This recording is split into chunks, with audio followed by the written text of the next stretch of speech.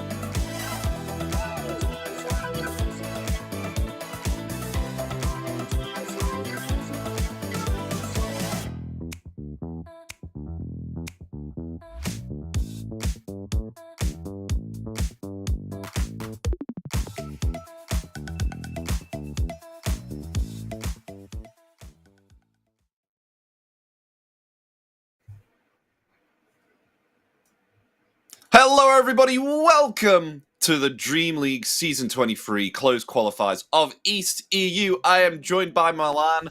My name is Epidamnos, and we're coming through with day 2, of course, of this DreamLeague closed qualifiers. So our first game of the day, Milan, we've got ourselves 3 series to cover.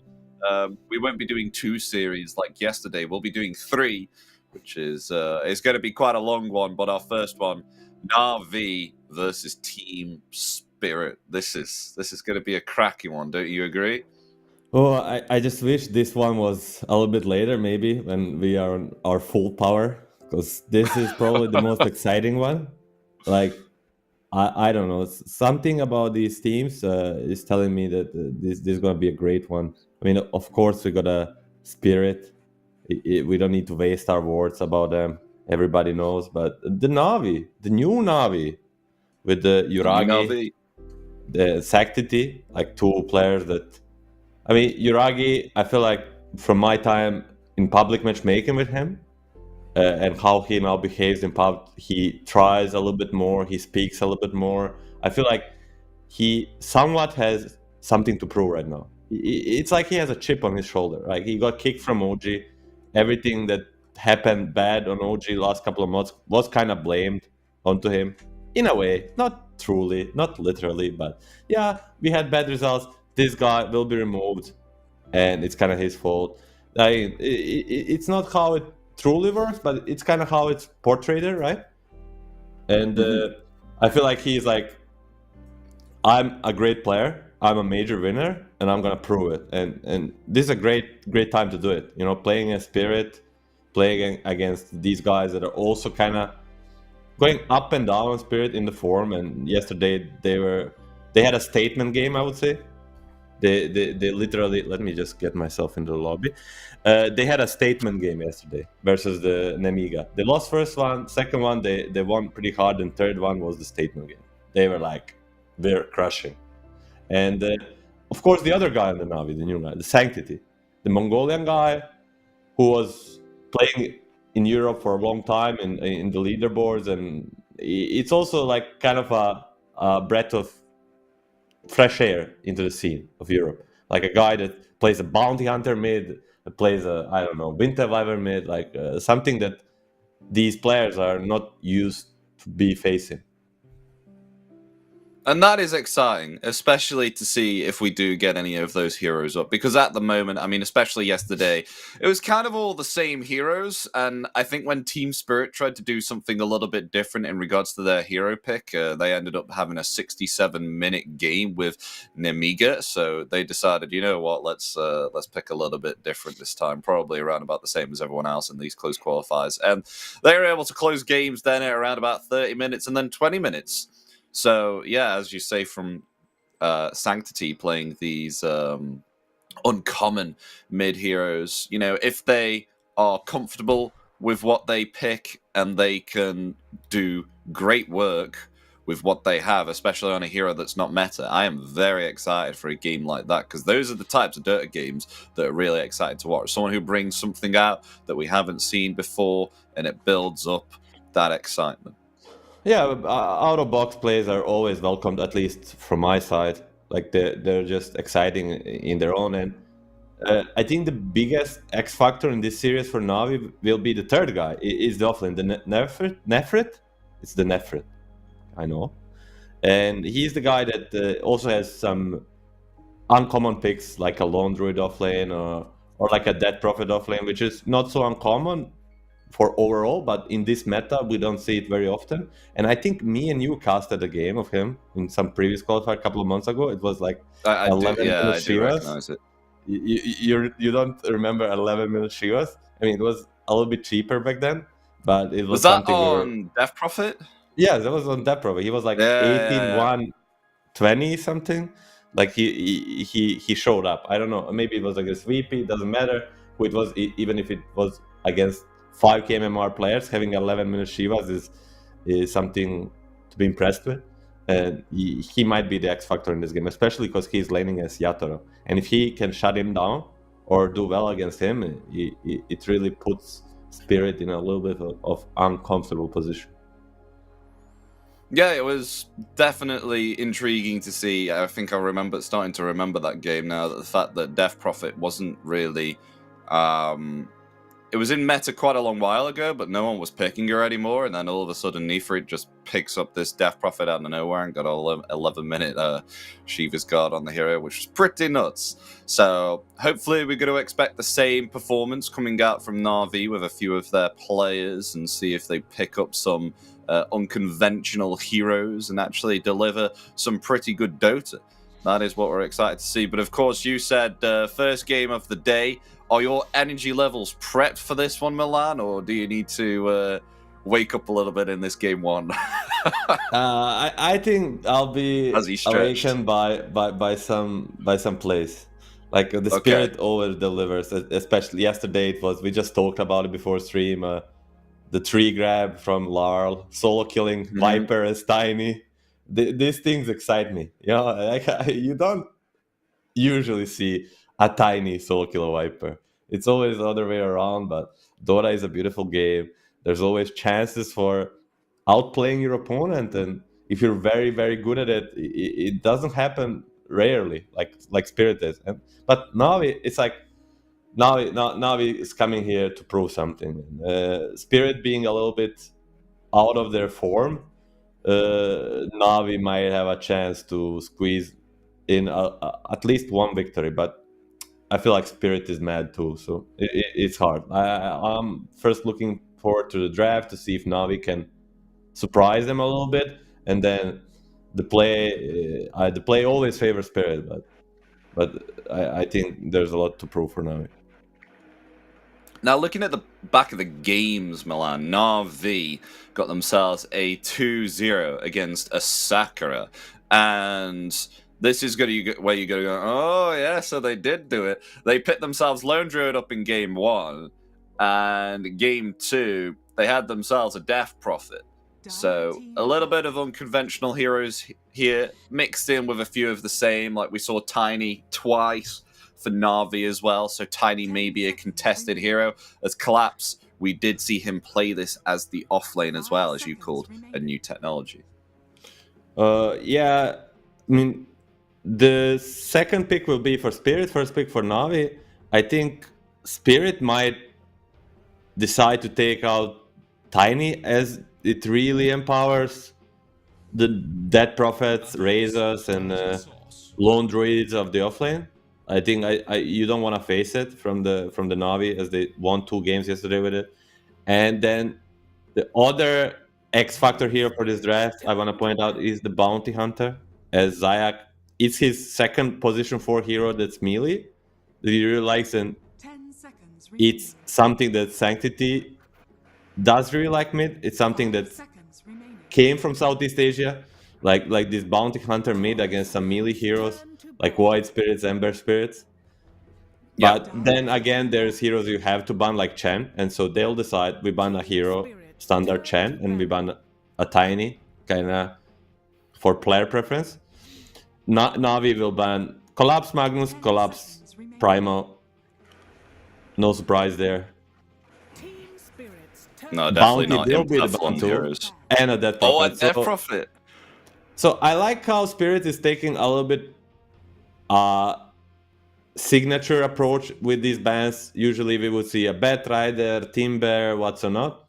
But they just decide to target Navi with the bans, and I really like it. But it does leave a lot of big boys in the pool. Most notably Bat Rider, Timber, and maybe a Centaur. Now Navi has to make a choice, already using a lot of reserve time. Think, knowing their team, they'll probably go for the Timber. I mean, also it's good to it's a Centaur. It's good to notice that Navi played 2 official games in 2 months, so there is not much data on them. They have 2 new players. They have not played anything for 2 months, so they're a little bit of an enigma when it comes to drafting. 10 seconds remaining. Yeah. That's what do Team Spirit pick up. Okay, so they're the ones to go the Timbersaw here. I think this is a big surprise. I mean, it's a surprise in a way that Larl did play 9 Timber games in the last couple of days and won 10 seconds remaining. 5 of them, so he's pretty comfortable with it. But Collapse was never really a 5 Timber player. seconds remaining. I think he can play it, but it's not as big of a flex for some other as it is for some other teams. Mhm. I didn't. You know what? When you say that, I did think that Team Spirit may not pick up Timbersaw here, but you know, Yeah, I agree. Yeah, they do. I agree. I But- was seeing them more go like a Mars, right? You know, collapse Mars with a Yeah. Centaur. That would be something expected from me, but these are So great it's- players. I think Lal plays the Timbersaw too, so it could be a mid lane Timbersaw if ever they wanted to put that on the mid lane, right? Yes, as I said, 9 games, 5 wins in last 8 days. So it's his most played hero in public matchmaking in the last 8 days. So he's very confident on it, it seems. And they have the overall last pick. So I expect them to pick up 1670, some Yatoro hero that he feels it's good versus the Centaur. And then last pick after they see all of the Navi heroes decide where does this Timber go. Navi will think Timber is going to the offlane. They will ban the puck, at least for now. And Spirit, they will be picking up a Mira or Miposhka hero, and that's a Batrider. Yeah, they ban Batrider the makes it Pucker to as a well. second stage. This is not what we usually see. It's not, no. So Batrider comes out. I'll be intrigued to see how Team Spirit will play this one. Don't think I have seen a Team Spirit Batrider in a while. I won't lie. I'm not up to date. So you say Miposhka will be the one who plays Batrider? It's a flex, depending It's a what flex. depending what they pick up for the Crystal carry. Maiden out in return. So what is the Crystal Maiden formality? A pretty standard stuff. One of the 10 favorable seconds position remaining. 5s in the patch. And what is left? Is Techies? No, it's a Shadow Demon. Oh, very nice save, especially against the lasso, comes out for Na'Vi. And I feel Yeah. like they can get away with the Shadow Demon pick too, because he's not as strong on the lane. I mean, yes, he does have his the Shadow Poison stacks, but not as strong as CM, I feel, when it comes to the early game side lanes, and they had themselves a Centaur. I think they can get away with it. They have Stampede as well, so they do have themselves that initiation or Yeah. counter initiation too. A lot of control that kind of Shadow Demon lacks is compensated by these 2 heroes, but it also sets up for some great heroes later for Yuragi. But here, Spirit, they need something to deal with the Shadow Demon, and usually they go into the Weaver route.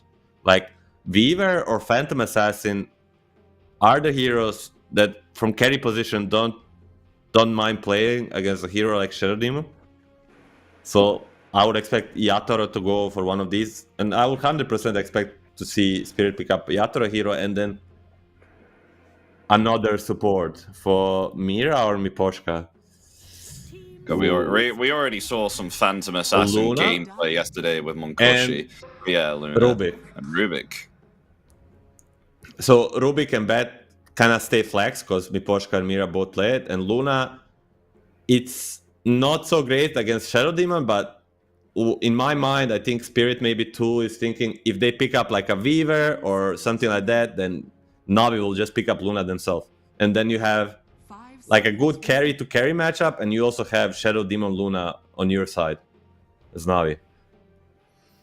So that would be a pretty scary sight for Spirit. So what will Na'Vi respond with here? The last pick before the 2 bans come out between both teams here, and then we'll go to the last pick. Still kind of may have possibly not shown the mid lane yet, as of course Team Spirit able to put this Timbersaw on LOL or on Collapse. Dire team It could even be a Batrider off lane, right? I think Collapse has played Faceless Batrider before. Collapse has played Batrider before. Yeah. Faces Void. Oh, this is a very strong pick for this game in terms of how it matches versus the Timber, Batrider. There's not much control for him, and the 10 seconds remaining. time dilation is gonna be real impactful. but it is a very greedy pick. Remaining. A very, very greedy.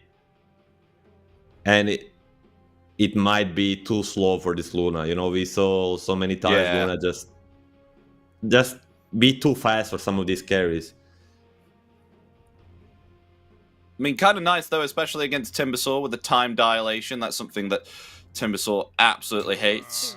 Maybe perhaps a little bit with Batrider as well to stop the sticky napalm from coming out. So already affecting 2 heroes there with just time dilation. But yeah, I do share your concerns with the speed of how this Faceless Void is going to get up to speed. Because Luna, as we know, absolute queen of queens when it comes to Remaining. farming up in the game and getting as much farm as possible.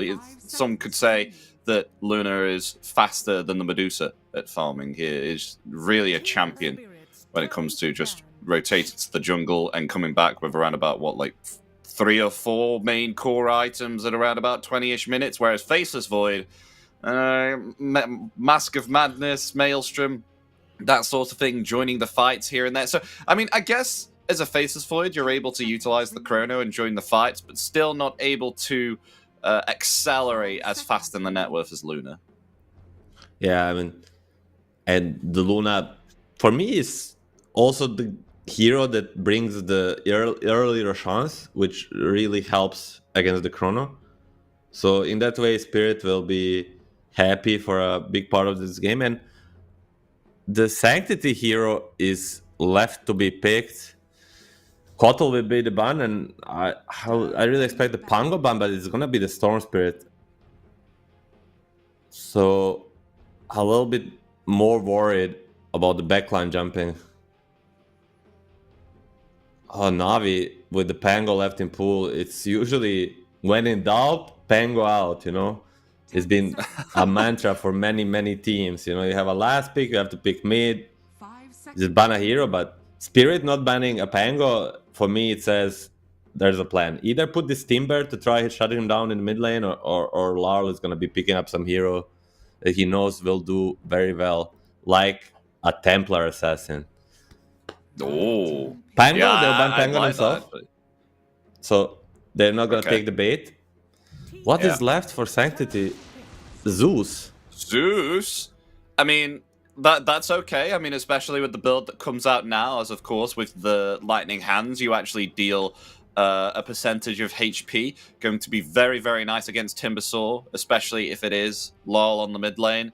It will just take some time, however. That is my concern for this Zeus to get to where he is. But he has the ability to deal some nuke damage early, right? So do you think Na'Vi are okay with having a Faceless Void and a Zeus here, or do you share some concerns with me?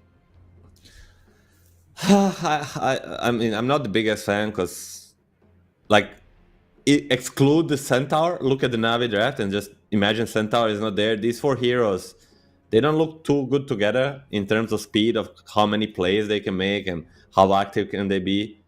So if the Centaur is not having a game of his life, it might end up being hard. But then again, sometimes it proves that this one Blink Dagger guy can make a lot of space early, and of course later on, both Zeus and Faceless Void can contribute a lot. And will they go for something like Enigma for Collapse? I think if they're picking offlane, that's the choice. Or they go for some Larl TA. I think that's the other one. I cannot see any other but these 2 being picked. And let's see. It's a Slarda. Oh, okay. Oh, we saw this yesterday. I mean, Collapse is like, guys, I just picked Faceless Slarda versus the Sven yesterday. I'm gonna do it again. How don't you remember? You casted this game, and it's a great matchup in the lane. But throughout the game, both Melody and Zayat, with their slows and purges, do very well against the Centaur, against the Slarda. I apologize. So all in all, I think Spirit is very happy with what they have in draft. Navi is kind of banking on that they survive the lanes and then survive this early to mid game. And late game, they definitely have the advantage. But I have my concerns if they're going to get there, especially with these 4 heroes, excluding the Centaur. Yeah, we'll have to see how this goes. I mean, again, a lot of pressure on the off lane. I think we mentioned this last time. I think it was it the Nemika game? It was I the think it was Nemika game Mixa. versus Team Spirit. Yeah, it was Mixa who was the Mars, and we were saying there was a lot of pressure on him in order to actually help his team benefit within the team fights. And it's the same again for Neithrit on the Centaur. So we'll see how this one goes, whether he will not fall to the pressure and actually enable his team to come out victorious within this game one. So very excited to see how this goes as, ladies and gentlemen, game one will get underway of Na'Vi versus Team Spirit. A little bit of different picks here compared to the kind of games that we've seen here before. So Faceless Void and the Zeus. We don't usually get to see, especially Faceless Void, come out, but we'll be excited to see Yuragi performing on that last pick, Slardar, though, against the Faceless. So he's not going to have the best of time on the lane, is he? No, he's not gonna, but then again, he does have a Crystal Maiden on his lane, which is somewhat True. helpful, but I think he's just... The Faceless Void is sort of a creep in a lane. Like, where he just doesn't contribute much. He doesn't really have spells. Like, Time Dilation is a good spell to, like, be in a way defensive and, like, survive some of the early pressure. But Time Dilation is okay, but nothing, as I like to say, nothing to write home about. You're not going to write home about, like, I have a Time Dilation, you know? So... Crystal Maiden will kind of be 1v2 in this lane, and Rubik, Slardar, it can be a very, very offensive lane. I tell you what, though, at the draft screen, when we just saw the heroes, it was very noticeable to see who was what hero until everyone decided to pick their own, and oh my gosh, it was absolutely cosmetics galore. I think there were so many cosmetics, it actually further lit up my room with the Zayas? monitors. Like, insane, but yeah. Got themselves a disruption. Both teams now fully aware of each other hanging around here within this area, so both of them will back off. Bounty runes in 15 as Collapse protects this top bounty rune here from Yuragi even getting close, but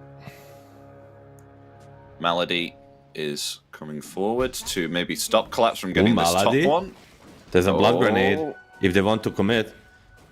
I think they will. With the crash, Yeah, that's a kill. they don't even need And it. that will go to Mira. Oh, not the start you're looking at. I always emphasize, and I think you're already bored of me saying how important it is to not feed the first blood before the lane start, because it can change a lot. Even a kill on Mira will mean he gets like a 2 minutes faster boost of speed, and that might lead to a Faceless Void kill. That it just might start a butterfly effect of bad things for Na'Vi. Your classic Dota things, I guess.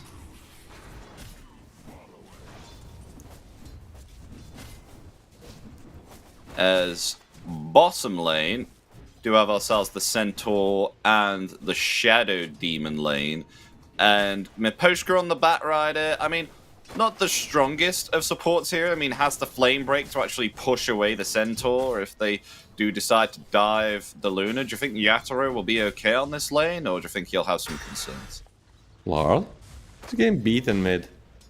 But gosh, Malady yeah, is gonna die again. He doesn't have a TP when he respawns, so he's gonna wait in base for like 10 seconds. Oh no, this Crystal Maiden, he's getting a treatment on this top lane. I mean, I guess Yuragi will be getting solo XP, but regardless, this is a sign of a very hard lane to come. And Void, he cannot recover in jungle very easily. Do you think Yatoro will be okay, though? I think Yatoro should be fine. I mean, Miposhka, you said Bet is like not such strong laner, but I would disagree. He's universal hero and he can get a lot of damage through the stats, but then again, Miposhka decided to not go for the stats.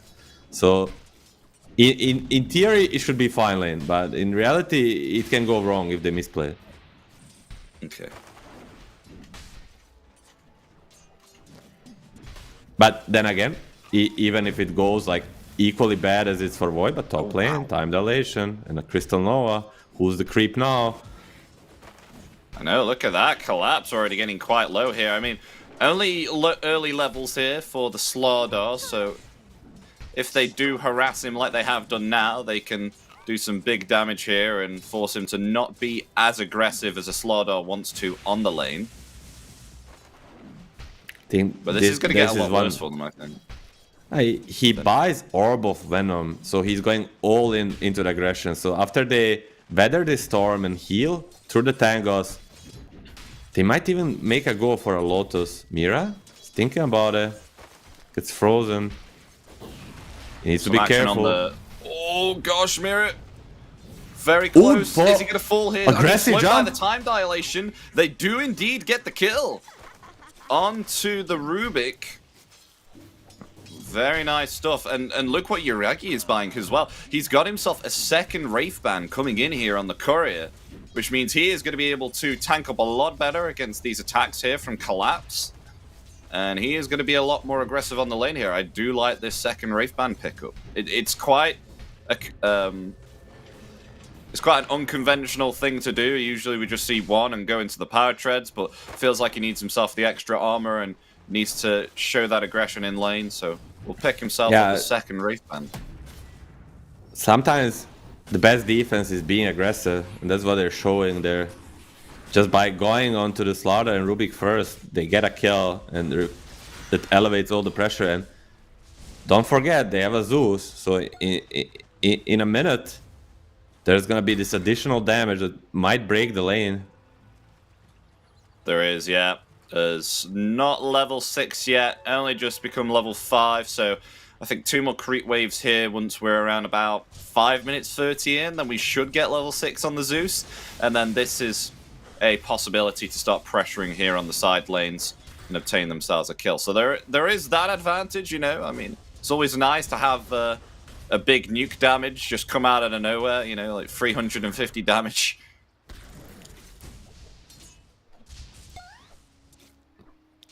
Larl actually gonna make a chain of shame home. Too much pressure from. I've never heard it like that. I just made it up. It sounds silly. The walk of shame. They usually call it walk of shame, but he has a chain, so he's gonna be a little bit faster. Okay. Oh, okay. Yeah. Bottom lane. I see. Yep, Yatoro, nice flame break, but the disruption is there to set up for a double edge. Is this enough to take down Yatoro? Yes, it is, with the level 2 Shadow Poison, as they get themselves a kill. Bottom, as you were saying, had to make sure to not get any misplays here on the bottom, and Na'Vi coming out on top here on the side lane, something that we weren't expecting. Yes, and now when he comes again, after a creep wave or 2, there's gonna be a Zeus ulti online, as we said, and if he dies again, that's when it gets really hard. They're gonna press the glyph, they're gonna start diving, they are aware of it. Here comes Melody. Zeus ulti is coming! There it is! Oh, Thunder God's Wrath, they've got the kill. Yatoro dead again, but Mira gonna rotate in here with the TP, try and bring Nifrit back with the telekinesis, but they hold their ground, push it back, get them actually themselves a second kill with the Shadow Poison, taking down the Poshka, forcing a TP there on Mira, which then leaves Faithless Void and the Slardar alone. As LoL attempting to get themselves the Timber, but look at this, they got themselves a third kill on the bottom, taking down the Rubik? 3 for nothing. I don't think there's a better way to use the first Zeus ulti. Yeah, he gets only kill on the Luna, but he sets up for 2 other. It's a... Oh, they get killed top, maybe? Melody rotating top there with the Frostbite as they get themselves the kill on Collapse as well. Na'Vi, they are just doing the impossible. What we thought was going to be a quite uneven game for them. They have shown heavy aggression here on the side lanes and are moving around perfectly. Oh, the clip! What a flame break! I mean, he's not gonna get the roof, but that's a flame break for ages. That's a lot of damage though, and the blood grenade thrown from the cliff gets the kill. Does not have enough mana for a TP though, Milan, so we're just gonna have to just chill there, it's fine. Has a Crystal Maiden aura. Wave hello hi to the Black Dragon. but that flame break. I mean, Centaur will TP in and secure the rune, but if not for that TP, it would be a hell of an outplay. And tell you what, for 7 minutes in this game at the moment, we're really getting some action here. This is what you love to see. We talked about during the draft, the 50-50 would be a pretty much desirable outcome for the side of Na'Vi, but top lane, now they're on aggressive. Crush is ready. They are. What is fighting back? No chrono. Oh, nice stampede there. Is trying to lay into collapse. Still doesn't have that corrosive haze, so Yuragi still laying in the damage as the Thunder God's Wrath comes out again. As now they're going to attempt for a kill here onto Mirror as well, being bashed up there by Yuragi. Gets themselves 2 kills here on this top lane with thanks to the Zeus ultimate.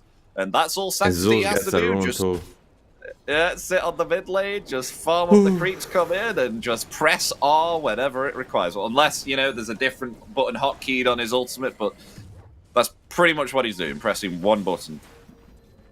Feel like, oh, Zach will be spotted, I think. This is a little bit an interesting play. They are. Zayak. He's dead. Yep, they will find him. Something finally going right for Spirit.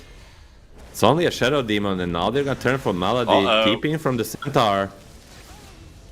Yeah, they will take down He's gonna Malady. Cancel. Na'Vi getting a little bit ahead of themselves. We were saying how 50-50 would be great for them. They were pretty much stomping the lanes before these 2 kills. So maybe if they just decided to chill, it would be much better for them. But gonna lose 2 heroes, gonna lose the Centaur TP, gonna get devoured by that deep mid lane ward that Shadow Demon placed right before he died. So basically a 50% throw of their network lead in one sequence. I mean, Luna is not doing well compared to the Faceless Void. 1k behind a Faceless Void. I did not expect this in regards to the carries. Still, we should be expecting him to match the Void throughout this mid game, but not like this. Zayak and Sanctity right here to punish. And they're going to go for Yatoro again. As Sanctity rotating in, they find another kill on this Luna. Does not have any breathing room here to just farm up and catch up to this Faceless Void. Further put behind.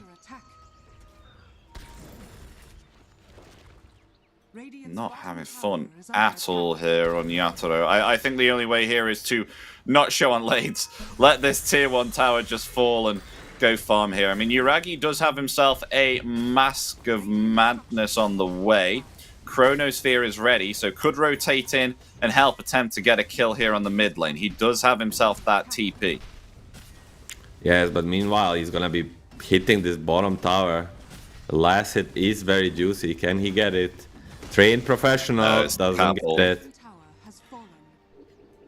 Capel just does so much damage. It's so difficult to if this sometimes. Game before the draft, after the draft ended, if someone told you that Na'Vi is gonna be getting the first tier 1 tower while keeping their own, like, I would be laughing at you. I'll be like, no way. But Void gets a bottom tower, goes back top through the gates, ready to TP mid if needed, as you said. He's getting everything he wants, even more. But Spirit, they're smoking up for Nephrit though. Centaur in trouble, takes way too much damage for the Centaur to handle there with the level 3 Whirling Death and the Chakram. Just all pure damage coming out there on the Centaur. They will find a quick kill. Na'Vi needs to be careful. If you give Spirit an inch, they'll go a mile in this comeback. Or maybe perhaps they can go for Collapse Chrono's here. ready. Oh, it is. There's a rotation here from Mirror. Oh, stolen Frostbite. Well, that's quite a nice spell to steal. Oh, lol. Stampede comes out. Oh, they don't catch him there with the lightning bolt. Lol gets away. They did commit Stampede for that there too. Meanwhile, in the river, Malady in some trouble. Nice time dilation, stopping Miposhka there with the sticky napalm. They find the kill, killing spree for Yuragi. Not too unhappy about that sequence on Spirit. Forcing out the Void TP. Yeah, he doesn't use Chrono, but the moment he goes top back, it will open up a mid play with this Blink Dagger that's coming in 100 gold. So Spirit, about 1 minute to use the Void, not having TP. Can they do it? I mean, still has that Chronosphere ready. On the way to be completing a Maelstrom here soon. Doing very good in regards to net worth still here, the Faceless. And Yatoro attempting to catch up, has a stack, going to stack again within this triangle, make that a ×4 stack. And then hopefully we'll see the net worth start to climb dramatically here. So currently on 4,800 gold. I wonder how much Yuragi is going to get from this. 4-man smoke. They wanna go to Collapse, but Collapse will try to go back right now. His Blink Dagger is on the courier. Can they smell this? If they find the Luna, this would be perfect. Oh, this is going to be so big. Yet they see Yatoro. He senses Can it. they get him though? Yeah, he does sense There's it. a Blink. No, they won't be able. But they will take all of these stacks, which further hurts Yatoro. I mean, great senses there to understand that they were coming for him, but unfortunately, that ×4 stack is lost. And Yatoro heads himself bottom, so not able to recover from that ginormous stack. Still better than giving them the kill alongside Yeah. it. I mean, Yatoro, I feel like it's a great skill, but hold it to Larl. If he goes here, he might get caught. Haste Room for Sanctity. Probably the best one he can find. Through they're empowering this Navi lineup. But as I said, like, it's a great skill to know when to give up big things. You know, if you're a carry player, like 99% of carry players just stay there because, oh my god, they're taking my ancient stack. But the Yatoro just has a mindset of, it is what it is. I have to give it up. What is the other choice? Feed myself with it. And these hard choices is what makes a great player. Mm-hmm. Radiant's bottom tower is under attack. As looking at Sanctity, actually, just checking out the items here on Zeus, has that Phylactery and trying to obtain a Kaya here. So, going to be intriguing to see whether he will build the Manta style eventually and go into that build with the Lightning Hands. Zayak, got to get out of here. Yeah, they commit the Stampede there. I mean, early Blink Dagger here and Collapse. Went the Blink Dagger as soon as he could. Coming somehow. Just ensuring Yeah, that everyone dies, but that's a pretty long cooldown. 80 seconds down the drain, and Collapse and Miposhka are gonna start playing around their vision. Pinging out Sanctity. He does have a haze, but there is a chain lockdown. If they manage to get it. They're going to go for the kill here with the Corrosive Haze, and that is most definitely a kill there. Lovely Observer Ward helping to obtain that kill there on Sanctity. This move perhaps will go for Yuragi here also. The Corrosive Haze is indeed there, but they don't have themselves the lasso. They already committed that on Sanctity. Dire's structures are fortified. I feel like this is where the draft issue comes from the Navi, where they would happily take 5v5 engagement or 4v4 engagement, but the small engagements are not favorable for them. There's just too many little things to worry about on the side of Spirit for now. It's gonna change quite soon, so Spirit, they get a Zeus skill, but they need more. So what Navi will do, they will gather up 4 heroes. Well, I think they want to go for Yatoro. We got Yuragi rotating in here with a Chrono. Will he be able to get the Chrono? Yes, he will, just on the edge. Going to commit the Mask of Madness now. The Stomp is there too. They will commit the Thunder God's Wrath, and they will get Yatoro once again here on the Luna. Just not able to catch up to this Faceless Void. Literally perfect from Yuragi. Just catching him on the edge, allowing Centaur to follow up. Beautiful. now it's like a game of turns, you know. We use Lasso, we get a Zeus kill. We use Chrono, we get a Luna kill. Now it's again turn for Spirit to go on aggressive hand. They're gonna smoke S3. Will they find the Nefrit? Oh, they will find the Centaur as that damage comes out. As you see, LOL has just been able to farm up completely fine here, and this is where the tide possibly turns. As the Timbersaw, he is one big boy. Look at him go here with the Timber Chain, another carry in the world. But Time Dilation does come out, and they will try and attempt to turn it around here with the Freezing Field. It is doing some damage, but LOL just taking absolutely none whatsoever. Gets a kill down to the Crystal Maiden. Yuragi needs to get out. He will be found and taken out there by the Whirling Death. There's no damage that can take down this Timbersaw as they find themselves possibly another one. Yes, they will, with the Fade Bolt taking down the Shadow Demon. They will lose 4 here on Na'Vi. I mean, I think they just got a little bit caught off guard there. Yeah, you lose this Centaur first.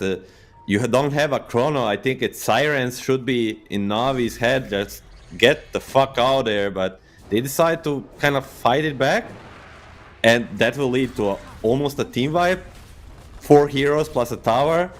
A complete turnaround. 3k lead now for this Luna. This Luna is catching up on Void. And we all 100%. Remember how the laning stage goes. But now, again, it's our turn.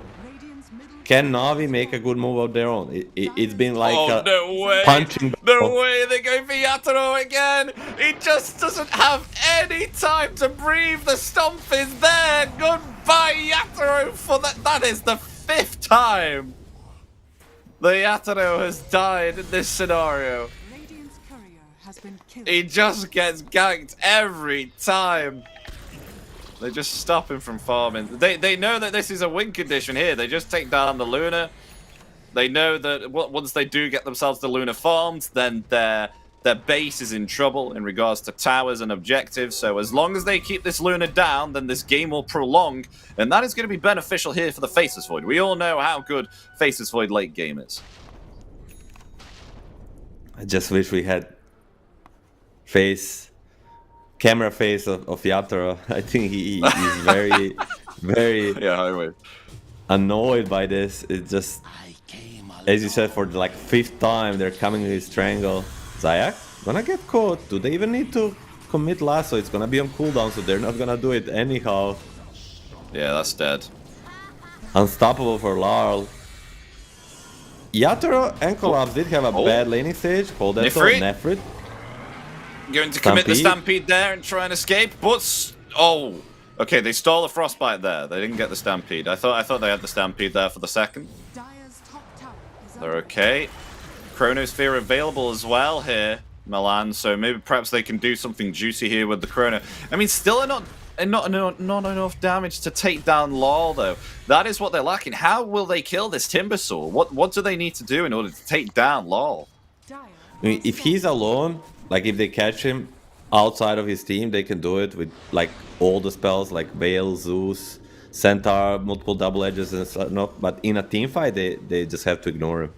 This is 3000 HP on top of Shroud, on top of all the status resistance, but Spirit Smoke's gonna break. Oh my gosh, it's not onto 4! This could be a massive Chrono! The Chrono comes out there, it connects onto 4! They've got themselves the Rubik and the Batrider! Now they're laying into LOL! LOL! Absolute disaster here for Team Spirit as they come forward! They get themselves! Look at that! 3 kills! That is not what they're expecting! Nifrit comes out here with a 4-man stomp, which turns into a 4-man Chrono. Absolutely beautiful stuff coming out here from Na'Vi. And they're gonna instantly turn it into Rosh. The best possible option. Will they have enough damage with the Freezing Field and the Zeus? Should be more than enough, but it's what happens even to the best teams. Sometimes when you smoke, just on the start of the smoke you gather, so it affects everybody, and you stay there for 2 seconds. And Nefrit, I have never seen a better stomp in my life. A hoop stomp onto the 4, perfectly follow up with the Chrono, with all other spells. It was just, it was just beautiful to see. It was. I mean, Collapse somehow got out of there, though. I mean, I guess when you're in the river with Guardian Sprint, you are one fast boy, I presume. So, I mean, they only got the 3 kills. But... yeah, they all focused LOL, didn't they? They all went, no. We're not going for Collapse. Everyone go on LOL right now. we need to take down this Timber Sword, and they did. They got the kill. So I think Collapse just was able to get out of there because everyone wanted to take down the Timber. They got the Tormentor there too. Rosh and Tormentor is kind of a perfect script for Navi. Like you use all your big spells, you get basically almost a team vibe. Then you, while you have no spells to fight, you take these objectives, Rosh and the Tormentor. Who got the shard? Didn't pay attention. It's Nefret. That's a pretty juicy shard nice to get shot. for free. Yeah, it is. It's 23 minutes in. It's the fact that I think both, at least Crystal made them, both her own, and the Shadow Demon didn't, but after the Aghanim's, he will definitely go. And we didn't speak about it. The Shadow Demon, Zaya, kind of rushing this Aghanim Scepter. Not a build we usually see. We usually see either a Blink Dagger, Aetherlance, or a Glimmer Cape before it. He thinks it's super valuable this game. So, what is he going to do here with the Aghanims here? Is he going to cast, like, Demonic Purge always on the Timber or Slardar? Or is he going to cast Demonic Cleanse here on maybe perhaps, like, Nefrit if he gets himself Corrosive Hate? Like, what's the plan here, do you think, with the Aghanims? It's both. But most importantly, it does break the Slardar. It kind of puts him out of the game. Like, every time he tries to do something aggressively, comes into the fight, he's going to get purged, and like everything he does is gonna be gone. He's just gonna be sitting there like a creep.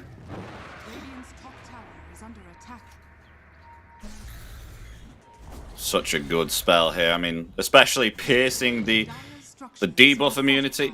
It's no longer called spell immunity anymore. Remember the whole BKB change. Gosh. Do you always keep on calling it spell immunity or not? Or it depends. Almost find a Bet Rider there with the Zulti. Deeping from a Shadow Demon, they want to catch. Collapse. Yeah, Stampede comes out. Stolen Stampede, though. Very nice from Mira. That actually helps Collapse get away here, unless Yuragi wants to come in with a chrono. No, he doesn't. No, don't risk it. Don't risk it there with the chrono. There's Nefrit. Oh, not able to get Mira there either. Just TP's away. That was a super long TP. Almost gets caught there, but only way Collapse lives there is the Stolen Stampede. Beautiful stuff from Mira. And they're gonna get their own Tormentor, and it's gonna be a lovely Bet Rider shard. I just want to highlight too here, Milan. Yatoro, he has been able to get some space. He's been able to farm up, but something that we don't usually see within the pro games at the moment, Yatoro has decided to go on a Dragonlance here on the Luna. Is there a reason for the Dragonlance pickup for the Luna? I don't know the exact reason. I can only like try to assume. We don't usually see it, as you say, but it might be something to do with the Void or Centaur not going BKB, and like if they try to lock down onto him, like he can always get a pike out. Yeah. If he decides to go forward with it, so I would just think, because it's a read, they're not going BKBs. If I buy a pike, whenever they jump me, I can just pike out.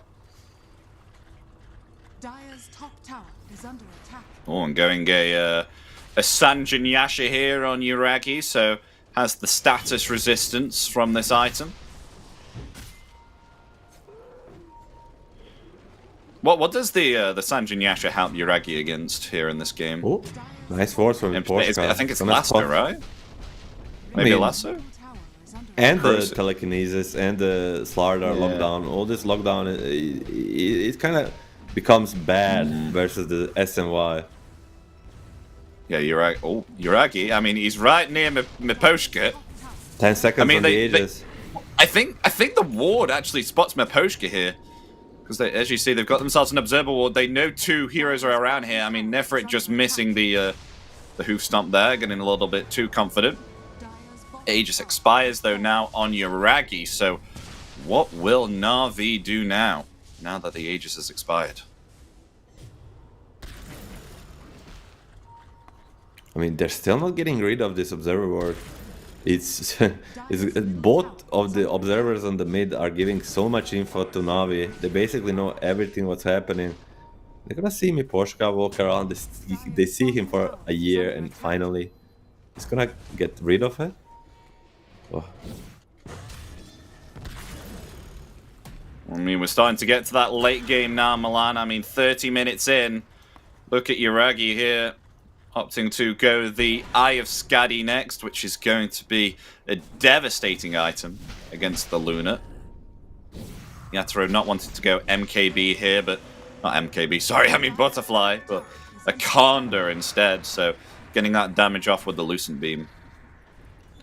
A pretty standard. And the Enchanted Quiver works very well with it. Oh wait, they've just got that Yatoro. Instant TP.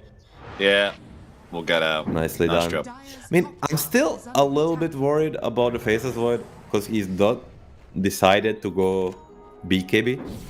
Like, yes, he has a Chrono, yes, he has status resistance, but like once he uses Mask of Madness, if Larl on Timber locks onto him, like the amount of damage he can do, the pure damage, he might just be able to kill him, like solo.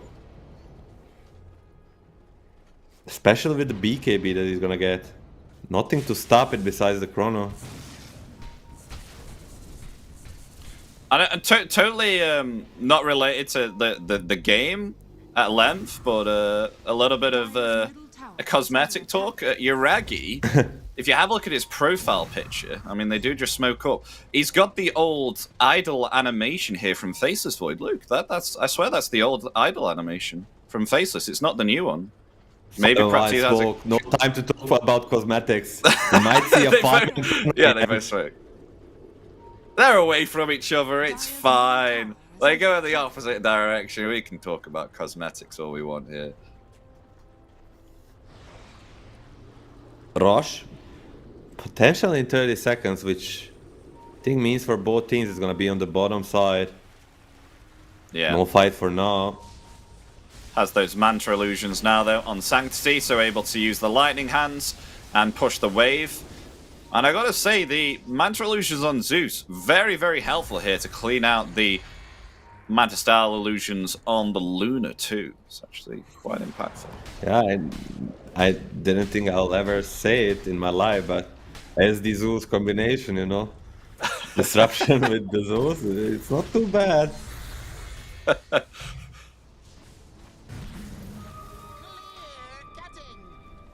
Whose idea was it to add this Aghanim Shard on the Zeus? And then who was it that actually, you know, brought this build into light?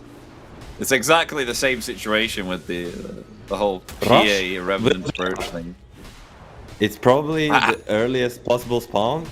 Like probably it was 20-30 seconds. We didn't see it. Yeah. Or it was kind of instant. And Navi will take this bottom side of the map. They'll claim it, but Spirit is steeping. Do they have a smoke? They most certainly do.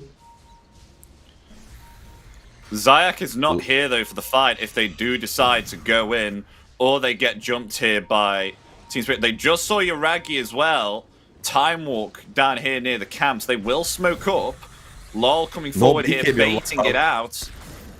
He's baiting. Timber Chain. And they force out the time dilation.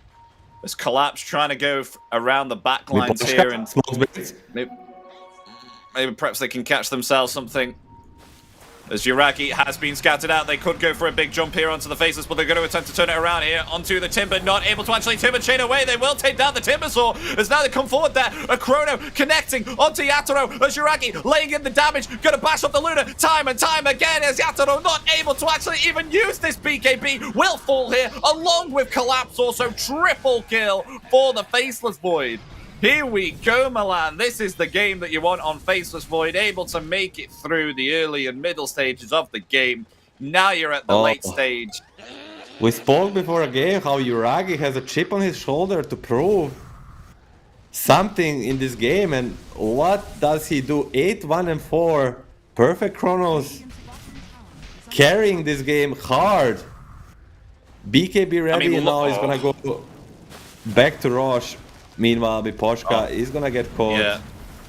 He's trying to cut the wave here, but he will be found and taken out. So at least he delays some time here. and stops Na'Vi from taking that tier 3 tower, but most possibly now we may see Na'Vi get themselves a second Aegis here as Yuragi heads himself into the pit, will start to hit into this Roshan. A perfect script once again. You use your chrono, you use your all abilities, you win a team fight, and straight into Rosh you go. We hoped, I mean, for Spirit, that they'll be getting Roshans versus Void, because that's the thing you need versus this hero to win, but Yuragi, second Aegis for him, a huge position for Na'Vi. That Zayak ultimate as well with the Demonic Purge on the Timbersaw. Again? Oh, they may do it again here, Milan. There it is. Going to attempt a Timber Chain away. In comes Nefrit with the Stomp. And look at all that damage being outputted there on poor LOL. Will be found within the trees. Trees being his worst enemy here on Timbersaw. Taken out.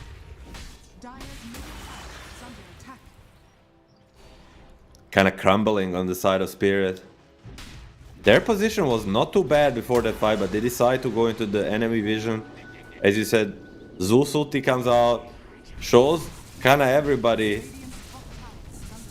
And now, yes, he skipped on the Skadi for the BKB, I really liked it, but the Skadi is, it seems like he gets it at the same time, basically, BKB plus Skadi, and this Void is out of this world form. Yeah, Definitely. I mean, 22 at 33. That's a lot. Do you think there's a possibility, though, that Team Spirit can pull something back here? I mean, I think it's a possibility because that last team fight. Yeah, exactly. I mean, the last team fight as well, they were quite split away from each other. They weren't all together in that last fight, which allowed them to pick off LoL very easily, along with Yatoro there too. So, I mean, if they're all together and they get themselves a good jump, maybe perhaps a chain stun with a lasso, because they haven't been able to use that yet, then maybe they can get themselves a nice kill. But obviously, of course, got to remember the status resistance here on the Faceless Void. That lasso is not going to last for long if they do commit it upon him. I mean, that's the biggest takeaway from last fight for me too, is Spirit not getting a jump. If they find a fight on their vision and they get a jump, anything that can happen.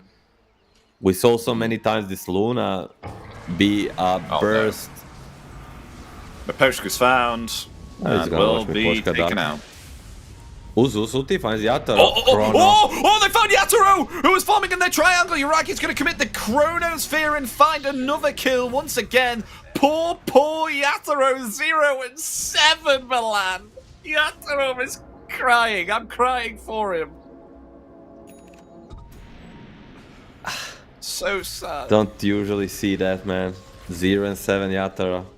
Struggling this game as much as Na'Vi hoped. Tough for Spirit fans, but good for Na'Vi fans. And now Yuragi will go to the high ground. No Luna for 43 seconds. Even if he has buyback, he wants to force it with the Aegis. Nothing much to care about. Yeah, Aegis for 2 minutes. Has the BKB as well. And a save in the backlines here from Zayak if things go sideways. I mean, nice Liverine Crush, but oh, look at that. They just respond there with the Demonic Purge, slowing down Collapse. Has to back himself away. They will find that tier 3 tower, though Yuragi is half HP. They come in there trying to find a kill there onto Malady, and they will do so there indeed, as Yuragi laying in the damage there with the bash. He is able to get the return kill there to Poshka, but a 3-man Sliverine Crush, but they're not able to do anything with it. Nonetheless, they're going to try and find more.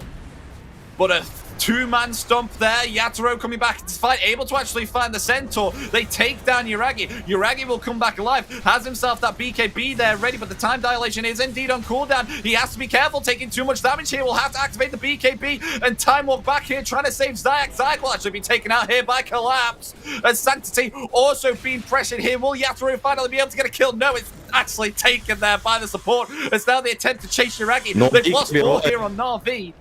But Yuragi will finally get away there with the time walk. Will Mask of Madness away. But Team Spirit, they come out on top during that team fight. On top is underselling it a little bit. 4K gold advantage from that fight and 8,000 XP. I mean, how many times have we seen it? You know, game is looking green for Spirit. Enemy has the Aegis, enemy has the everything. Then they come to a high ground and Spirit is like, you're welcome. And they just kill all of them basically. 5 of them dead. Yuragi will live because of the Aegis factor, but a big comeback. Yep. Very big comeback at the moment. I mean, Yatoro finally able to output damage. Has 1 kill. Milan, 1 kill. I mean, if this was a pub game right now, maybe perhaps there would be someone here who's, you know, morale not so high in the game at the moment, sees a 1-7 Luna. Yeah, but you got not with it's hard for Yatoro. Yeah, you know, he's been focused. What was it? He got ganked 5 times with Stampede and Smokes. He has been relentlessly targeted here by Na'Vi. But this is what you want to see.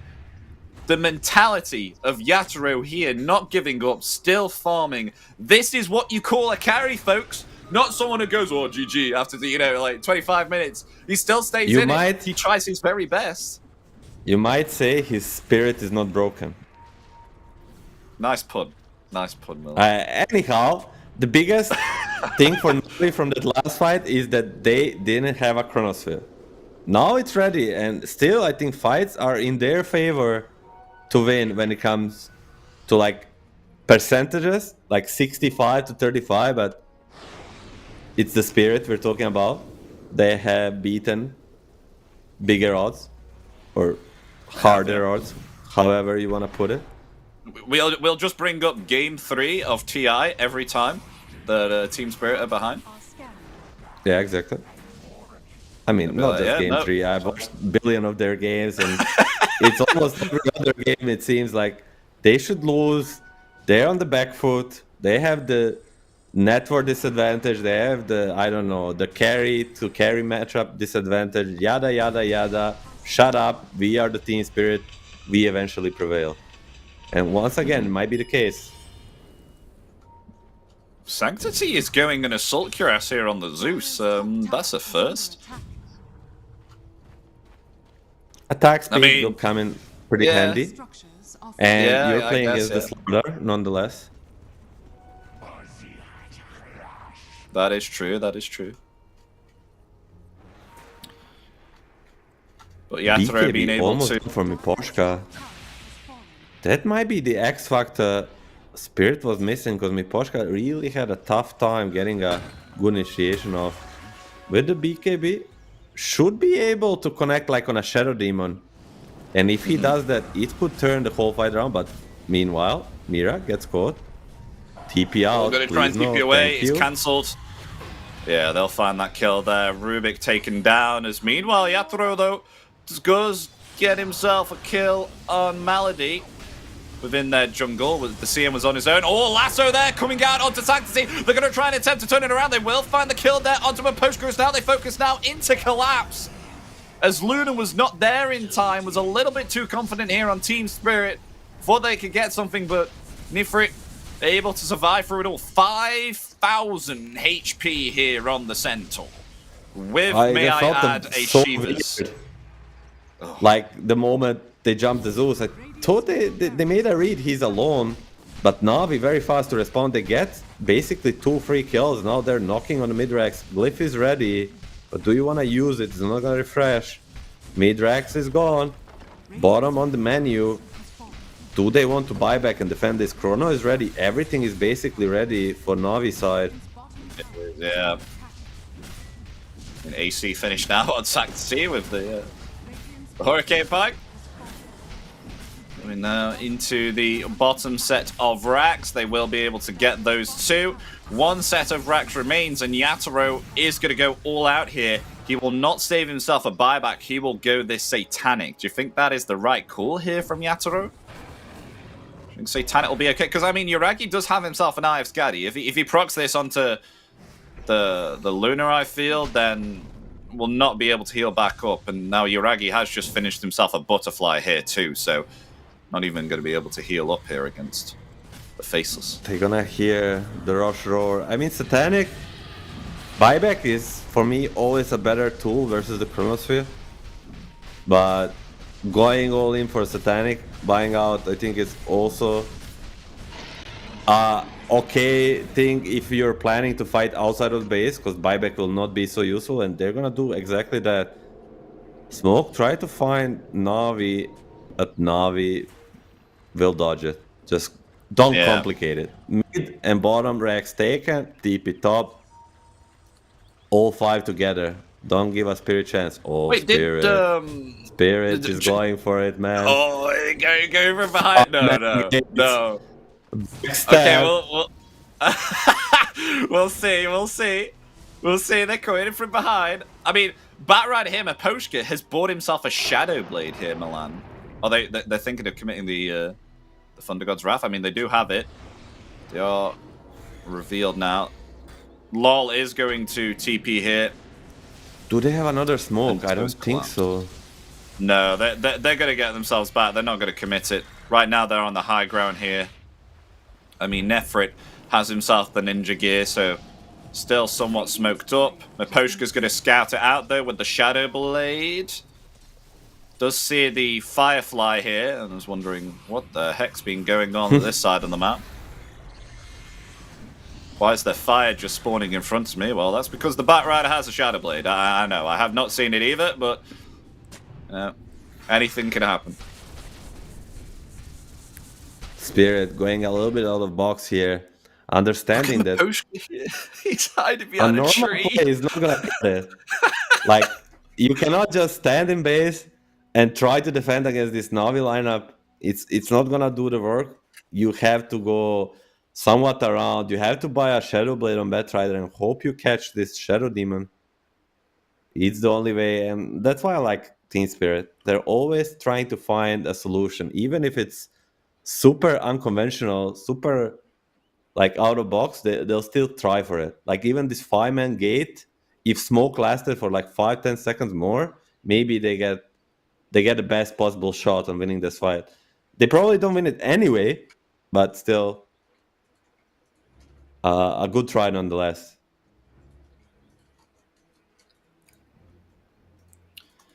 So still has around about 3 minutes and 30 on this Aegis. Plenty of time if they do want to try and find a jump here. But will Team Spirit give them that? I think they're just going to sit high ground here. Of course, remember, no buyback on Yatoro at the moment. There's meanwhile almost all buybacks available on Na'Vi apart from the Zeus.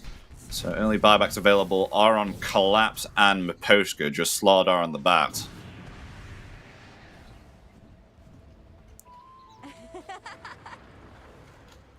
Still hanging around this triangle here. What is the plan here for Na'Vi? How do they need to win this fight? What can they do? Do they just need to get themselves maybe perhaps a vision here where they've taken the barracks at the bottom and just try and jump from there? Or do you think they need to go at it a different way here, Milan? I mean, they're just gonna allow a chance for Spirit to make a mistake, and they might be just making one BKB TP. Yeah. Good enough without Faceless Void. He just gets out there, but that's what they're gonna do. For like 2 minutes, they're gonna allow them to make a mistake. Even this is a slight one, forcing a BKB. Oh, and then Kiraki here, Ninja Gear. Wanted to try and get a Chrono here. Maybe go for LOL. I mean, nice return there with the Hex. And we've got ourselves another Demonic Purge upon the Slardar. Slardar okay though. Yuragi still holding on to that Chrono. Still not committing for anything yet, though. They have felt the Spirit power. Last time they had the Aegis and pushed high ground. I'm just, it's going through their head. They don't want to give them another chance. You don't let this Team Spirit come back to this game easy. And going high ground is the hardest thing to do right now in Dota. Yeah. 2 minutes left on this Aegis as well. That time slowly ticking down here for Na'Vi. I mean, what can they do? I mean, LOL is showing himself on the low ground. Yuraki pinging it out, but not wanting to go for it here, being very reserved here with this Chrono. Really wants a good opportunity for a kill. Actually going to lay some damage here into the tier 3 with the catapults. This may be an opening for them as Nifrit comes forward there. They've caught themselves 3 maybe perhaps. Does he want to commit the Chrono? No, he's still saving it here for this time. Still okay. They're going to focus all of their damage here into Lol, but Lol will survive through it all, even with that demonic purge upon him.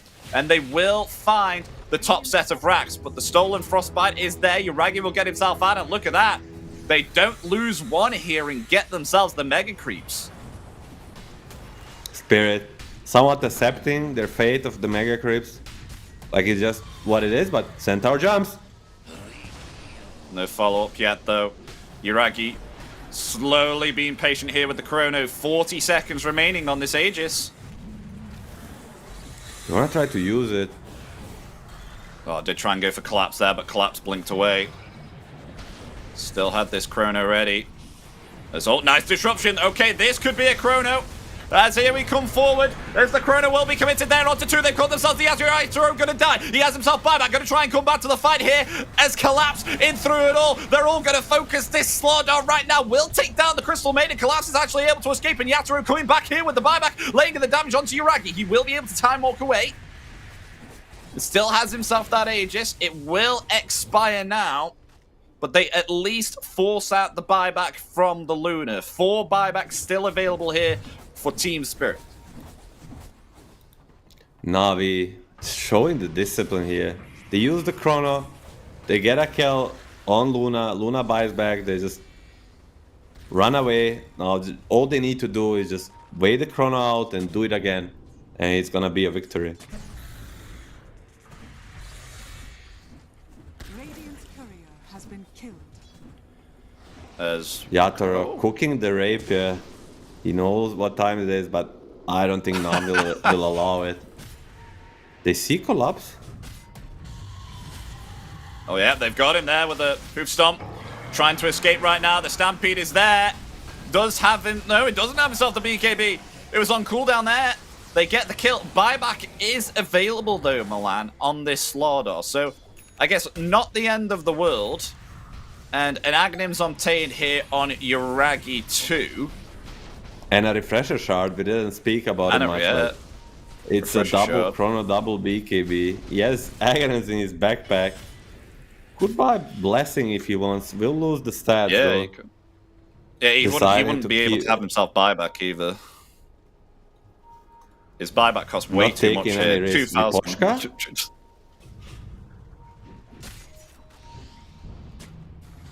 Oh, going forward, wants to try and get a lasso. Does indeed get a lasso onto the Centaur, but there's no follow-up here, Milan.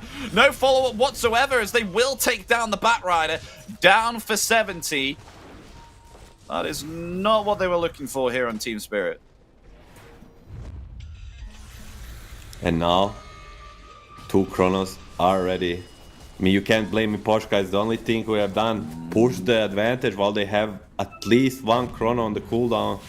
Because versus these 2 Chronos, I don't have no idea what you do. And Yuragi's coming.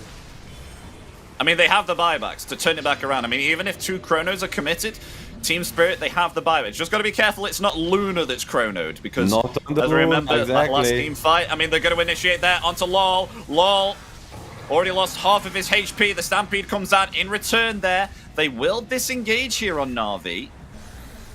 It's the buyback there from Miposhka, and they will Miposhka still has hold lasso. space. I mean, just desperately looking for anything they can get. On the side of Spirit, it's just so hard.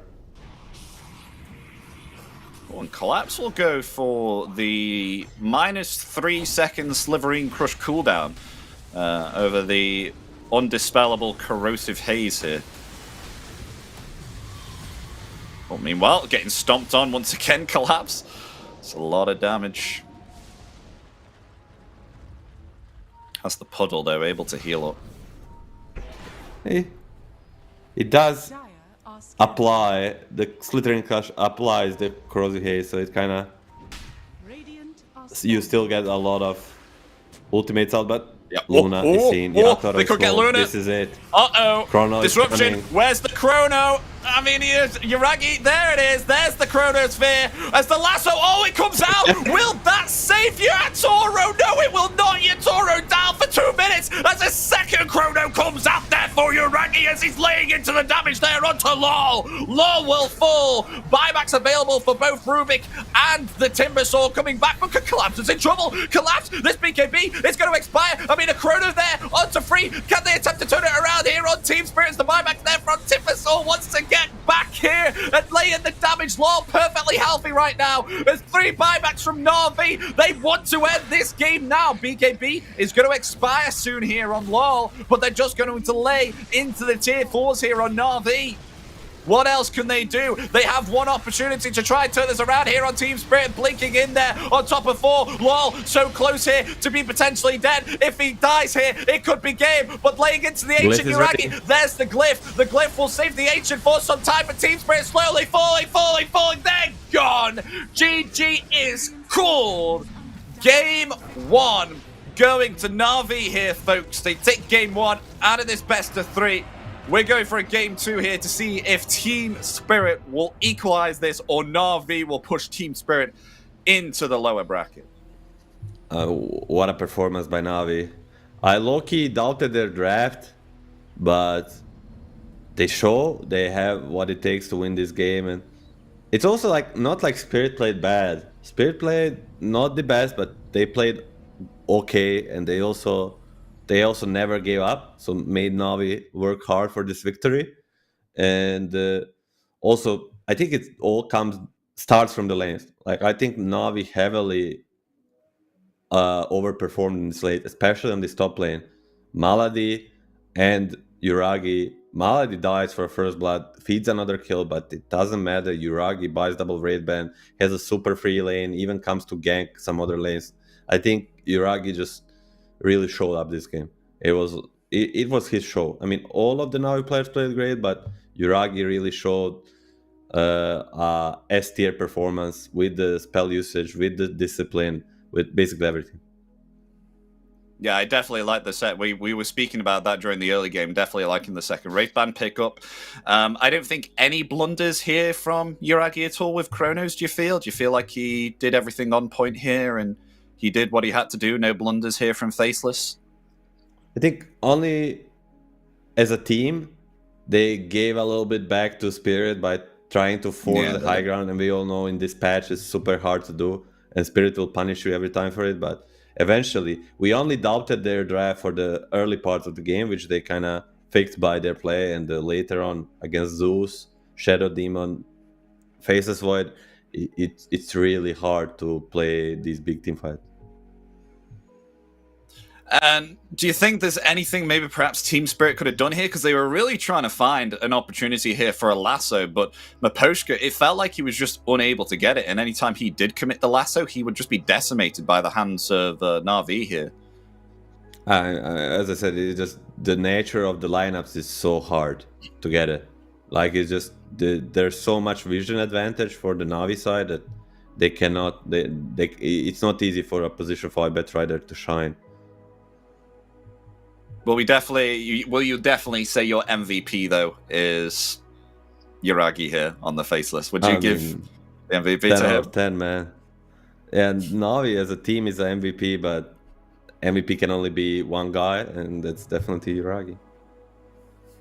Will we potentially see some focus bans on some of these heroes, or do you think that this was kind of very situational that Na'Vi picked up here, so we may not see these heroes again? Will they possibly be in the ban pool, do you think, or do you think Team Spirit will leave them? I mean, Spirit already kind of focused heavily on the signature heroes of the Na'Vi, but one hero I would think they will not give up again, at least ban or pick themselves, is the Shadow Demon. I think this hero created a lot of issues during the draft, kind of forced out the Luna pick too. I mean, and it was very good against the Bet Rider too. I mean, you name it. Was very good against Slardar. I think it's too much to worry about, and Spirit will deal with it either by picking it or banning it. Well, ladies and gentlemen, we are going to be going for a break, so stay tuned because in around about 5 or 10 minutes, we will be back with Game 2 of Na'Vi versus Team Spirit. We hope to see you there because we are in for sure of a great Game 2 with especially that performance. It's always the start of the day, Milan. It happened with this at Team Spirit versus Nemiga, Game 1. Maybe perhaps we'll see the same situation that happened within this this series currently going, but we'll find out in just a couple of minutes. Don't go anywhere, ladies and gentlemen, and we'll see you for Game 2.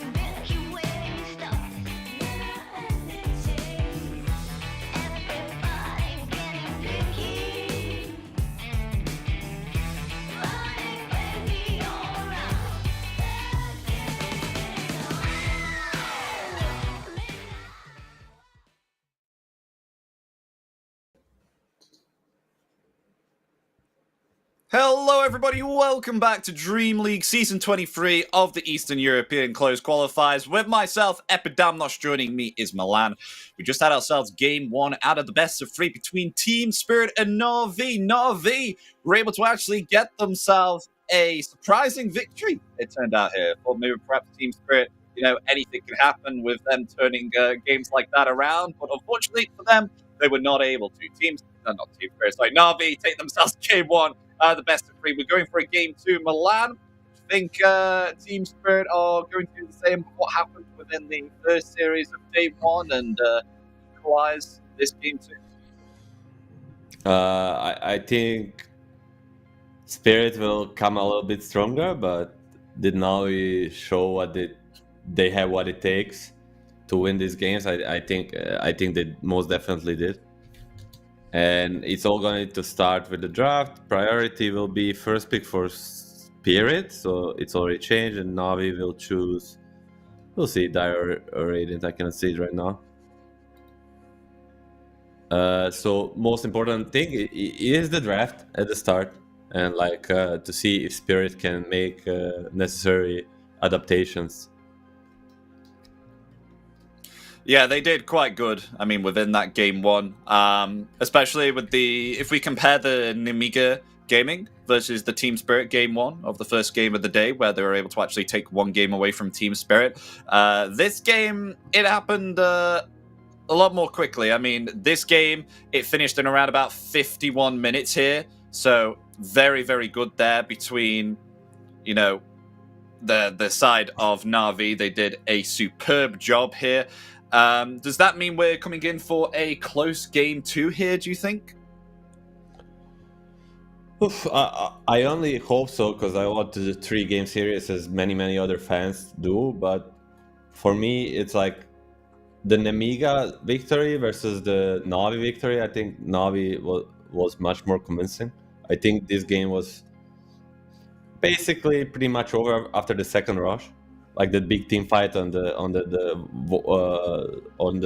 where you can place the ward, the hill next to the tier 1 tower bottom. Yuragi gets like a 2-man chrono, and they win a 4 or 5-0 fight, and they just get the rush right after. I think from that position, Spirit tried to bring it back, but realistically, their chances were around 5%, which is in a game where Navi showed a lot of discipline. I mean, you could say their chances were almost non-existent. Yeah, so now we come into Game 2, the draft underway. The first hero that they ban out here on Team Spirit is, of course, the Death Prophet, played by Nefrit.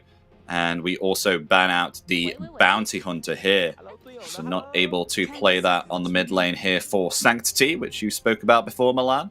The Tiny will come out in return ban-wise here for Na'Vi, along with the Dragon Knight also. That's the difference this time around. They don't need to ban. They don't need to ban Tiny. They still decide to ban DP and the Bounty. And here now, I could see them either ban a Timber, because I really don't like them picking that one up, or a Shielding. But what I expect them to do is ban a Timber and pick up either one of the Sorok supports, or maybe just a hero for collapse. I think this Timber experiment was okay, but still, it's just not the Spirit way. Like, I think it's a great hero. It's shown so many times what it can do, but it's just some teams, it's their thing, and some teams do other things better. Primal will be banned, and Centaur will be picked. I think Navi will instantly Mars. Like, okay, usually we see this Mars response does. Let me check out this. 10 seconds remaining. Nefrit play. Yeah, he plays a lot of Mars, not with so much success recently, but Sven stands with you. That's a super early. That's the earliest Sven pick we have seen in a long time. I mean, that is That's really it there. I mean, very confident picking up your carry first pick here. But what does this mean for Na'Vi now that they pick up the Sven? Is this so then they can protect it now with a lot of hands? Or I mean, they only have. I Like, think it says they really like this matchup. The Sven versus Centaur. They think Sven will free farm in this lane later on, brings a lot of control versus Stampede. That's all. And other thing it says is that they think Sven is maybe the best carry in the patch right now in the meta. 10 seconds So remaining. very confident from the side of Navi. I think Sven is a good 5 hero, but seconds remaining. there's a lot of carry matchup he doesn't like. And Team ban. that's about it, you know? Like maybe some support matchups, like a Bane, Batrider. We saw some Spirit Breaker before, like some heroes that can control you through your BKB, because this is how the Sven works. He pops the BKB, God Strength, Blink in or Aghanims in, and he dishes out damage during this time. If there's a 5 BKB seconds control, remaining. he's gonna be easily kiteable right after. Radiant so team yeah, they ban out Faceless Void here, turn to which I think would have a little bit of a field day here. Shadow Demon comes out in return. So I think bringing back to what you said yesterday, Milan, Na'Vi, they definitely don't want to be going up against these heroes that can kite and run around this Sven, although they do feel confident with picking up this Sven straight after they saw the Centaur, so maybe perhaps they're not too concerned here about the Stampede. 5 seconds remaining. It's a setup for a Mars pick too, a little bit in the next phase too. I'm pretty sure of it. And another thing is, like, in some true site or some vlog, Spirit said, or Miposhka said, that SD Sven is the strongest combination in the game, because Sven doesn't like being kited, and Shadow Demon doesn't allow for it, besides Stampede right now. And like Navi just basically taking a page out of Spirit's book, picking the heroes they publicly announce that are really strong. And it's gonna be very interesting to see what Spirit picks against it, you know. If you're the best with something, you probably know the weaknesses of the same. And now they're probably gonna pick up 2 supports, like some Crystal Maiden for Miposhka, I would assume, and for Mira, maybe something like Techies. Yep. Yeah, they pick up the techies. No, it's definitely Miposhka, because he doesn't play Techies much, and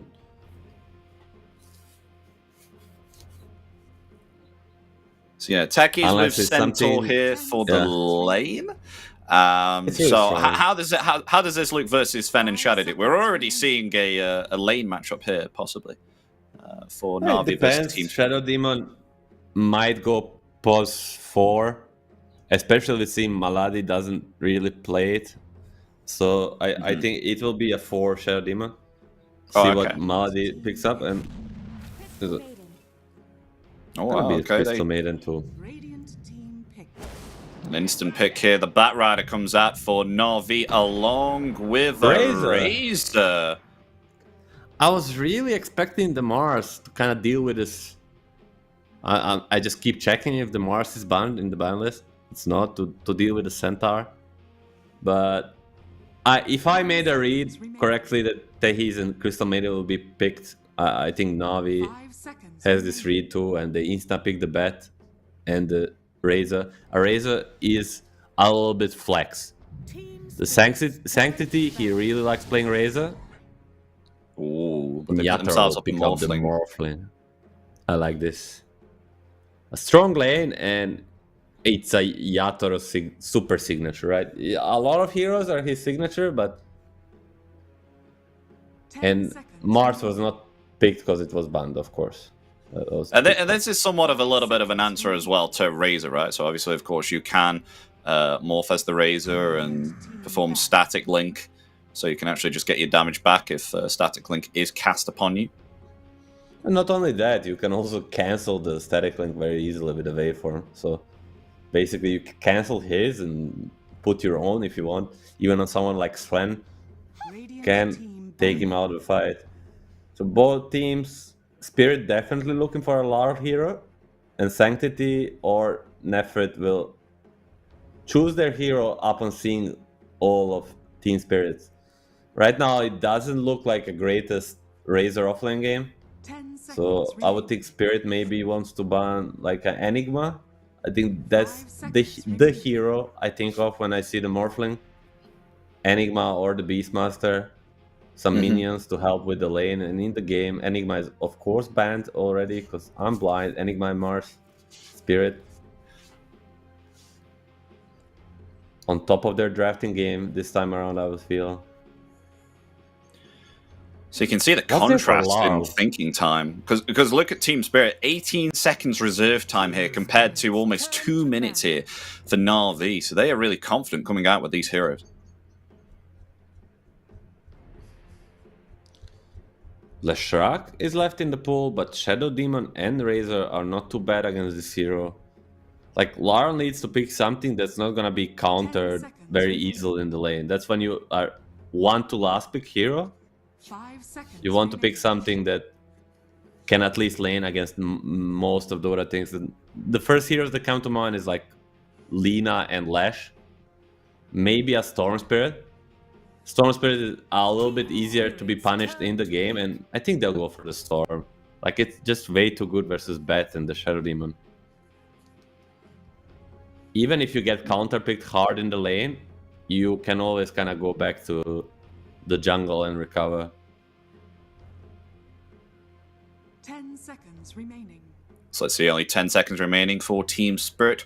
What will they be picking up here for a possible mid laner? Oh, they've got the 10 seconds reserve time, but they could have come out now. It's a Lina. Okay, yeah. We've mentioned this before, how the Lina, I mean, especially when revealed first on the mid lane, it's not really that bothered. Even if there is a counter, can still play around, right? Yeah. I mean, 10 seconds they go remaining. more into this route. I think it's much better Storm game, but it's much better lane for Lina. 5 seconds And remaining. Lark has shown like that he can go both right click and the spellcasting Lina. And what will be there for Sanctity? I feel like it should be a mid lane hero for... No, I think you put Razor mid and pick maybe... But there's not many heroes to counter more from the offlane. Like Enigma is banned, Lone Druid is banned. These are two signature for Nefret. Like only real thing that's left is maybe a Beastmaster, as we mentioned. But they have a lot of time to think. Minute and 10 seconds left on the clock. So is there other options that possibly you could see Na'Vi picking up here? Is it just the Beastmaster for an offlane? For the offlane, I only see Beast. For the mid lane, I see something out of box like Rubik or Sniper. Sniper, okay. But I don't like the mid lane picks. I'm much more inclined to just see the... Yeah, Zeus okay. again. I mean, I Every see it, game, yeah, it the seems. magical damage. Yeah, I mean, it's a great they had Zeus game. themselves. Now that I see it, I mean, I really like it. It's a great hero against Morphling. It's a great hero against Lina. Like, it's an okay lane. It's basically a perfect pick. So Zeus coming out here, last pick once again, just like in game one, folks. So Zeus out again. And I guess they did have some really, really good Zeus ultimates, which were actually giving them a lot of information in scouting out. So it wasn't just the fact that it was good all around the lane. And also, one thing that you've got to be scared of, and Yatro has faced this time and time again before, Milan, it's when you're shifting down to Agi, and then the Zeus ult comes out. Yeah, on the Tormentor. I have seen some reactions on his camera when that's happened, and it's Yeah. not a nice thing to be taken out by. I saw the clip too, but I think he learned his lesson. After Maybe. he kills Tormentor, probably just gonna TP home. But nonetheless, annoying matchup for the Morphling and Yatora. Just because of this, even in the mid game in some fights, if you're low HP, it will burst you if you're high HP, the max HP percentage damage from the Zeus will annoy you. So Who would you interesting favor? game nonetheless. Let's switch the roles. Switch the roles, making me go analysis. Okay, let me think. Who do I favor? You know what? For battle. I That wasn't. don't know, because the Razor pick kind of puts me off a little bit. I mean, I think the only person that you can use static link on is Centaur, unless maybe perhaps you get yourself some massive movement speed on Nifrit, and then you're able to actually chase the Lina with static link and take her out. And oh my gosh, Hoof Stomp along with a blast off onto 2 already, as we're coming into a fight already, ladies and gentlemen, as a blood grenade being committed there. Will be able to take down Mirror, but in return Collapse, taking quite a lot of physical damage here from Na'Vi, and it will find themselves a second kill already. Team fights popping off. Okay, I'll go with Na'Vi. I think Na'Vi has a better draft. Yeah. I mean, I was going to go with Team Spirit here, but 30 seconds. I can see Yatoro is able to do what he wasn't able to do on Luna, and that is possibly survive a lot of initiation attempts upon him, because you do have yourself the Stampede now on Team Spirit. We have seen Yatoro is able to farm up quite nicely, even when being punished, especially like in Game 1. And Morphling, he's a strong hero. He's going to be able to possibly kite the Sven, but you did say that they do have themselves the Shadow Demon, taking a note out of Team Spirit's book, saying that the Sven and the Shadow Demon is a nice pick all round. So I'm really uncertain, to be honest, of who will pick up this game too, but we'll see. At least Spirit, after losing 2 heroes, they get one more bounty rune. And it's all about the lanes again. I feel like if Na'Vi can do well in this bottom lane before the Zeus hit 6, and then with the Zeus 6, this Sven might get out of control again. But nonetheless, it's a pretty hard lane. But I would still prefer Na'Vi just because what they were able to do last game. Yeah. No, the aggression already coming out here on this top lane. Especially with the disruption at level 1. This is actually big. I mean, look at Miposhka and Yatoro already. I mean, Zayak was able to do, I think, around about 500, 600 HP of just pure harass here from just physical attacks and the usage of the disruption illusions.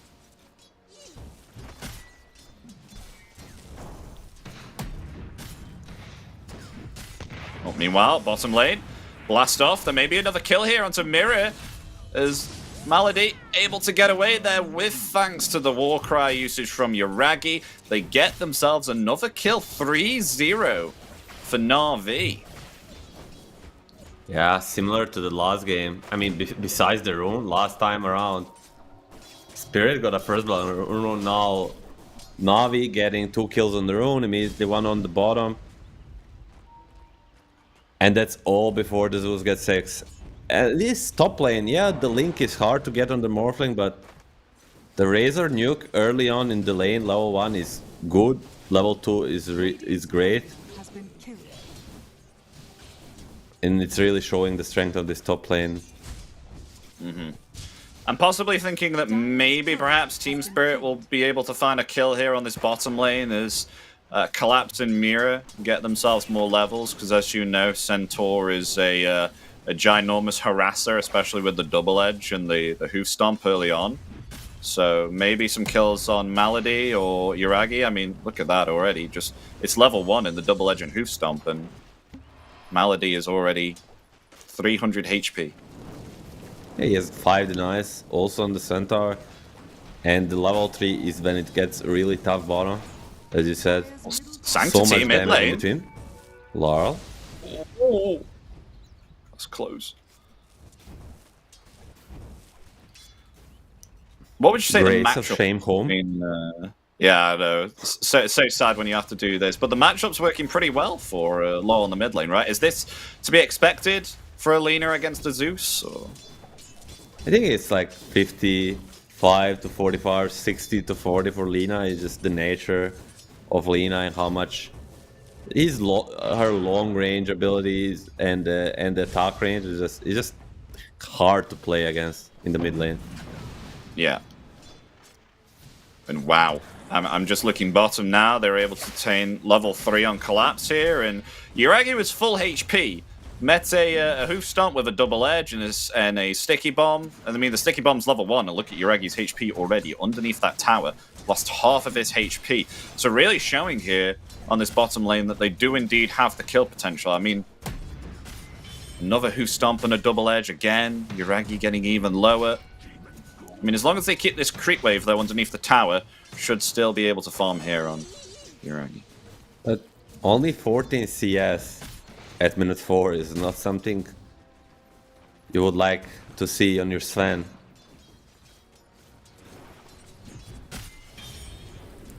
And Yataro's doing completely fine here. Just got to keep on spamming out the adaptive strike here. I mean, Nefrit does have himself some infused raindrops to try and protect himself against the adaptive strikes every time they come out. Staying on the lane. Zayak's heading back here top.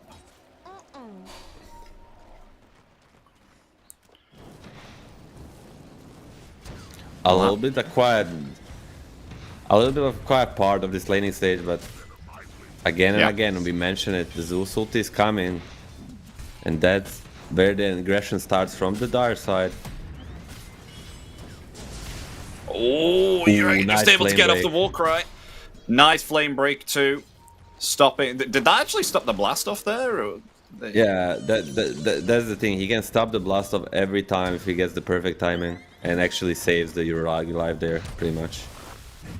Ooh. No, never mind. I mean, Poshka. rotation coming in from a Poshka through the Twin Gate, taking down Yuragi there. Gonna move away with the Roshan. Oh, Firefly committed. Frostbite there in a return. Support versus the support. Malady attempting to get away. No Crystal Nova. It's on cooldown for 5 seconds. And the healing self committed. And a courier kill on Batrider too. Very nice rotation here. Very good from Aposhka. Meanwhile, it does leave Yatoro on his own though. And as you can see, pushed back all the way underneath his tower. Dire's courier has been killed. Beautiful rotation by Uposhka. We didn't see it, and if we didn't with the map hack, with no fog of war, then probably Navi also got surprised by it.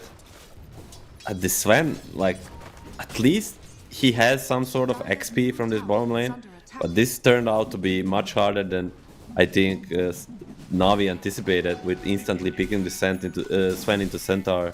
6-minute rune 80 for the Lina. It's gonna help a lot, but Thundergrass rate is online.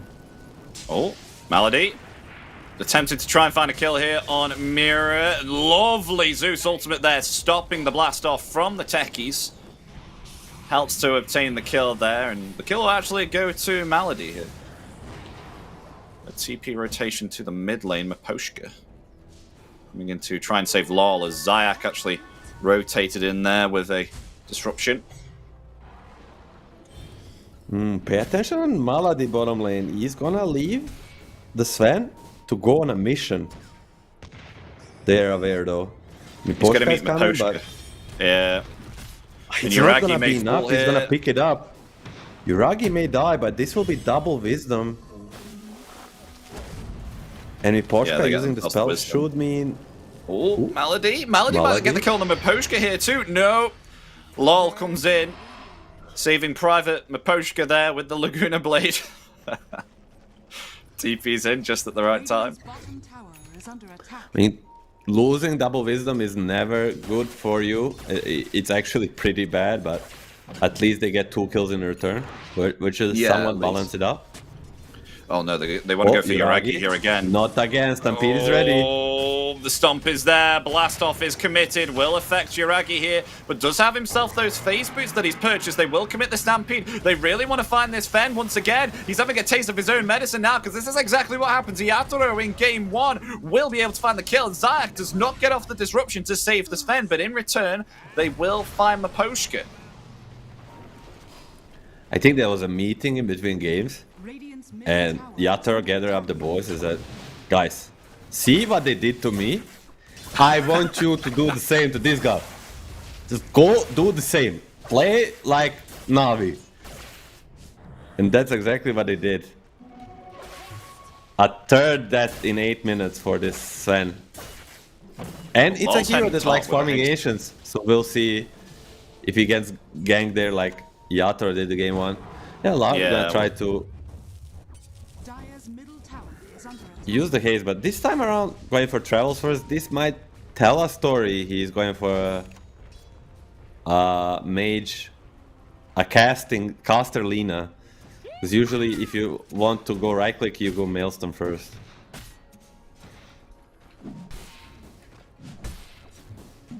Net worth wise, looking very good here on Team Spirit at the moment. Centaur, Lina, and Morphling all doing comfortably here. I mean, Zeus doing okay. The only one suffering, though, is Yuragi on the Sven. I mean, this was a first pick Sven here, and also having to go the phase boots here to get away.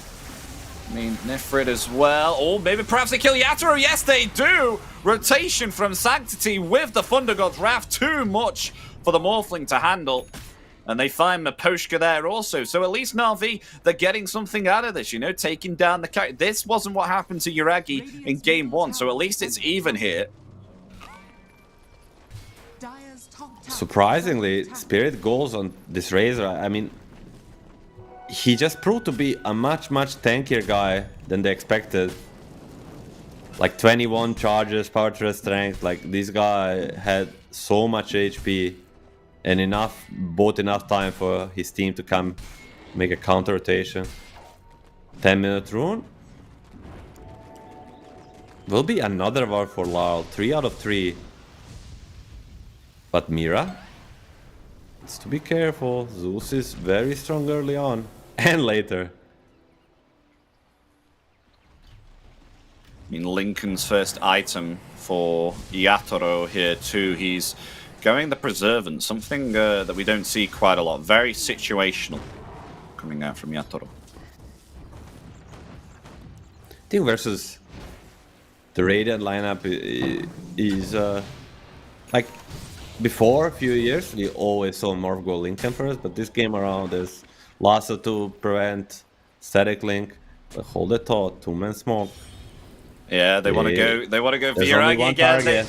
target. They had that meeting, as you said. They want to just keep on getting Yuragi this time. They want to turn it around, but they don't have themselves any Help is damage coming. until Centaur rotates here. I mean, the God Strength is going to be committed. Yuragi is going to try and hold his ground, and the blast off there from Mirror, he wants to escape, but Zayak's here too. They're going to commit the Stampede here defensively. Laguna Blade comes out, though, onto Malady. Finding the kill there onto the Batrider. Yatoro is here also attempting to try and find Zayak. And they'll get 2 kills here. Taking down the supports. Thunder God's Wrath, though, comes out in return very close there against Mirror.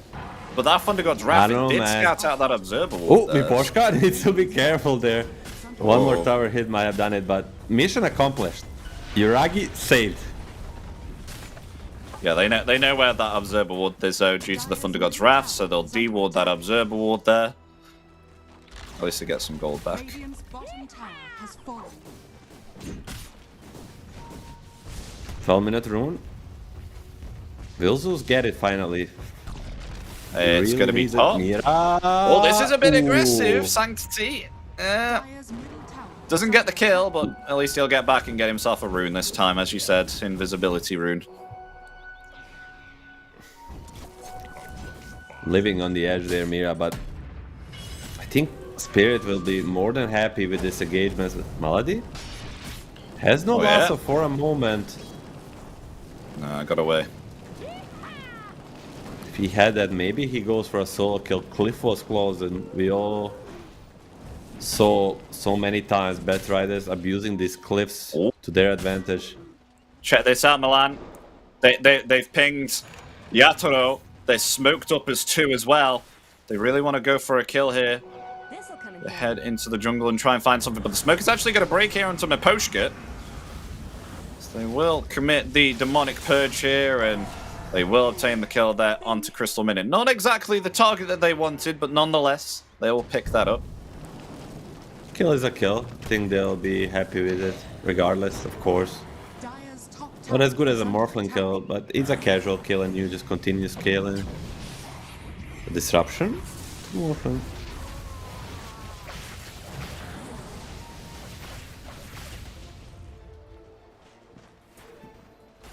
I mean, kind of a mirror situation from a game where Navi got the offlane tower first and was able to keep the safe lane tower for a very long time. Here we see same from the Spirit. Oh my gosh, Yatoro! And in this tower. Oh, if that...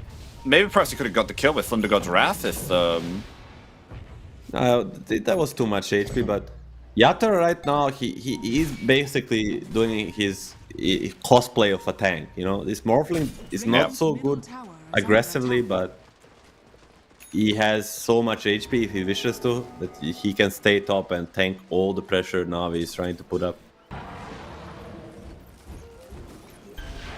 Yeah, that's what we were speaking about in the draft. Compared to the Luna, like, he just has to leave lane and just farm up. Meanwhile, as being a Morphling, he can just attribute shift and stay on this lane. They will actually smoke Blink up as online. 3 here.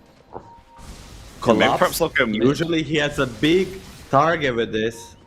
Who can he find? Are scanning. Scan hits. A beautiful scan by Navi. Yeah, Nifrit will get himself away there, not falling victim to this newly acquired Blink Dagger here on Collapse.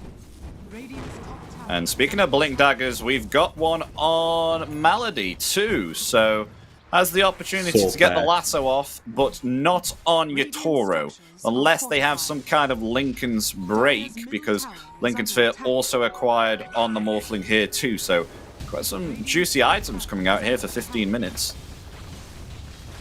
Yeah, I mean, this Batrider, look at his net worth in comparison to other supports. This is very respectable. Smoke up, 3-man smoke, mid lane pushing in. They're gonna see Lina. That's a perfect target, Malady. That's nice lasso with the Blink Dagger revealed. That is a kill, most definitely onto LoL. They take down the killing spree. The gold will go Shadow Demon's way.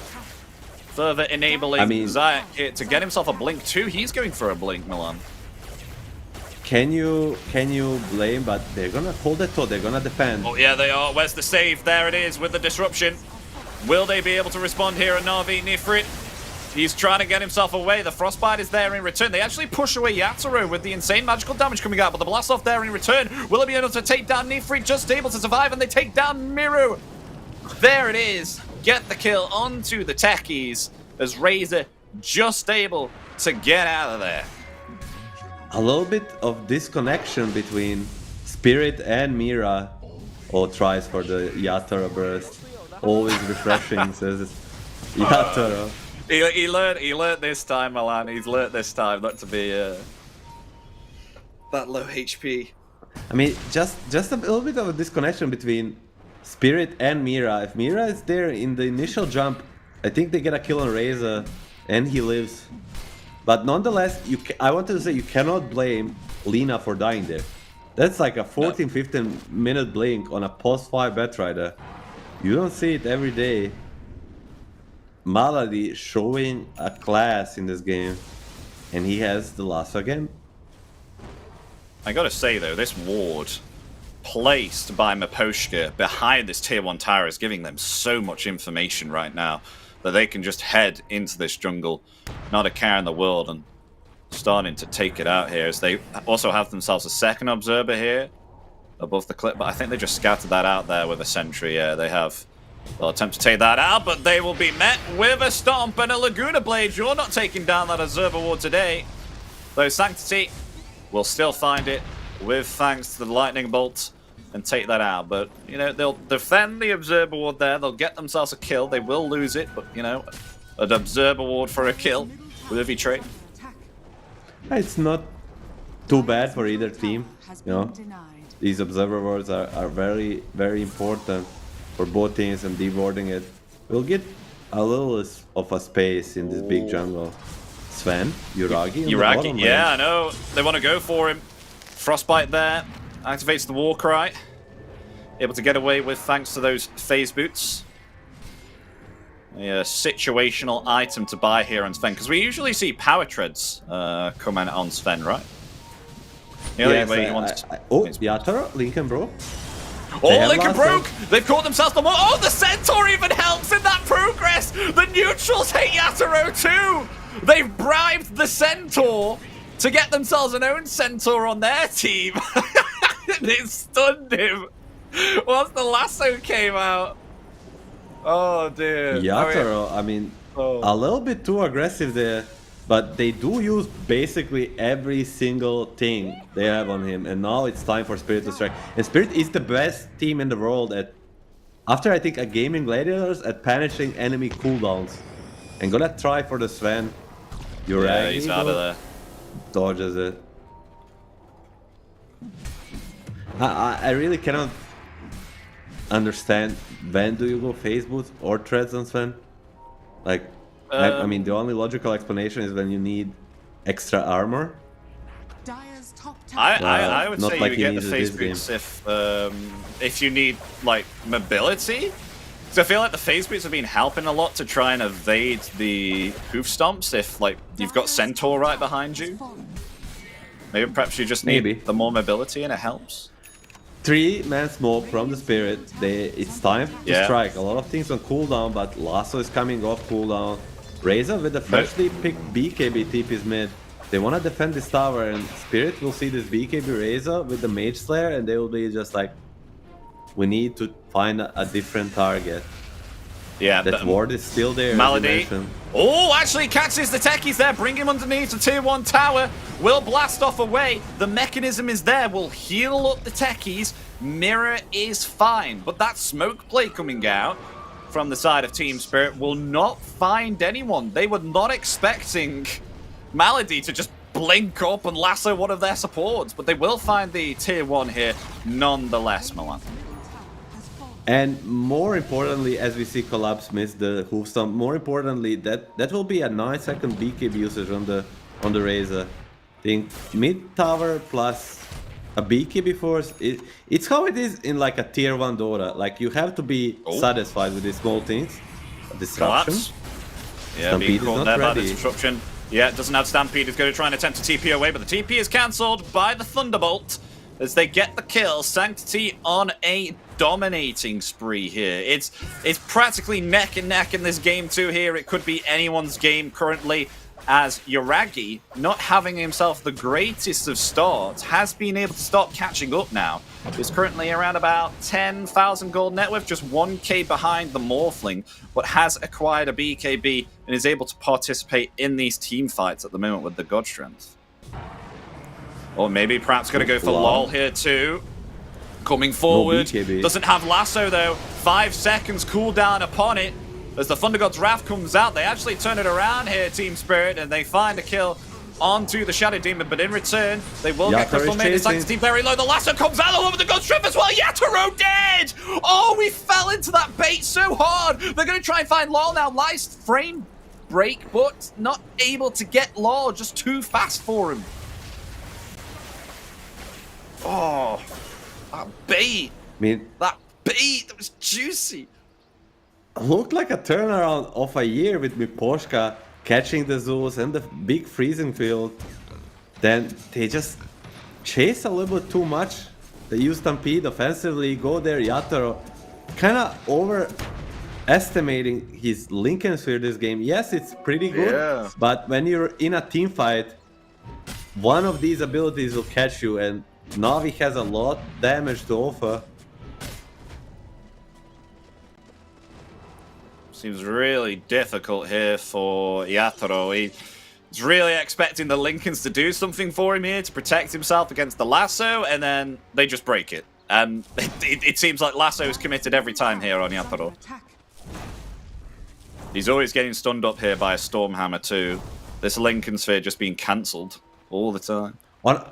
In the small engagements, I feel like it has been proven to be good, but in a big team fight, I feel like Arc Lightning is always there to cancel it every single time. Ooh, collapse. A little bit unsure of what he wants to do there, and Navi will take this bottom part of map, maybe even preparing for Rosh. Sven is there. Pop's got strength. Yep. Does Spirit want to contest? I don't think they will. I mean, they may be too scared of actually going through this twin gate and being decimated here. So it looks like they'll just let them get themselves the Roshan here as Na'Vi able to get themselves the Aegis here at 23 minutes coming into the hands here of Yuragi. Yeah, there we go. Yuragi really didn't want it. He was like, guys, somebody... I guess I'll take it. I think he wanted the Zeus to take it, and I think it was a correct decision. But Zeus already TP's out. So Sven will be left with the Aegis. One of the worst Aegis carriers in the game. Yeah. Oh wait, if Sanctity shows on this lane, he may die. He has to be careful. They got themselves another cheeky Observer Ward here again on Team Spirit. Miposhka putting it near between the triangle here and the tier 2 tower. So you can see Malady head towards the triangle here as Collapse will TP away. Who's that? Needs to be careful. Lotus. Yeah, okay, he's alright. Okay. I didn't know if he had himself the... Yeah, he's okay. A demonic cleanse. It's pretty okay this game, especially against Techies and the Crystal Maiden. Yeah, it's good. Mantistal now on the Zeus too, opting to go for the Agnim Shard now, so obtaining the Lightning Hands very soon here for Sanctity, which will definitely help within the team fights. You know, if IceRog is listening, which he probably is, you know, he's a big fan of Team Spirit, tweeted about them 2 times. I think Demonic Cleanse, you should add ability to pop it. Like the Grimstroke Inksfell. That would be pretty cute. They just attempted to smoke top here, thinking that Sanctity headed himself top. I don't think they got baited by a Manta-style illusion. Well, they can't find anyone top here, but with that, Na'Vi are going to play a smoke of their own. This smoke's going to break here, possibly on Mirror. Oh, no. They've just been revealed there by the proximity mines. That smoke. I don't know if they can commit it now. I think they might just pull back. Look at me, Poshka, man. Behind them. Yeah, I know. Look at him with the observers. Might actually run into the hands of Na'Vi, though. Takes down the courier. TP's away as well. Oh my god, this guy. Space created. I mean, no joke, that was insane amount of space. And also leaves the ward. That's not gonna be de-warded for a moment. You kept praising his warding. I think there's even a statistic that follows that claim, you know, that he's like one of the best warding supports ever. Mm-hmm.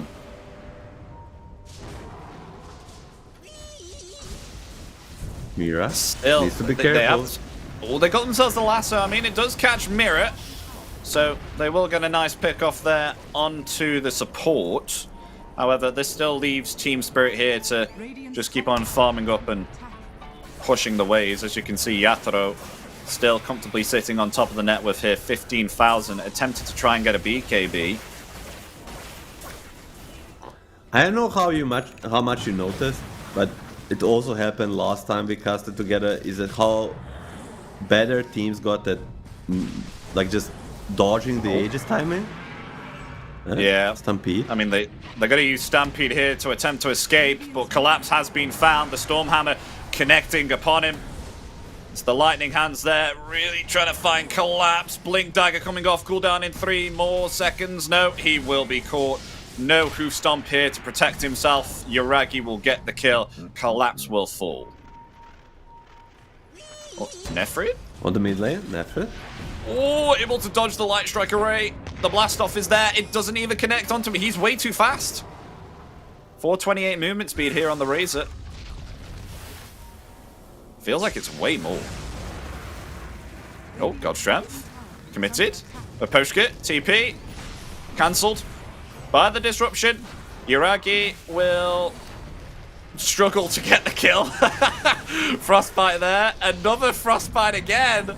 Oh my gosh, Aposhka. Okay, there we go. The cleave will get it upon the Centaur. Centaur's really helping out Na'Vi here, you know, the stun onto Yatoro, and then now actually enabling for a cleave. Oh, Zac cancelled the... He just looked at him there for a second. He was like, oh, okay. See you later, techies. Still few heroes on the Spirit, but nonetheless. Well, with the Aegis out, maybe... I'm trying to think, what's the timing on Spirit? What they have? Is it this BKB on the Yatoro? What's the time for them to smoke? They are on top of the ward. Navi sees everything. I mean, I definitely think it's beneficial here, Milan. I mean, the BKB definitely going to help against Zeus with most of the magical damage being outputted. They're gonna smoke on top of ward. Navi knows everything. Ooh. They are, yeah. I mean, very nice ward there from Malady. So that scouts it out. They're completely going to just sit high ground here with a smoke of their own. Smoked up as 5. Possibly they could go for a counter initiation upon Team Spirit. They may not be recognizing it. Yuragi runs forward here. Where's the BKB? There it is. They wanted to try and get LOL. LOL is fast away with the Stampede, as they will attempt to try and take down Collapse here. The blast off is there though. In return, Yuragi slowly falling. Yuragi and Malady, they're gone. They will get Collapse though. In return, LOL blinks forward, not able to get off a Light Strike array there onto Nefrit. That was insanely close. I think if they get a Lina stun there, maybe they get 2 more kills, or at least 1. But nonetheless, we'll be very happy with this fight on the side of Spirit. It didn't look so good. Yatar was getting very low, but Larl and Miposhka being able to kite this BKB Sven and then right after take him down.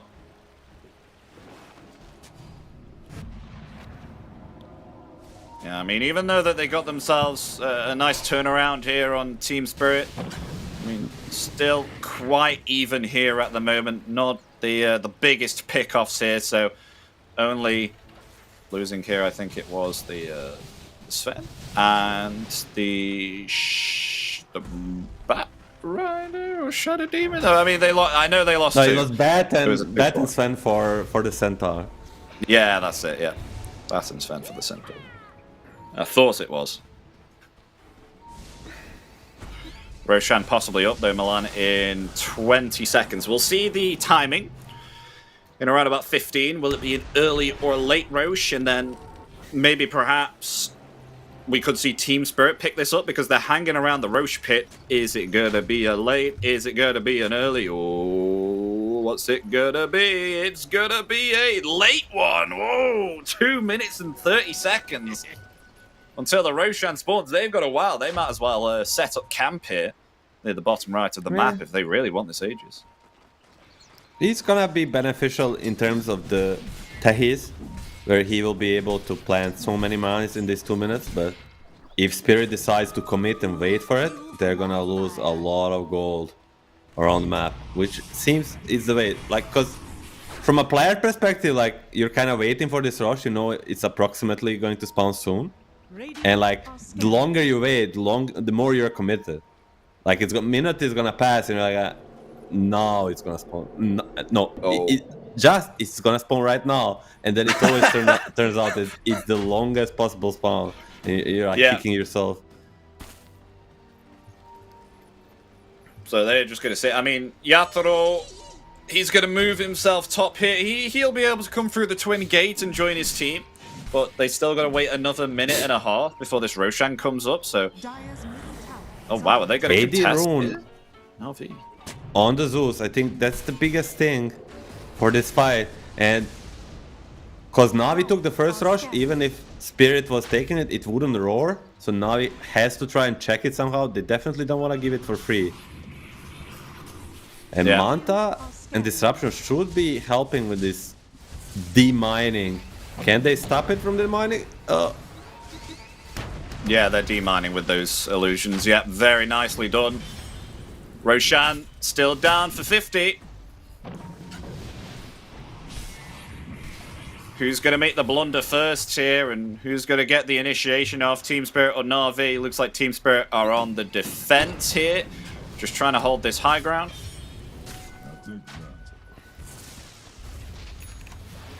At least Larl is farming Yeah, he's got himself a Lincoln this whole Sphere. time, but he doesn't really have anywhere to TP.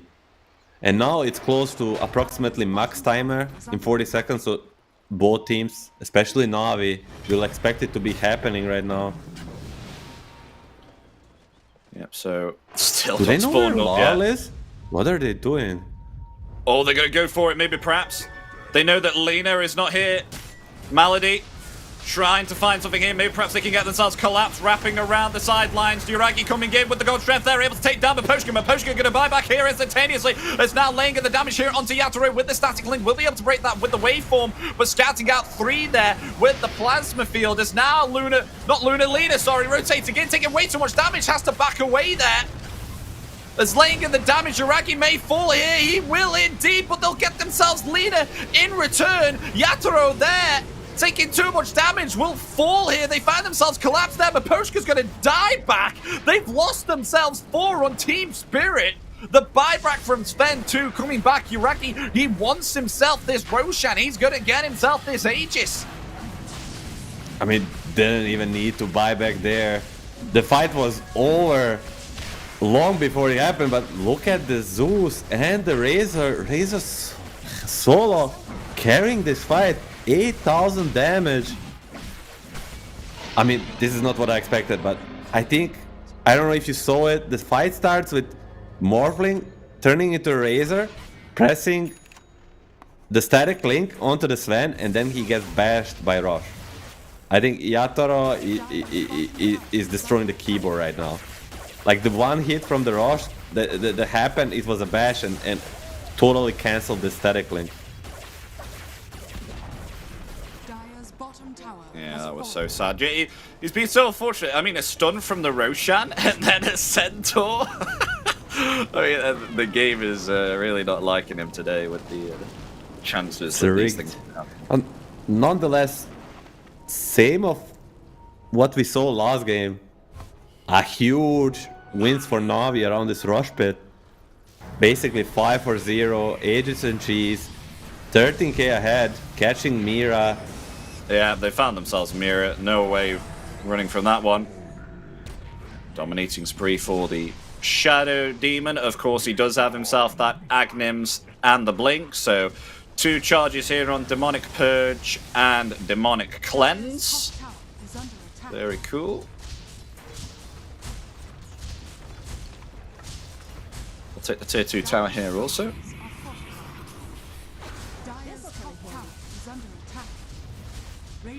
And what's next now for Na'Vi here? I mean, they did this time put themselves the Aegis on Sanctity, which is very nice. You said Sven being one of the worst Aegis carriers, and they're actually going to respond here to Yatoro. Yatoro needs to move out here now. We're trying to attempt a waveform away. We'll cancel that Lincoln's, but a stun return there. Malady, he's not going to get in range here with the lasso as the defensive stampede comes out there. Maposhka going to try and attempt to TP away. Caught there by the disruption and will be found. That is a dead Crystal Maiden, folks. Maposhka dead. Dead Crystal Maiden. At least Morphling gets out and forces all 5 TPs to the bottom, but is that a game dropped? Is Malady pinged out? I mean, it's so hard for Spirit to get a good fight here, and playing map will not get much easier versus this Batrider and Zeus. Zeus can show anyone with this ultimate, and Batrider is one of the best heroes to catch in Dota. Yeah. Oh no, Mira might be found again. Oh no. The Observer. Bye-bye, Mira. They'll find possibly a tier 2 tower here also. That'll be taken out there. They don't have themselves Glyph either on the side of Team Spirit. That's down for about 3 minutes and 30 seconds. Meanwhile, I know win probability doesn't matter for most cases here for Team Spirit. But currently a 73% win probability here for Na'Vi. With quite a steep climb there in net worth and experience. That's about right. But so it means like 50-50 in terms of they got a games scan versus here. Spirit. They know someone's up here. They found themselves collapsed. The lasso comes out. They're going to lay everything they've got right now into the Centaur. The Stampede comes out, but it's not going to save him. They take down Collapse, down for 50 seconds. But where's a creep wave to put? I mean, top wave is pushed heavily here by Yatoro. Okay, they still have themselves some creeps middle. But Iraqi not pushing in on the mid as of yet. It's just Sanctity and Nifrit. Is the cheese available?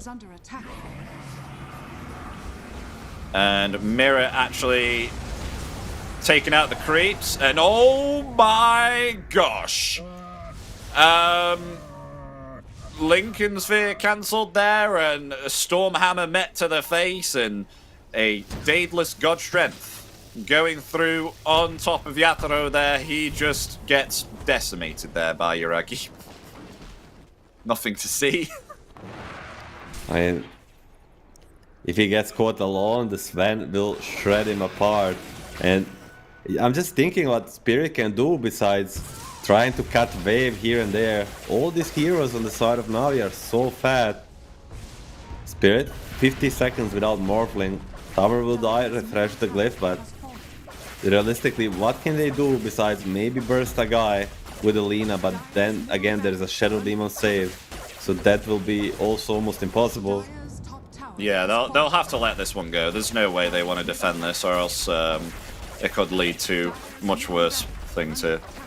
Team Spirit, so they'll have to let the racks go. So Na'Vi will find themselves the middle set of racks. The Aegis will expire, though. A good thing here for Team Spirit, so if they want to try and find something, I think possibly this will be the best time, especially with God's Strength being down, but I think it's back online in just a few seconds. Yeah, three seconds, God's Strength. Okay, Yuragi has it now. I mean, with the talent, the downtime is just almost non-existent. Oh! That's why Sven is... Oh, that's a big kill. Dead. Yeah, that's a Lotus Orb gone for 2.5 minutes. That was the finish required for the Lotus. Had enough money there for it.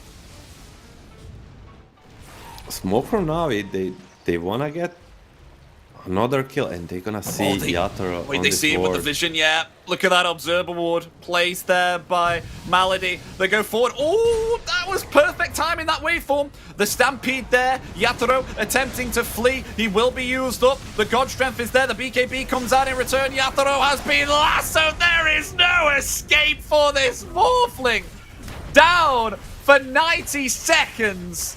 What a situation to be put in here on Team Spirit. They have no carry for 80. As now they're going to try everything that they can to try and turn this back around, but the disruption save is there, and Nifrit will just eat himself the cheese. Is back to full HP as they lay now into the second set of racks. The Laguna Blade will come out there in return, trying to take down the Shadow Demon, but he is perfectly fine, and Na'Vi are just able to get themselves back and survive. Apart from maybe perhaps Malady. No, Malady's even okay here. No one will be lost. They find themselves the range racks, but Team Spirit, even with their Morphling dead, they hold some of their base here. They won't allow them to get themselves the melee racks. Wanna play it safe. They don't know if Morley has a buyback or not. Not risk it. Show the discipline. You're having Team Spirit on the ropes. Never closer to 2-0 them. You don't want to throw this away. But outside of the base is where they will strike Malady. Jumping. Oh, lasso! Caught collapse! So Stormhammer's there. The damage is there too. Now they've lost another hero for 60 seconds. That is another opportunity. With the Centaur down, they will not have themselves the Stampede, as that sets themselves up to get themselves more objectives here and take it away from Team Spirit.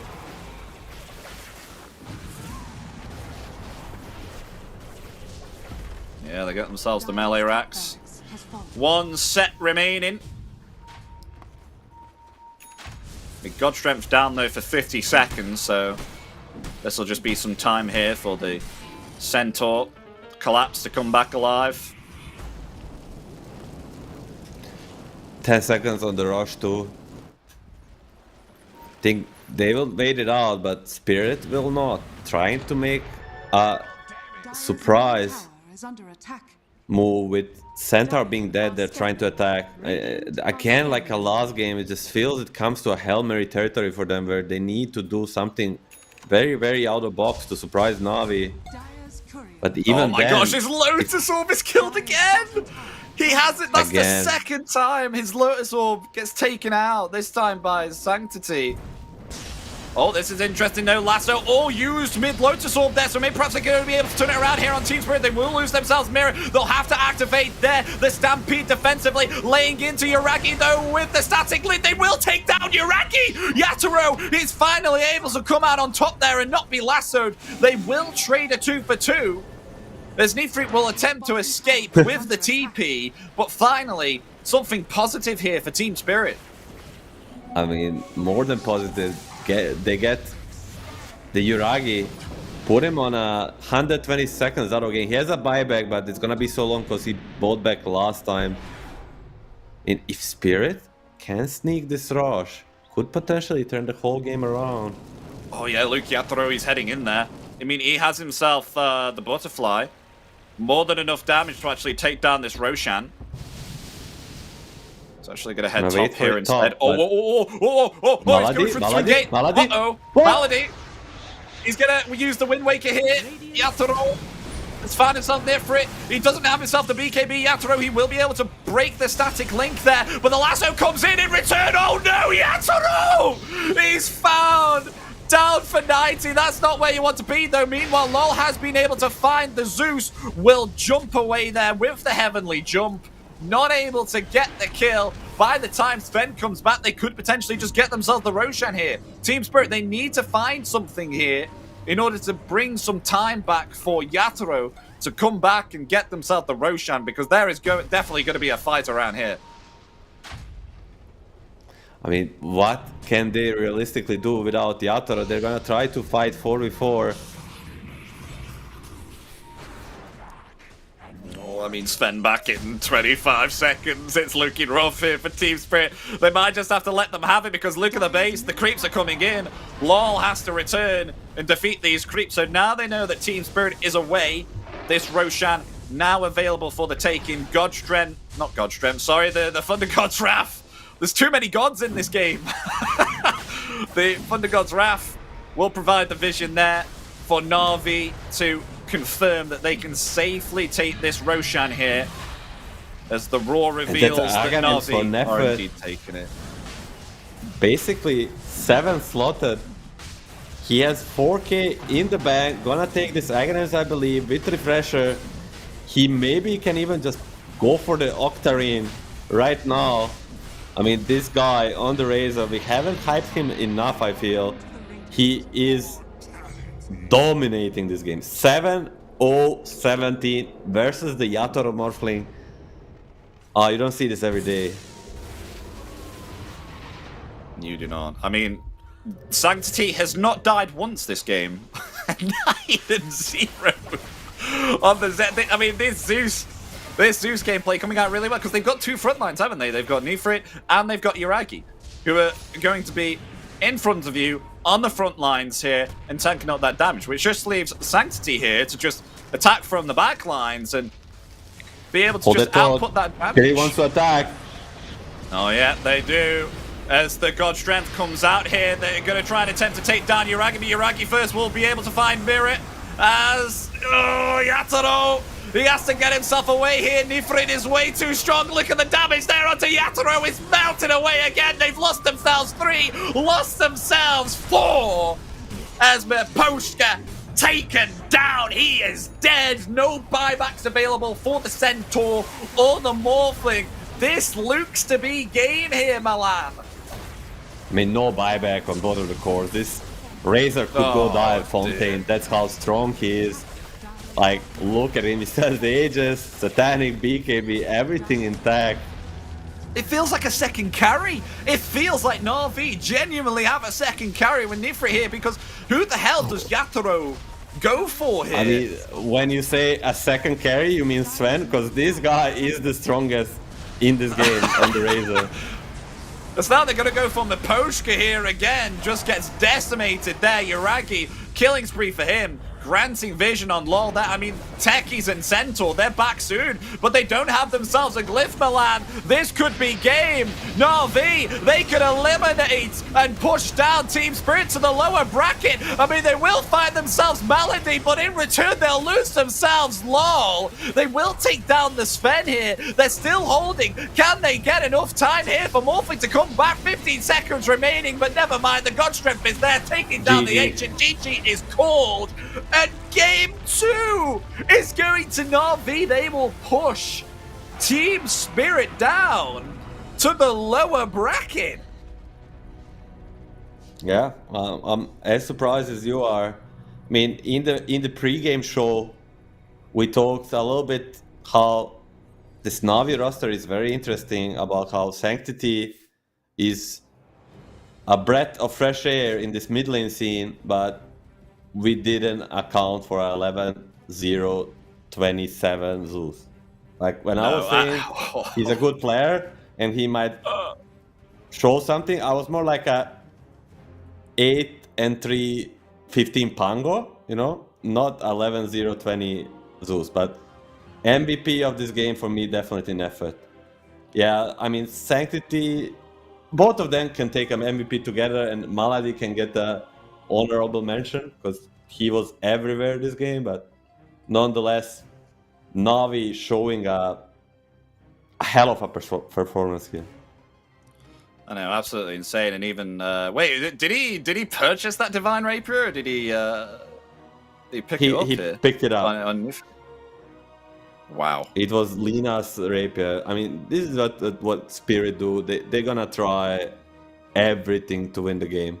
Like they're gonna go to the, like, even 30k behind against Aegis, everything. They're gonna buy the rapier and fight till the end, because their Spirit is unbreakable. But Na'Vi beat them today and send them to the lower bracket. They do. Give me your MVP though, Milan. What a game that was. Who would you say? Because we've got ourselves I just did. We've got ourselves What a do you 9-0 Zeus. Who? I just did. I just said it's Nefrit, and Sanctity is a very close second, but Nefrit kind of doing this to Yatoro is, I don't know. I have too much respect for Yatoro to not give it to Nefrit. Oh, I mean, did so well. I mean, of course, here on the Razor, it did seem he was pretty unkillable. I mean, especially with the Satanic hit. It was just very unfortunate here. I mean, even with the Lincoln Sphere pickups from both LoL and Yatoro, it felt like the Lincoln Spheres did absolutely nothing in this game. I mean, trying to protect here against the lassos, but what else could they do here? They attempted to try and buy Lotus Orb twice here. It was delayed, I think, for 6 minutes. A Lotus Orb. That could have potentially turned the game, possibly, and made this game last longer for Team Spirit, but taking the Lotus Orb down twice on the Courier?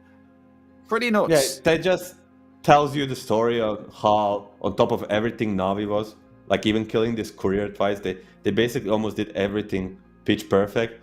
And yeah, it was a great Lotus Orb game, you know, against Batrider, Zeus, Sven, Razor, name it. One of the best Lotus games ever. And just removing this from the side of Spirit, and also just never actually giving them an opening, proves to be too much for Spirit. I don't think they played bad. Once again, don't want to take anything away from Na'Vi. I think usually what people tend to say, like the Twitch chat will be TI fluke 2 times, Riyadh frauds, whatnot. But I think Spirit played pretty okay, and thus Na'Vi showed up with the big guns today. And they just played out of their mind. Yeah, they did. They played so well. It was so exciting. I mean, even though it was a 2-0, boy oh boy, we got ourselves some first 2 good games there. And we've got lots more for you, ladies and gentlemen. I mean, we are going to be taking a very long break here because this is, of course, a thick schedule. You'll unfortunately be waiting around about an hour and 30, 30 minutes.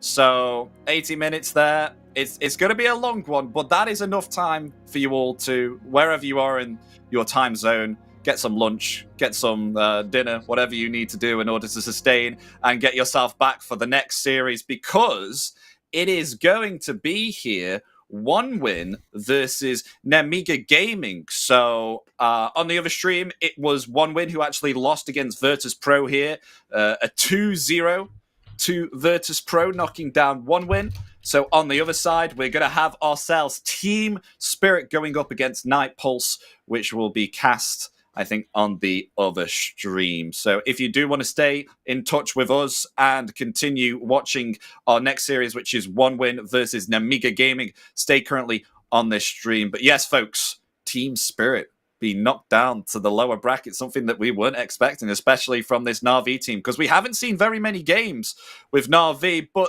stay tuned, because we'll be back in around about 80 minutes. Hope to see you there for the next series of Nemiga Gaming versus One Win.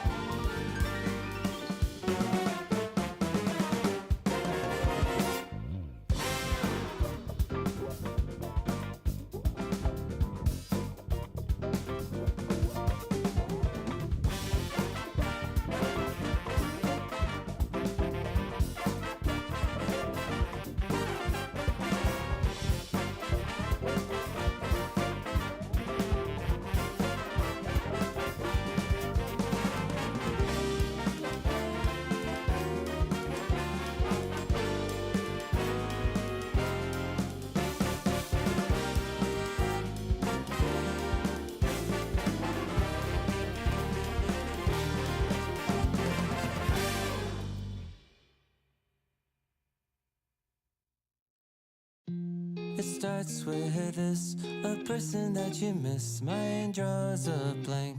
I wanna go back to the early days when life was an escape. Now I just wait for better days.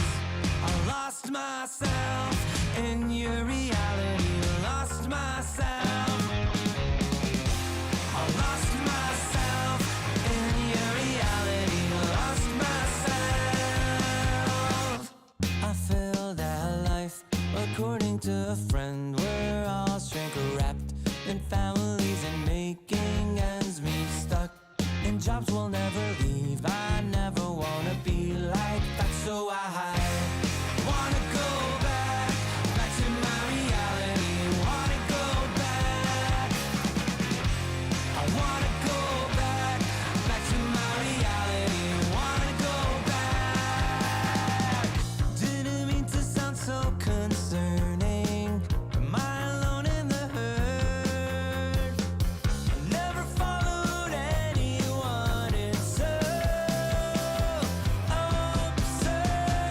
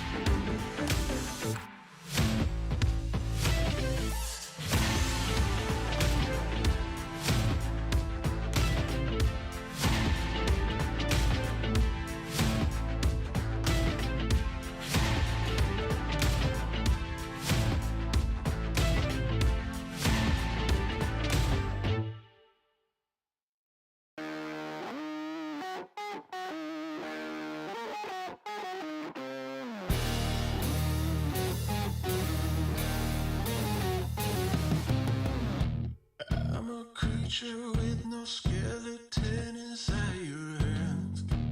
Got no home address, I come and go as you command.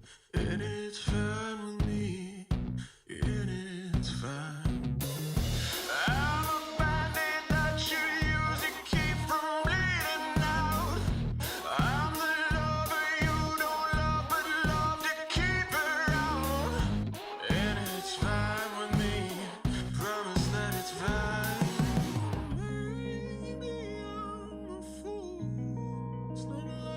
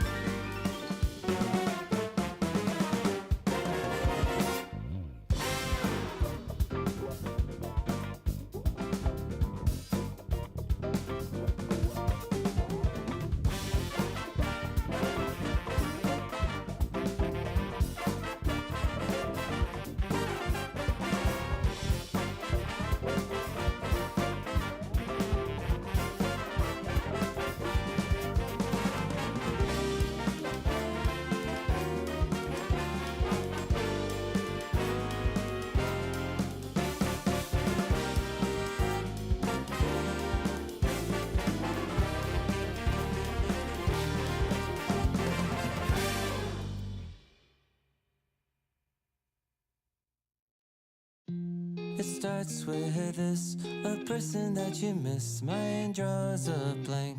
I wanna go back to the early days when life was an escape. Now I just wait for better days. I lost myself in your reality. Lost myself. I lost myself in your reality. Lost myself. I feel that life, according to a friend, we're all shrink wrapped in families and making ends meet, stuck in jobs we'll never leave. I never wanna be like that, so I wanna go back to my reality. Wanna go back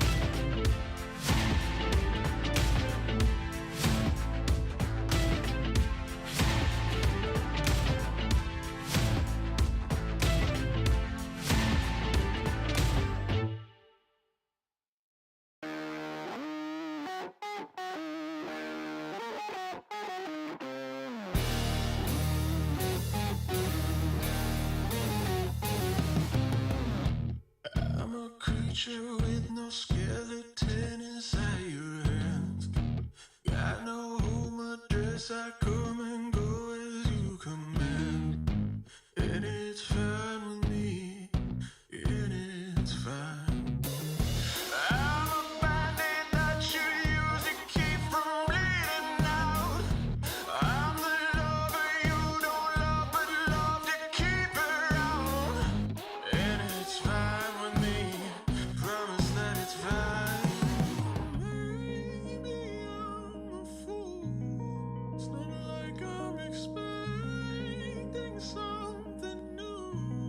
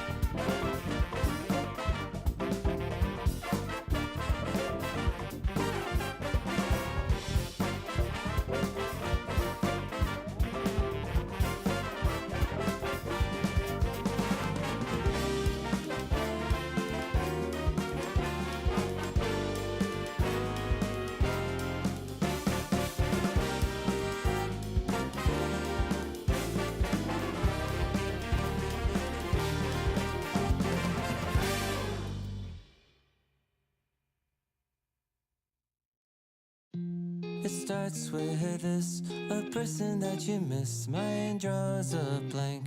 I wanna go back to the early days when life was an escape. Now I just wait for better days.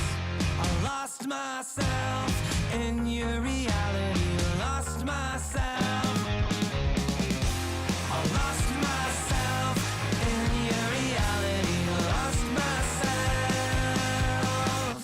I feel that life, according to a friend, we're all shrink wrapped in families and making ends meet, stuck in jobs we'll never leave. I never wanna be like that, so I wanna go back to my reality. Wanna go back.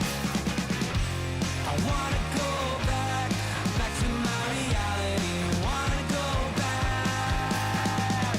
Didn't mean to sound so concerning.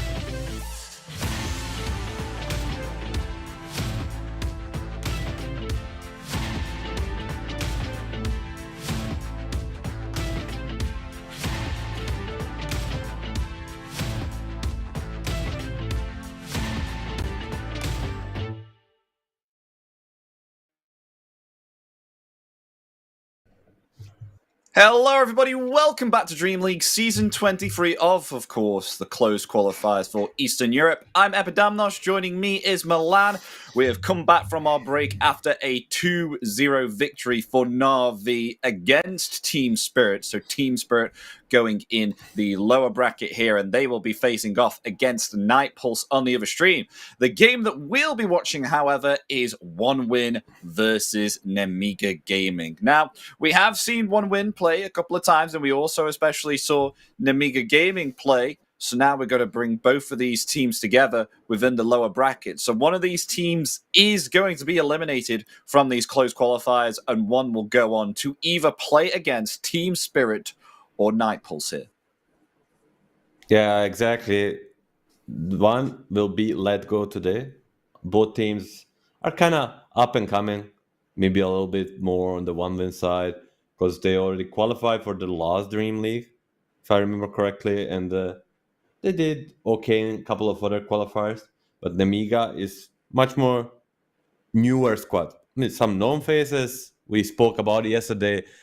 Some very very new faces in their support duo, and they play a little bit of unconventional heroes, especially in their offlane. Like last series they picked some visage that we don't usually see, and they tend to play pretty fast. Maybe not fast enough to beat Team Spirit twice, fast enough to beat them once, and I think they have a decent shot on beating One Win. I mean, they're gonna be the underdogs for sure, but it's not like there's a big skill gap between these two teams. No, I don't think so, either. I think you're bang on with that statement there, Milan. I mean, One Win, they were able to defeat Liga team a 2-1, but they got 2-0 against Virtus Pro, which is one of the favorites here within the close qualifiers. So don't punch them too hard. And then we've got ourselves Nemiga Gaming here. They went up against Team Spirit, and they were actually able to take a game away from them because that was the first series that we casted yesterday on day one, and they were able to get themselves, from looks of it here, a 2-0 against Asakura.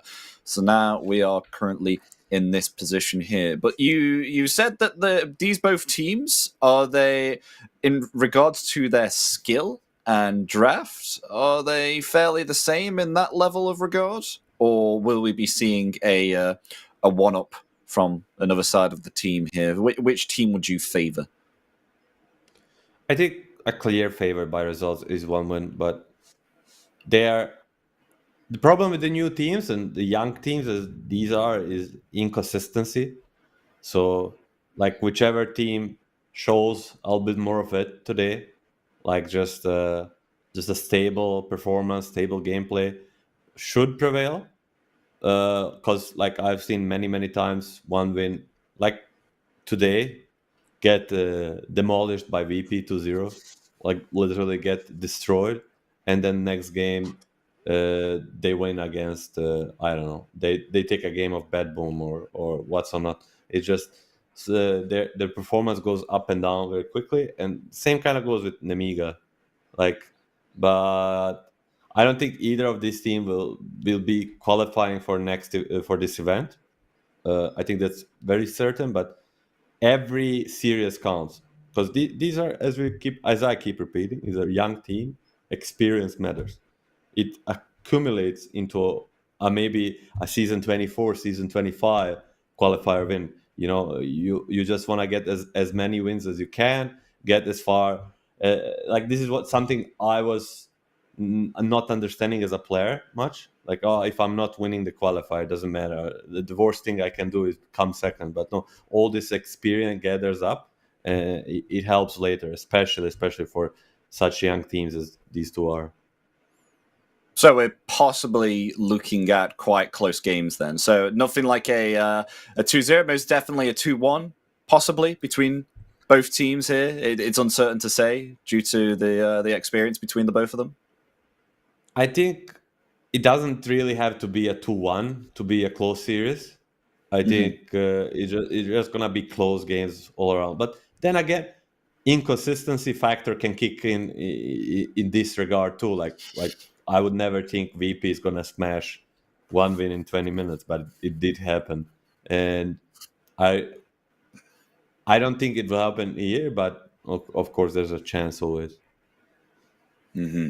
And from looking at both of these teams as well, it looks like they have some similar pickups here. So obviously, of course, the Bat Rider being picked up quite a bit here for Nemiga Gaming. Meanwhile, on the other hand, for One Win, they actually picked themselves up the Timbersaw. Oh, okay. So actually, I haven't seen any games yet on One Win with the Bat. Oh, no, there has been one game. Okay. So quite similar heroes as to what both teams do pick up here. Contest as we usually see with the Timbersaw and Centaur. So there is a possibility of seeing those heroes again. Though I'd say some unique picks that we may be seeing come in is what One Win plays. So they play themselves a Leshrac from time to time.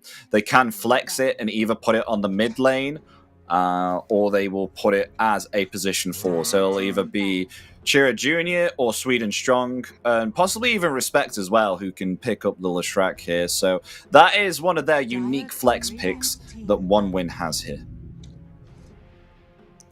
And for the viewers, Nemiga won the coin toss and a little bit surprisingly has chosen second pick. We usually see people that win a coin toss choose as first pick, so they wanna get this very last pick of the draft, maybe get some Visage going, maybe get some last pick Zeus or something along the lines. And One Win will be given Timber. They'll instantly pick it up, and Nemiga will say, yes, we gave it on purpose, so we could pick up Centaur ourselves. I think we saw today this exact same exchange during Spirit, and was it? I cannot remember. It was, yeah. Maybe I'm sure it was. No, I think you are right. It was the first game that we did today. Yeah, it was Na'Vi versus Team Spirit. They picked up the Timbersaw first pick, and I think they picked up Centaur. Yeah, Na'Vi picked up the Centaur first. It was a little bit different, but both heroes were exchanged. Na'Vi picked up a Centaur first, Spirit did the Timber.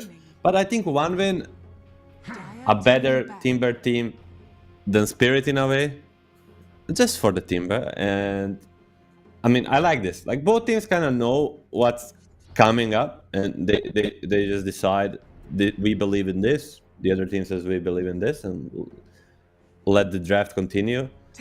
Zeus will be the ban from 1 min, as it's Nikki Cool 5 seconds or a remaining. Water Flow, in this case Signature.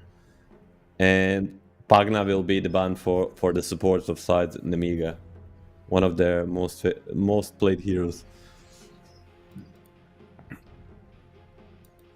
Okay, so the final bans remain. I mean, a nice ban on Pugna here. He is quite a nuisance, especially providing mana and HP, especially to anyone that gets low. So he is a valuable hero here. They'll ban that. They'll ban the Zeus, funnily enough. We've seen 2 Zeus games in a row, both played by 2-0. Na'Vi. Zeus will be banned. 2-0, yeah, for that matter. And especially the second game where Zeus did not die, 11-0.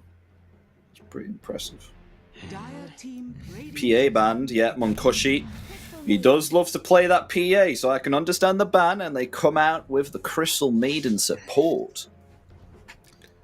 They did PA in both of their games against VP. It didn't work out, but it did work out twice versus Liga team. I feel like 10 PA seconds remaining. struggles a bit more against the 5 higher tier seconds teams because remaining. they punish it more and then like in the lane and they never let go of the gas pedal. Where against the lower tier teams they kind of mess up. Get ahead, Undying for respect, and a gyro likely for Sweden strong, but it's still a flex. Yeah, I do like these picks coming out here from 1 win, especially the Gyrocopter. It can be a comfortable carry, or it could 10 be seconds on remaining. the position 4. And as we've seen before, position 4 Gyrocopter, 5 very seconds nice. Along with Undying as well, have themselves some very active heroes here on 1 win, and we only see 3 out of 5 of their draft. I think we're gonna be seeing Luna or Medusa for Violent. I mean, being a 1670 pick, I think it's almost granted. Nemiga will go to the Luna and then combine it with some hero for Queasy. Usually we saw him play something like Sky. This time it will be Rubik. And I'll be very surprised if it's not the Luna. Only other hero I see... I mean, there's a Wind Ranger. 10 seconds CIS or Eastern European teams really like Wind Ranger Crystal Maiden combination. We saw this a million times. Ooh, I mean, more. Morphling coming up. And now that I see it, I think it's even the best. Like stealing Flag Cannon, stealing Tombstone. 2 It's tombstones. good in LA Milan. versus Timber. 10 It's 2 seconds tombstones. remaining. 2 is bigger than 1. If Rubik does it 2, 5 it could be seconds remaining. great. So I like the morph, and Monkushi will go for Naga. Kind of signature pick for him. A decent Naga game. Still a lot of magic damage on Nemiga. Like, will be able to deal with illusions somewhat effectively. 10 seconds remaining. Do you think they need more for the Naga Siren, though, or are they okay with what they have and they can center a pick towards something else? I mean, they should definitely pick a hero that's okay versus Naga from the mid lane. Doesn't have to be like a Naga counter, like a Leshrac, for example, but 10 it should be at seconds least remaining. decent, I guess. Both teams looking for a mid laner. 5 Chira seconds Jr., remaining. of course, whenever you think Chira Jr., I'm thinking like a Invoker. But they need something a little bit of more active. I mean, Invoker is active and can combine with supports. What? Nemiga will say we think it's a Timber mid? Protecting the morph with the Doomban. What's left for Chira? Of course, Invoker. 10 Something like seconds Puck remaining. will be banned. Pangolier. 5 seconds 2024 Pangolier. Possibility. Radiant team ban. Pango banned. They will not allow for it. They watched all the Queen streams.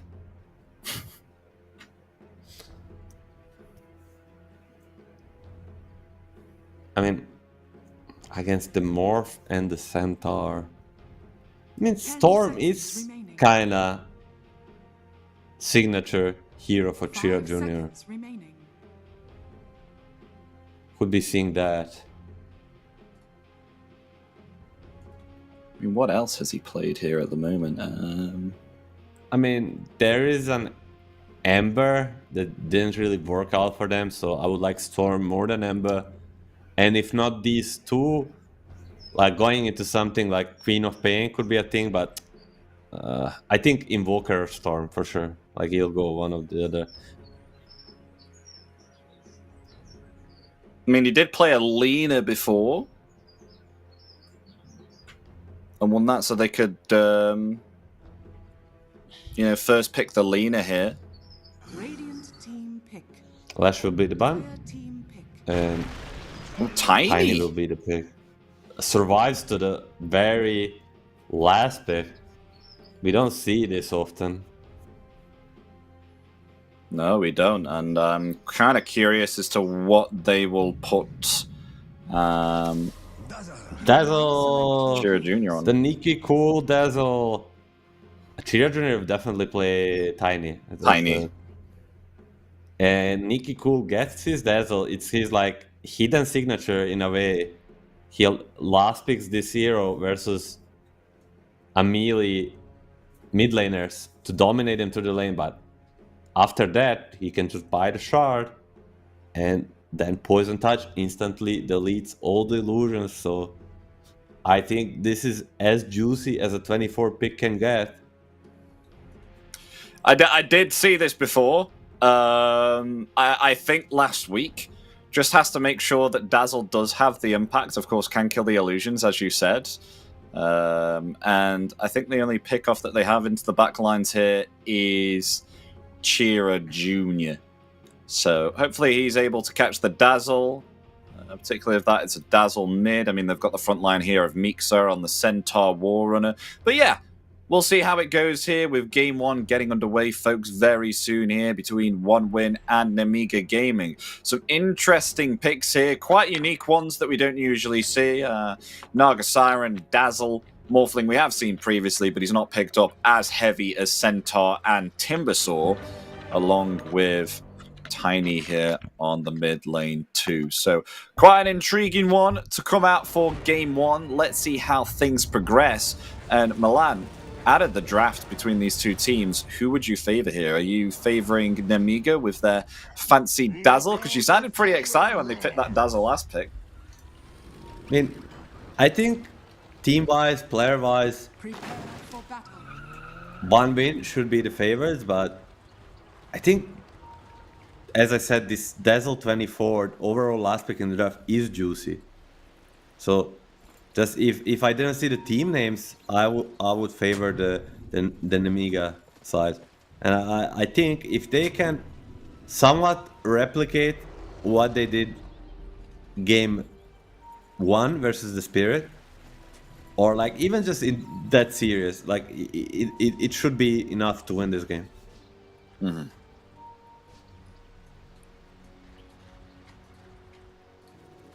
And of course, if they can get a Tombstone 1 or 2 of their own, you know, that will help. 30 It will, it seconds to will. battle. I mean, they can get themselves 2 Tombstones if we want to, which we spoke about.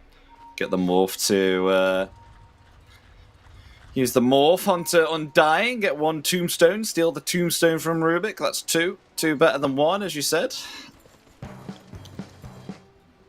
Oh, one. Maybe a contest for a Bounty Rune. One Win will spot all of them, so if they split, they might suffer. The battle begins. And they're a little bit outnumbered. Violence. Cloud hesitating and not actually wanting to go for that Bounty Rune there, so we'll get back. Violet, on the other hand, taking quite a bit of damage there from Sweden Strong with the Rocket Barrage, so going to have to shift up there and just heal up with a Tango. Oh my gosh, even doing quite a bit of damage to Ike there too. I mean, just these pre-room placed wards allow them to take 3 bounties. They have more information, work better with them. They also get some harass. Burn to some early region on the top lane.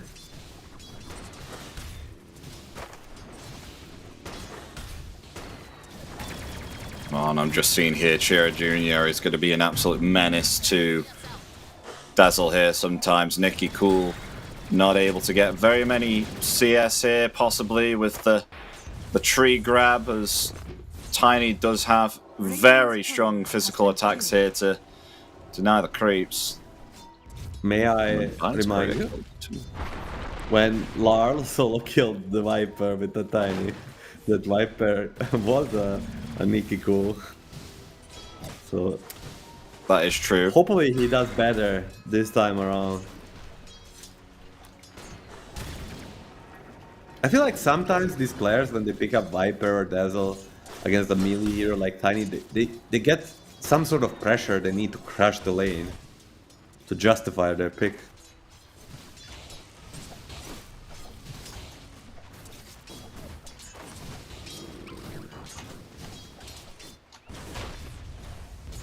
Yeah, looking quite slow between all side lanes here. I mean, bottom lane. Attempted toss, won't get it. On Nicky Cool, he's still okay. I already saw him chase him down, place at branch, 3 grab. And already knocking. Not gonna happen this Chira time. Jr. away.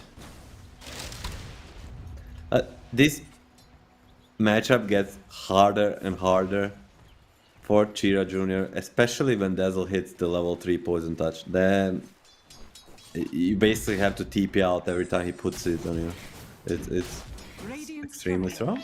Queasy. Oh my gosh, they might get the kill. Oh no. Oh, toss on the cliff. Oh, Chira Jr. It's a miss.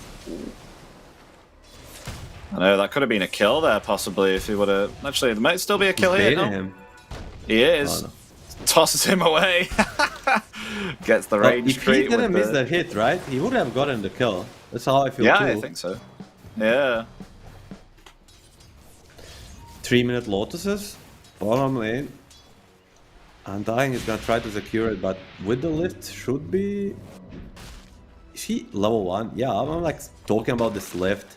He's gonna lift him on the cliff, he's gonna lift him there. The blood grenade comes out. Do they have what it takes? No lift with the snare. Lotus Body is block. there, but beautiful body blocks. Easy. First blood there to respect. Taking down Queasy on the Rubik.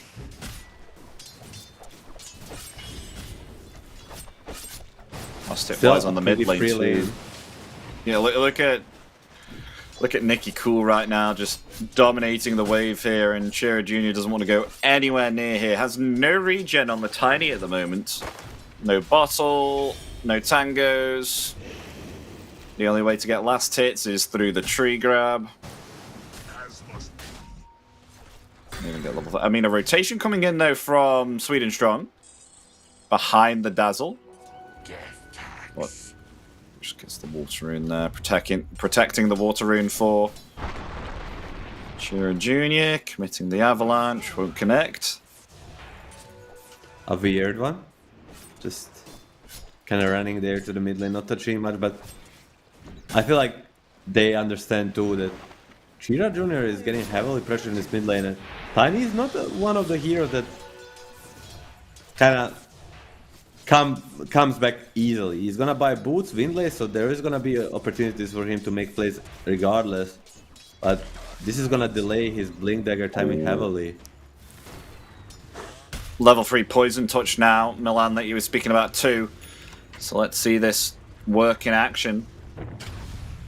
Top lane also being quite harassive. Ooh. Bit damage. Undying coming in. Tombstone is ready. It's still a Morphling. Yeah, trying to steal the stats. No homing missile though, leveled. 2 points into Rocket Barrage. No waveform though. This might be a kill on Violent. They have enough damage. Sweden Strong now trying to attempt to cut off Violent. There is the Decrep. Sorry, not the Decrep, the Decay with the Rocket Barrage. And they get the kill. Just spells with such similar names. Like the worst one, Milan. The worst one to get. If you have Leshrac and Elder Titan in the same game, you know the ultimate for Elder Titan, Earth Splitter, and then the stun for Leshrac, Earth Split. What the hell is that name convention? Luckily, we don't see those two heroes Yeah, luckily. A lot Watch them pick it next in the game. same game. Yeah. And 6-minute rune coming up. A heavy emphasis on this, and they're gonna make a go on the Nikki Cool. They are. It might be enough. Big The rocket toss. barrage. He's just dead. Yeah. Nice rotation there from the supports. Obtaining the kill there. Onto Nikki Cool on the Dazzle. And maybe perhaps they can go for more here, attempting to take down Ike. Never mind. Rubik rotating in. Telekinesis throws Chira Jr. back. I mean, usually, especially in the series versus the Team Spirit, we saw Ike and Queasy rotate very early to the mid lane, but now getting a taste of their own medicine, I'm really like kind of unpleasantly surprised that they're not helping this Dazzle dominate this mid more as he gets back. And Thompson Attempted to kill there. Ike tried to do against Cloud. Now they may turn it around. Chakram level 6 finds the kill onto the Crystal Maiden. Though Violent will just be able to get a free 125 gold there from that tombstone. We'll thoroughly enjoy that.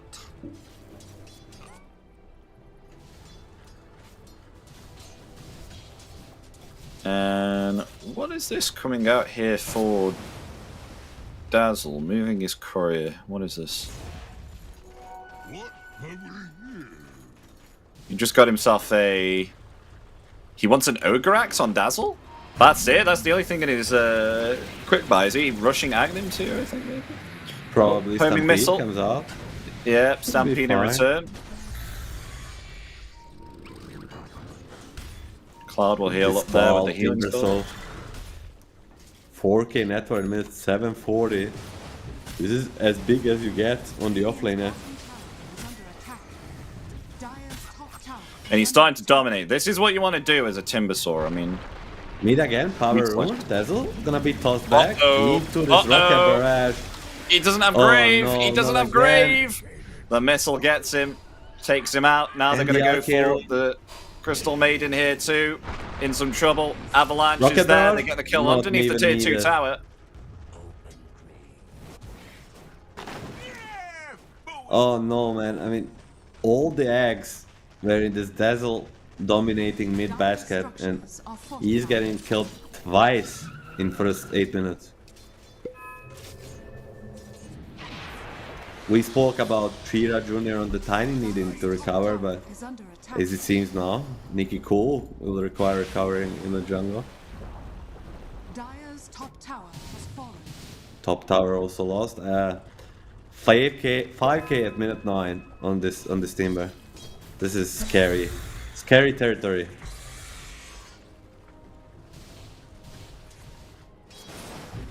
Yeah, Timber doing well.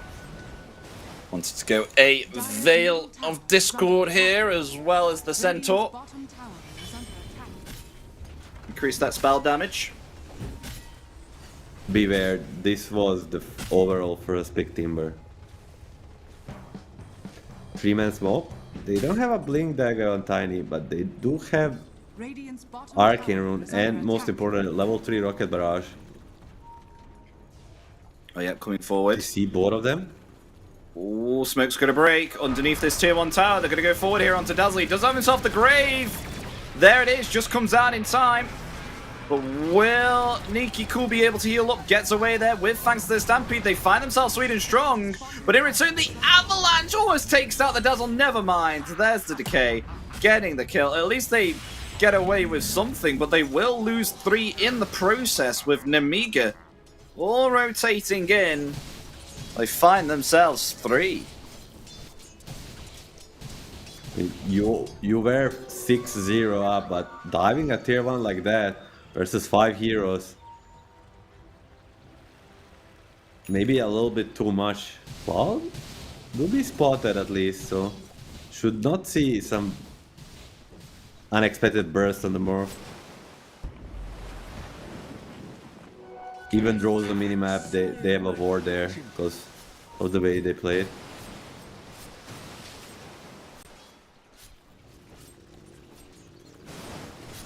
So regarding net worth wise, between the 2 carries, Morthling actually ahead here of the Naga Siren. There's an attempted kill here onto Meeksa.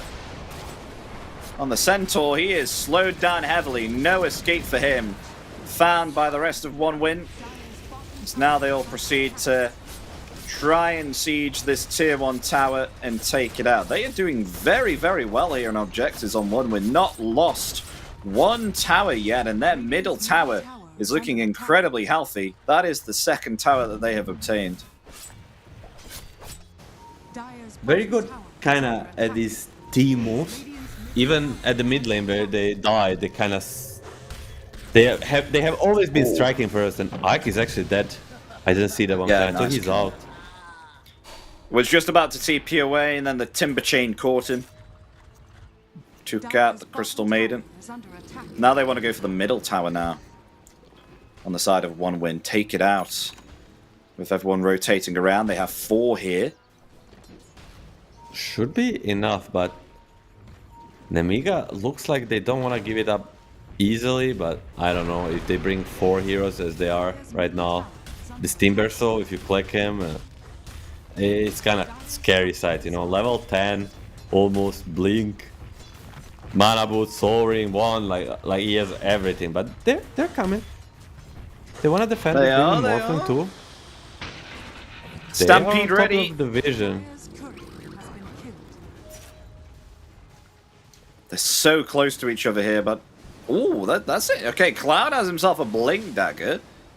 So we'll see how this one will work out here. I mean, of course, Timbersaw is very, very good when you utilize the early pure damage that you can do.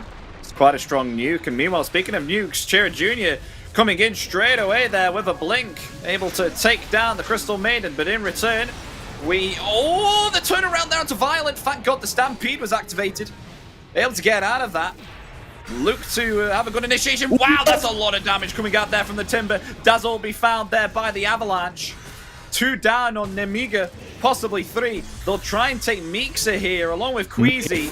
Chakram will just find him underneath this tier 2. Cloud once more, blinking forward there with the Whirling Death, and look at that, they find themselves 4. Try and go for the Crystal Maiden again, but they cancel up the Freezing Field with thanks to the Song of the Siren. Chira Jr. will be found there by the tier 2 tower, but they'll kill the Crystal Maiden again. And the only person that survives here is Violent, who's now attempting to clean up here. Able to find the Gyrocopter. Possibly want to go for more. No. Oh, wait. Cloud. Oh, wow. Cloud may fall here. Waveform in 2 more seconds. Violent won't chase for that. He'll get himself back. But look at this aggression coming out from him, Milan. On Cloud what a with this blink. For one win. Yeah, exactly as you say. I didn't see that one coming on the mid engagement. Like, hold it thought. Bottom lane. Yeah, they got it. Respect is coming. Stampede is on. Avalanche and toss. With a combo.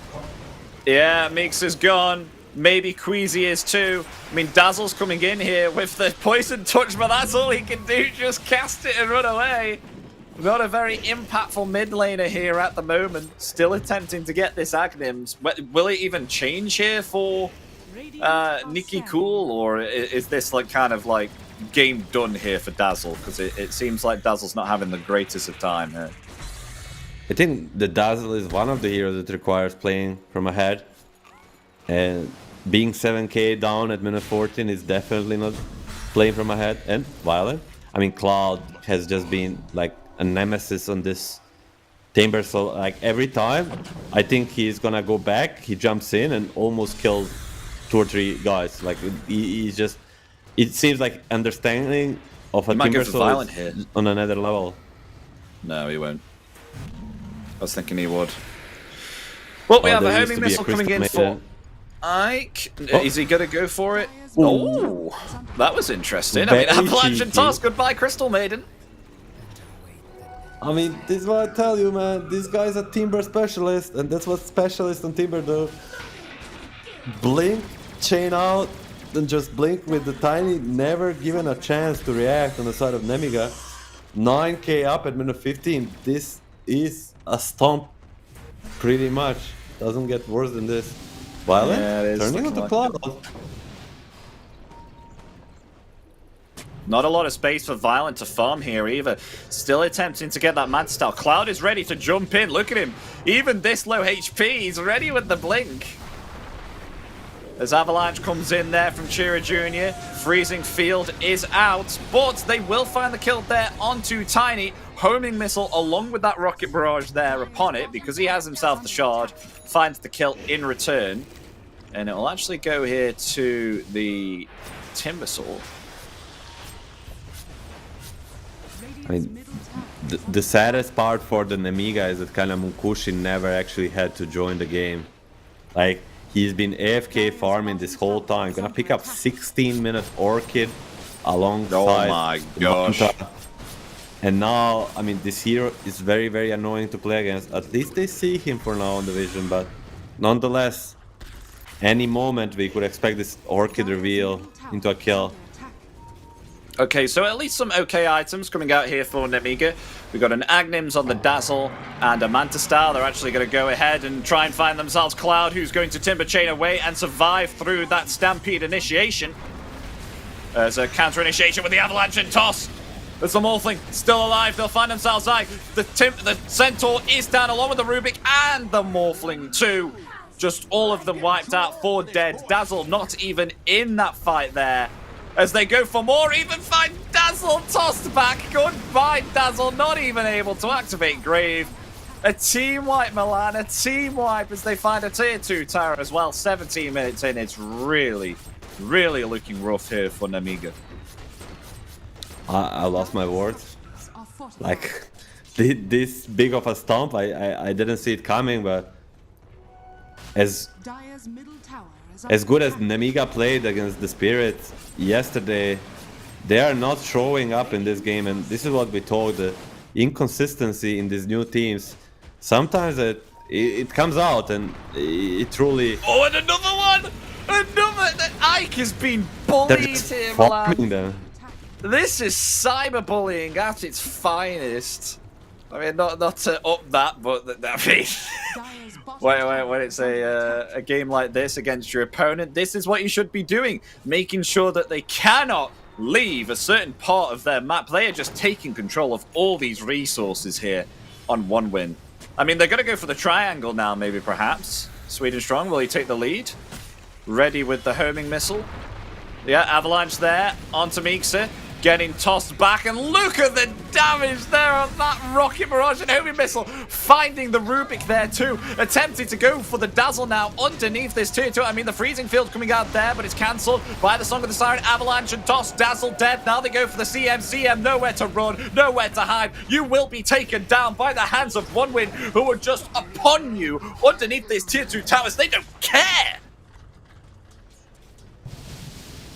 I think our dear producer might need to put a not safe for work flare soon on the stream. I think a best way to describe it, Milan, is we need to make sure that the stream doesn't get banned, because this is going to break Twitch terms of service in regards to bullying here at the moment. that's what's going to happen if this keeps up. Away from the screen. This is not kids-friendly content. It had to be, Munkushi says. It really didn't. Initiate, even go.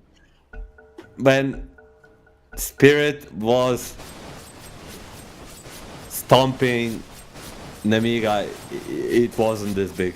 It wasn't this hard. It wasn't 27 kills at 19 minutes.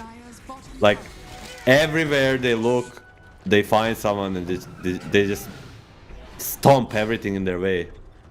Yeah, I mean, we weren't expecting this at all. We thought this was going to be an equal game, but one win, they're getting 1k net worth advantage every minute, it seems. 19k net worth lead at 19 minutes. They're going to try and attempt to do a smoke play here on Nemiga and see if they can at least get themselves a pick-off. I mean, Chira Jr. might show himself, so they might wrap around and try and find him. Yep, he has revealed himself, so they are going to go forward.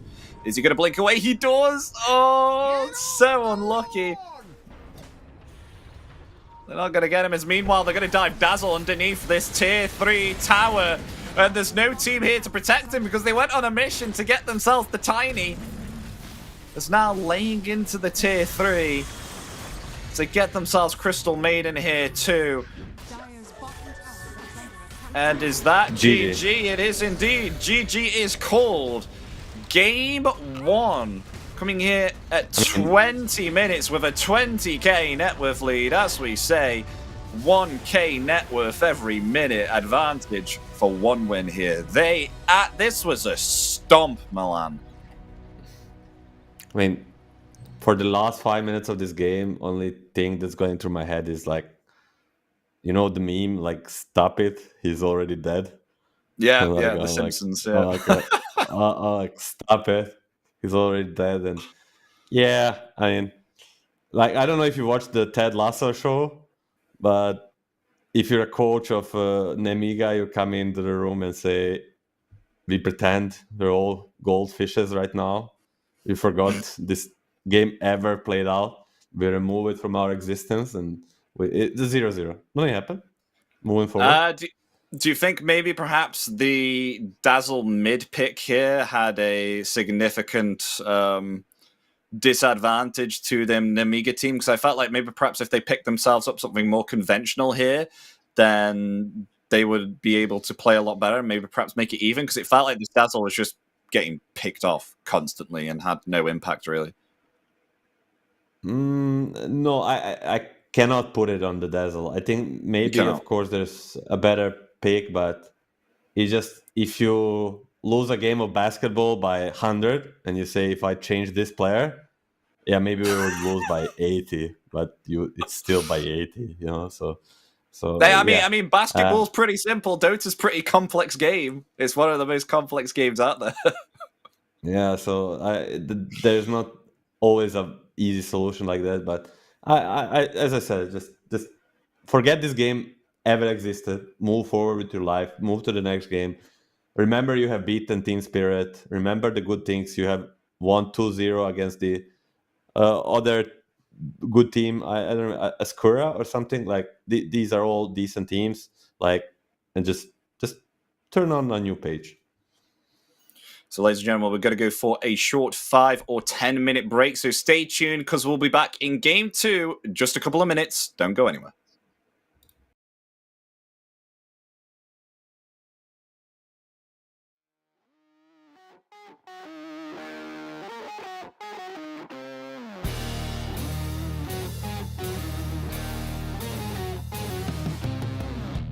I'm a creature with no skeleton inside your hands. Got no home address, I come and go as you command. And it's fine with me, and it's fine. I'm a bandit that you use to keep from bleeding out. I'm the lover you don't love, but love to keep around.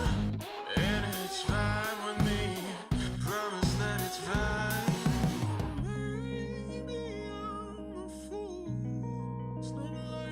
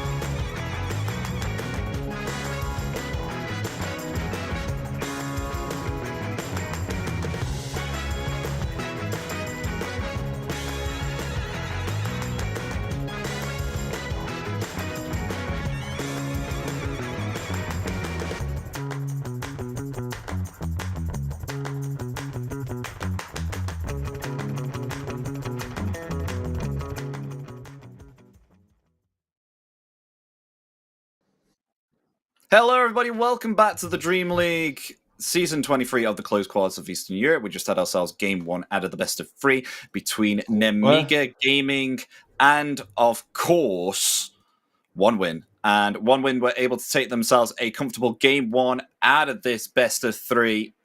And it was pretty much of a stopping 20 minutes in, Milan. I wanted to play a joke where the Twitch has asked us to erase it from our memory, like the Man in Black. What Game 1? This is the Game 1. It didn't happen. It was too big of a stomp. But jokes aside, I mean, there is not much to say about the game. Like, just it was the biggest stop of the tournament. It was everything one team hopes for and the other doesn't. And this game around, we'll have the same draft order, and we'll have a Timber so first pick. And a center. So it is, yeah. So it was not the heroes, it was the play. That's what they're saying. At least for the first opening. Maybe they don't pick up the Dazzle again. Radiant team ban. Radiant team Dire team pick. But this draft is so fast. I know, Gyrocopter comes out now pretty quick. Nemiga, they'll be the ones that take the Gyrocopter this time. Kind of having a little bit of a swap around with the heroes. 10 seconds remaining. This is the first change they make during the draft. They banned the same PA, and then I guess they will take the Gyro, and One Win says, okay, we will take the Crystal Maiden and the Tiny, which we were I mean, when they last picked Tiny last game, I was like, what the hell, man? Like, this hero usually first phase pick ban. Last game it was second to last pick, very surprisingly. And Chira Jr. did I mean, everybody on the side of One Win did very well last game, including the Tiny. Keep in mind, this may be a Sweden Strong Tiny, maybe a Chira Junior Tiny, maybe even a Cloud Tiny. But just because of what happened last game, like, wait. This is a Gyro carry already. Oh. But that's a little bit different. We will steal your Gyro, but we will put it on carry, which we saw many times be played out against this Timber. One of the better matchups for Gyro. Well, Lifestealer comes out in return after seeing this picks come out here. How do you favour Lifestealer in this game here, Milan? Is he okay? I mean, even with the swaps? Radiant team I mean, one of the strongest heroes in the meta, in the patch, because first of all is the Centaur, right? The laning against Centaur should be great. We have seen it go both ways, but with the Crystal Maiden, should be good enough. And then carry to carry matchup is also fine. The swap is the problem to be kited, but like, he just has too much to work around. So I really like the Lifestealer pick. But also on the other side of Nemiga, they have decent heroes, especially this Rubik. Chakram, Chain to Steal, all the Crystal Maiden spells, Rage, and I think Avalanche is by far the best spell to steal this game. 5 seconds remaining. So yeah, they'll ban out the puck. Final bans remain between both teams here. One Win. They'll grab themselves the Tiny. Obviously, again, just want to highlight on that. They had themselves a great Tiny game on the mid lane. And they could possibly move either Tiny or Timbersaw to the mid lane. So they have that flexibility with picking up these two heroes. Obviously, of course, we definitely know that Lifestealer is going to be the safe lane here for One Win.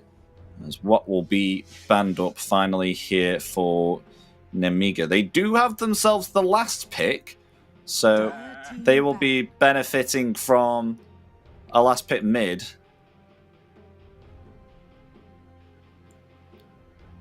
Let's see what comes out for them. They'll ban out the Storm. Definitely looking for a mid laner on Nemiga side. Like the Nikki Cool hero. Zeus is 10 banned. seconds remaining. That's the one that comes to mind when I think Nikki Cool. The other one is Keeper 5 of the seconds Light. remaining. It's an okay call game. Maybe they'll pick up that. But it also depends what they want to put on the mid lane from the one lane. As you said, a lot of flexibility on their side. Are there any mid heroes that actually counter the lifestealer? Like, not really, right? Like lifestealer is mostly countered by like carry to carry matchup, I feel like. Or the Yeah. support. I mean, as long as they can kite him, I feel like he's a little bit like Sven, but has better mobility than a Sven. His Ooh, they do it. They banned the Pango. I was like, okay, they're letting the Coddle through. They had something planned, and then, yeah, the plan was to pick Coddle. And keep in mind, this is all flexible. Like depending on they pick, what they pick, maybe a Coddle mid, maybe a 10 tiny mid with seconds Coddle remaining. 4, maybe a tiny off lane with a Timber mid. Like 5 seconds remaining. Lanvin is flexing all the way.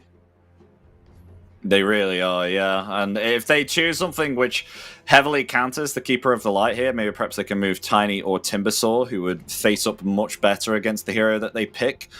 Lena is still in the pool as they want to pick Namiga and get themselves that long range. Do you think there's any other Cottle counters that they could pick middle, which would have, or maybe just a mid lane in general that would have an okay time? I mean, it's just so hard, as you mentioned. Like I'll give a blunt example of Kunkka is a pretty good hero versus Coddle mid. Buys a Blade Mill, can catch him. But if you see the Kunkka being picked, you just put Coddle position 4 and put like a Timbersaw mid, and now you're having a big issue. And like there is no hero that counters all 3 of them mid. Maybe a Odie. I think Odie is the one that potentially counters all 3 of them. But even then, Kotl should be doing fine mid. Yeah. That's the only one that comes to my mind. And there's always like some heroes like Lina that will definitely just do fine, but not counter them. They're having a big think about it, though, Milan. I mean, this is we're baffled potential too, elimination game. Yeah, they've got to use the full time. 10 seconds remaining. What are Namiga Gaming going to get for last pick here? Could it be a Cottle mid? Could it be a Tiny mid? Queen of Pain comes out. How do you feel about this pickup? I think Queen of Pain is doing fine against all 3 of them, and we'll see Chira Jr. pick up the Tiny with the Sweden Strong on the call. But I feel like it's an easier lane than a Dazzle, and he already showed on Chira Jr. that he can live through this Dazzle lane. Mm-hmm. So not too bad on the Queen of Pain side as in terms of the draft, but still a lot to worry about. Even a simple Frostbite in this early to mid game might bring that to the Queen of Pain. Yeah. So now we will see who will become the victors of this game 2. Will it be one win who eliminate Namiga Gaming from these closed qualifiers, or will we be going for a game 3 where Namiga make this in equalization? What kind of, are you feeling the 1-win draft again, Milan? Yeah, I think they got themselves a signature heroes, and I'm a big believer in the Cloud Timber. I think it did decently well in that Liga game too versus the Liga that they lost. But this time around, we spoke so many times about this Gyro CM lane, or in this scenario Gyro Venge lane. These lanes are very hard to deal with. So I'll be mostly looking down this bottom lane. How does Prepare for Cloud and Sweden Strong, how do they fare against this? I think they might just look to stack a lot and kind of give up the lane in a sense. 5-on-5 smoke to start the game. Get off my lawn. What's a lawn? My horse says nay. So we'll see if Nikki Cool has a much better mid lane this time as the Queen of Pain. I feel like we'll be able to implicate a lot more impact, especially with the rotations of the Sonic Wave, something which is Sweden strong. pretty nice to do against Lifestealer. But yeah, he may meet quite a lot of heroes here on Nigma. Oh, the blinding lights. Quick fingers. Yeah, pushes them all away there. That could have been first blood. 30 seconds I to mean, battle. Nemiga and realizing as well the importance of this triangle. He's going to come here, take the Watcher, maybe block some camps, because this is how the position 4 Kottles work. They just make a lot of stacks, and no matter what happens in the lane, clear them or clear them with a core. They always get the network. The battle Now, begins. let's see. Are they going to be able... Oh, he uses the blinding light again to snatch the bounty runes, so they will make it even here. Or else they would have got 3 bounty runes on the side of Nemiga. Even Steven. We used to in Level Up call Sweden Steven. Someone made a joke and we always call him, so even Steven there. Cool story, bro, moving forward.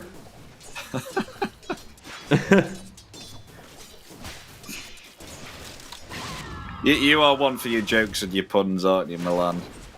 You should do more. Do more.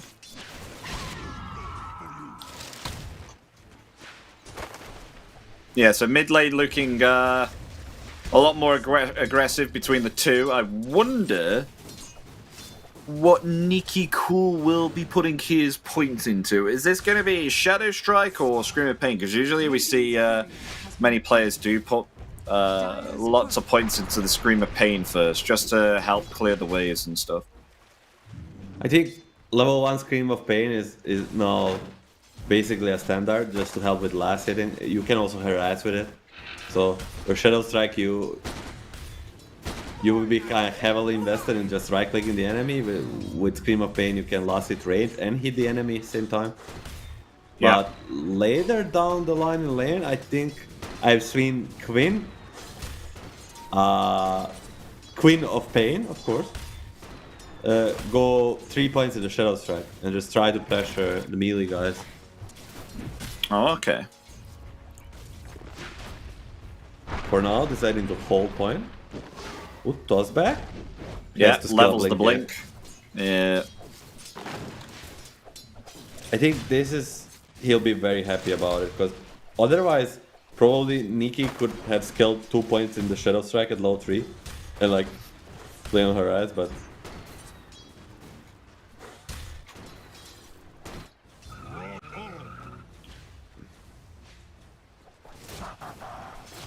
So how's bottom lane looking here? Not much action going on at the moment. I think once we start getting some levels into this Timber and the Cuttle, then maybe perhaps they can start pushing away the Gyrocopter and force him to go jungle. Top lane, on the other hand, Monkushi doing absolutely fine here against the Centaur, but maybe perhaps if further levels start to come in on Nemiga's side for this off lane, then could be a bit of trouble for the Lifestealer, though, because the amount of spells spammed within this lane does have himself a magic stick here, so able to accumulate some charges and heal up if these spells are spammed like so.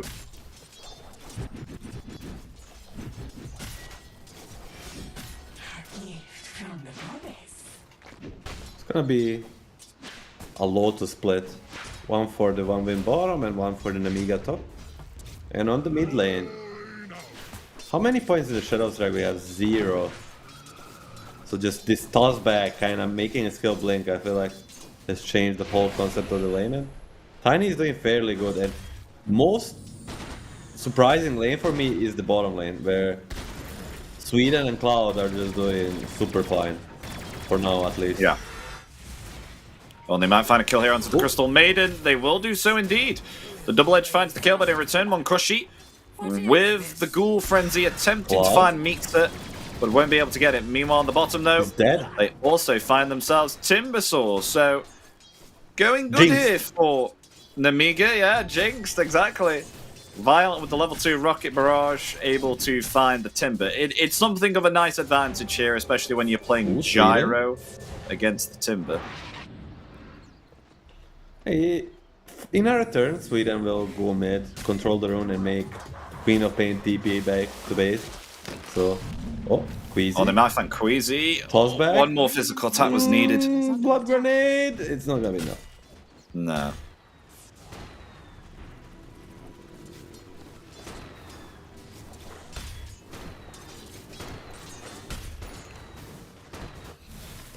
It's pretty fine here. They did I find wonder the if- first blood on this top lane, but it's kinda... So do I. Now the lifesteal is kinda showing up his strength, right? That's why he's so popular, like just bullying out Dire's the middle centaur. tower is under attack. You were wondering what? Sorry, I cut you off. I was wondering if Violent was going to go either 3 points into Flat Cannon or Rocket Barrage or a value point into Homing Missile, because the Rocket Barrage is very, very nice to try and dominate on the lane, but I'm not sure if he can withstand the damage coming out from Timbersaw once he reaches level 6 with Chakram. I think you definitely go 3 points Rocket Barrage. It just scales incredibly well, like from 2 to 3, and then also like people underestimated how much you can use it for farming. There's gonna be magic missile. Blood Grenade and a blood committed. grenade. Sweden strong. Not so strong do anymore. they have the vision? That should be a kill. That should be a kill with the movement speed. Yeah, Violent gets it. So 2 kills now for the Gyrocopter on this bottom lane. A much better safe lane for Violent here. I mean, he wasn't having a terrible safe lane in game 1, but when you're ahead in kills, it definitely helps secure your game a lot better. Meanwhile, there are rotation into the mid lane with the 2 supports, Wow. with a toss and the Frostbite, obtaining the kill there onto Nicky Cool on this Queen of Pain, as Chira Jr. now bottles himself up a shield rune. So now, once again, this Tiny on the mid lane, he's looking to be a problem during this mid game. He's got himself power treads, but he'll look to finish himself off a blink now. I mean, kind of a repetition of a game 1, right? 6-minute rune. We see much more help come Chira Jr. way. Rotation from a Crystal Maiden, TP from a Sweden, and I didn't see the burst there for the Queen of Pain, but neither did Nicky Cool, and he gets caught off guard. And as you said, Shield Rune will now allow for even more aggressive. Oh, look at that. They're using the Frostbite again. Avalanche and toss. Oh, Nicky Cool has to blink away and heal up again. And this Dagger Strike, the Shadow Strike, is not doing anything at all here to Chira Jr. So they find themselves didn't see that. vengeful there. Should have seen that. But he got blinding lighted into the high ground. That's a hell of a play by Sweden Strong. It's amazing. Yeah, was not able to snatch that Wisdom Rune. Kotl takes it.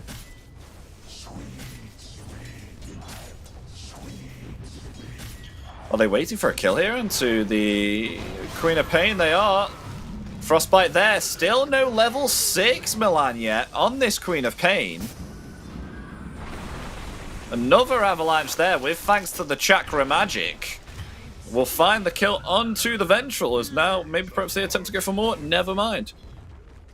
Yeah, got to watch out for that. The Chakra magic actually reducing the cooldown there of Avalanche, so he's able to use it very quickly a second time. Radiant's bottom tower is under attack. I mean, not even gonna contest the rune on the side of Nemiga. That's how dominant they are as 3 on the mid lane. Radiant's middle tower is Just- under attack. Putting on a Oh, they may clinic have found respect is Queasy. gonna catch Queasy? No. No, telekinesis saves him. It just feels again and again. Dire's top tower All is that under Nemiga attack. does is reactionary, where one win is just putting up the tempo. Corrosion done on Munkushi. I'm not sure if that is very standard on the lifestealer. Looking to pressure more and more.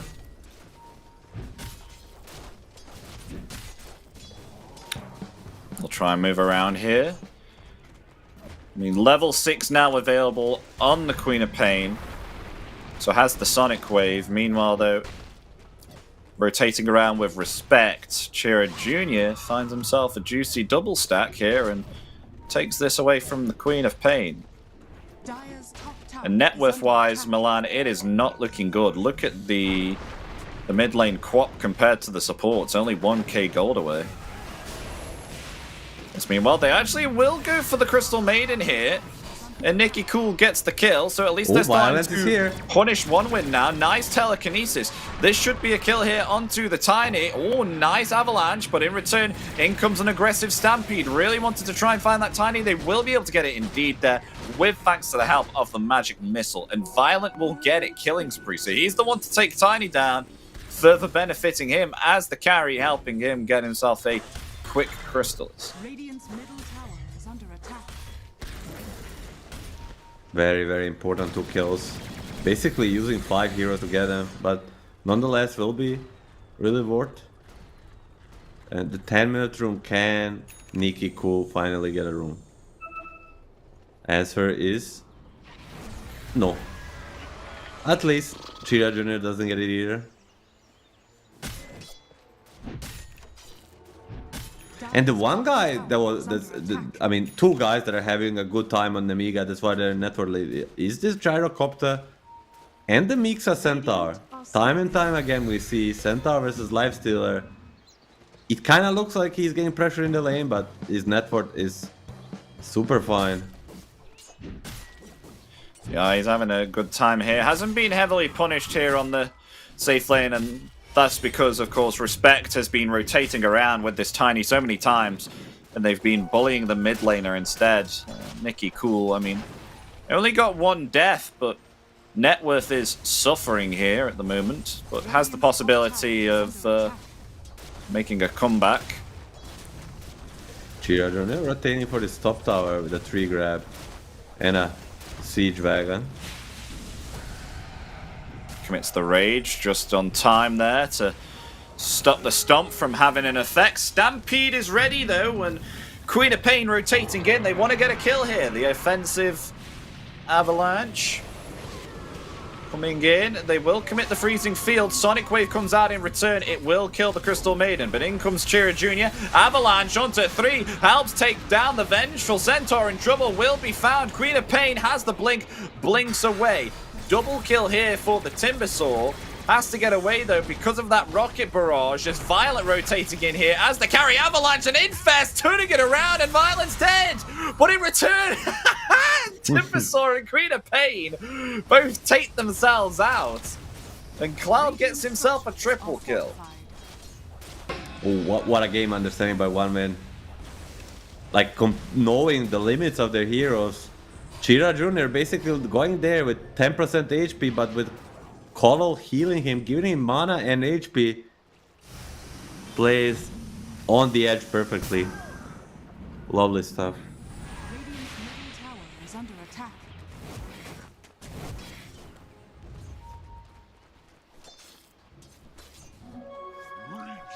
So we almost got an armlet now?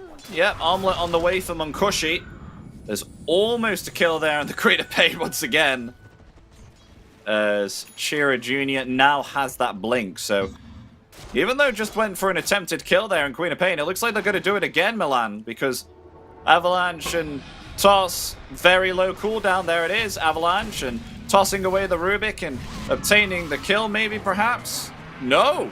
Stampedes away is completely fine, and it looks like here Crystal Maiden will fall, actually healed up there by the Illuminate, and almost a kill there onto the Queen of Pain. Also blinks away, gets very low and beamed there, but the tree, oh, the magic wand usage there, keeping alive the Rubik as Chira Jr.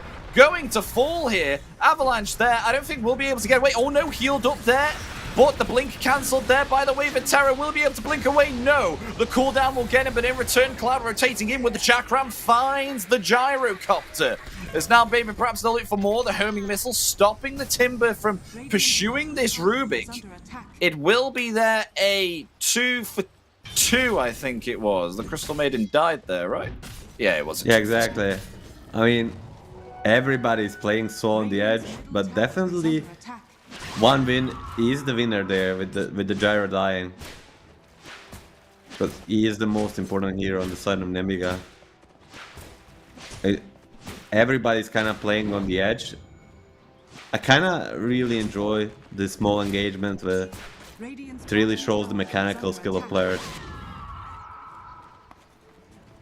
AD for Chira Jr. That's a scary thing. Tiny with AD, because he has a lot of base damage, but he also uses the spell amplification really well. Radiant's bottom tower. Gyro around about the same net worth as the Lifestealer at the moment, but Cloud is having a great game on this Timbersaw, picking himself up a Blink Dagger, which is on the way, and just being provided mana all the time by this Kotl. This Kotl is really helping out in terms of not only healing up the team, but making sure the team is active as well by just providing this chakra magic, giving more mana to not only Timbersaw, but the Tiny too. And speaking of Tiny, Chira Jr. and Respect looking for a kill here on the Vengeful. Instant death, nowhere to run, is taken out before he even reaches the ground there. But a stomp there, and Cloud in trouble, will be found, taken out with thanks to the Sonic Wave. The cooldown is there, but look at this, the Frostbite and the damage here from Lifestealer, too much for the Gyrocopter to handle. And in return for the Timber, they get themselves 2 kills on the Vengeful and the Gyro. So even though they take down the highest net worth hero here on 1 win, I'd say worthy trade, taking down the carry again along with a support. Pretty good. Seems like everything comes at a price for Nemiga. And often it is, as you say, Gyrocopter. When it's a good blink reveal, you get a richest hero on the map, but still, I agree, favoring 1 man tiny bit. With respect. We got a Frostbite. There's a swap ready. Do they want to do it? Very risky. Gonna think against it. It is, yeah. Ooh, Arcane Rune top. Can they get it? For Oh, Tiny? No, Avalanche he's toss gonna just- again. Queasy able to survive through it all, though. Radiant's top The Illuminate tower is almost under taking him attack. out. He's okay. 150 HP unless the Satyr hits him. Takes him down to 100 HP instead. Imagine he nukes him there. Imagine. They used to do it a few years ago. Top lane, gonna Oh. find Mukushi. He needs to Yeah. infest. Rage will Stomp not into work. Magic Missile. It's actually not going to infest. The Catapult will infest one of the creep. No, it's a swap! Ike! Ike with the swap. He was about to infest the creep there. Oh! That's why I said it's not gonna work against the Venge. I thought he would do it on the Catapult, but no. I guess maybe the Catapult was low, so if he would have done it, then he would have died. Still. Still a 4-man smoke. They wanna use this Centaur Blink again and again. They're right behind the Tiny. Oh, and it break. They instantly cancel that freezing field there. Quap very low. Able to get away with very low mana. The stolen freezing field is there also. Cloud on the cliff. He's going to get himself off. Doesn't have himself a lot of mana remaining. There's the magic missile. Do they have any... Oh! Oh, Whirling Death! Was not expecting that. I mean, they do take down the Timbersaw, but as he blinked in, the Whirling Death came out and decimated the Centaur. That was pretty funny to see. Radiant's middle tower has fallen. He just blinked to his death, pretty much, Milan. He didn't see that one coming, man. Like, just wanted to finish a Cloud there. But a super duper reaction, of course, it's no cast time on Whirling Death. Radiant's middle tower is under attack. 18 Maroon. Haste for Chira Jr. I mean, that's nice. And now has Echo Saber. We usually see Kanda first, but I feel like this Echo Saber will make a difference between Rubik and Venge dying or living on 1 HP as they were in previous engagements.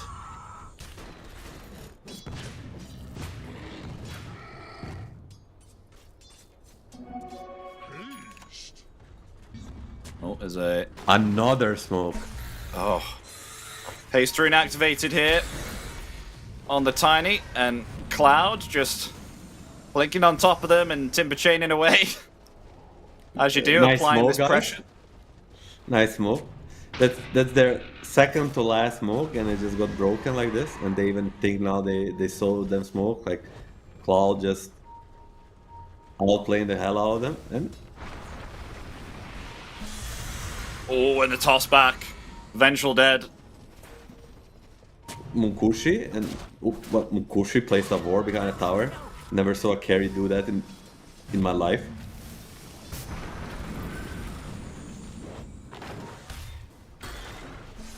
Radiant's bottom So starting to take control of this side of the map once again on 1 win. Taking some of their resources. They found themselves the Queen of Pain. Going to attempt to blink away, but very, very slow here. Has the backup of the Centaur if Nicky Cool needs it. Stampede is ready too. But Nicky Cool will be fine. Might just cut the creep wave here. Radiant's bottom tower is under attack. They may have just almost found the tier 2 tower though. Junior actually got a TP top. I think they want to go for this Centaur here. Yeah, blinking right on top of him there. There's the Avalanche. Do they have themselves the toss? Yes, they do. Goodbye, Mixer on the Centaur. Taken down by the hands of 1 win. Radiant's middle tower. Way too much damage in between those two. What's Queasy doing? I mean, it seems like the name of the game for the Nemiga is just mirror, mirror, dodge for until something. Like maybe a BKB on Gyro. Not sure what exactly is their timing, but AD Rune again on Chira Jr. Echo they're going Saber for Gyro? ready. More than ready to kill everybody, and Gyro is very far away from this BKB. Venge is there to swap, but I think they just find a... Oh, hello? Oh! They caught themselves the Tiny. But actually, the swap out actually kind of saves the Tiny there. But the Sonic Wave comes out there onto free. That is big. They take down Violent though there in return. And the Rubik and the Queen of Pain. And the Tormentor. Take out everybody. And the Tormentor. Radiant's That swap was... did that swap save the Tiny? I'm sure it did, because it would have taken him down to the low ground.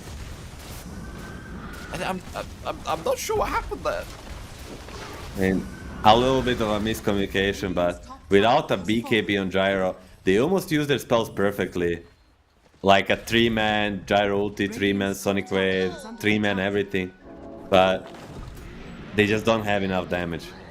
Yeah, it looked like it would be really good there. I mean, Gyro dealt 4,000 damage in that fight, along with the Sonic Wave as well, but all of a sudden, he just got melted there out of nowhere. I think maybe perhaps the Tormentor helped a little bit with taking them down. Maybe. What a fight to have over there. bottom tower is under attack.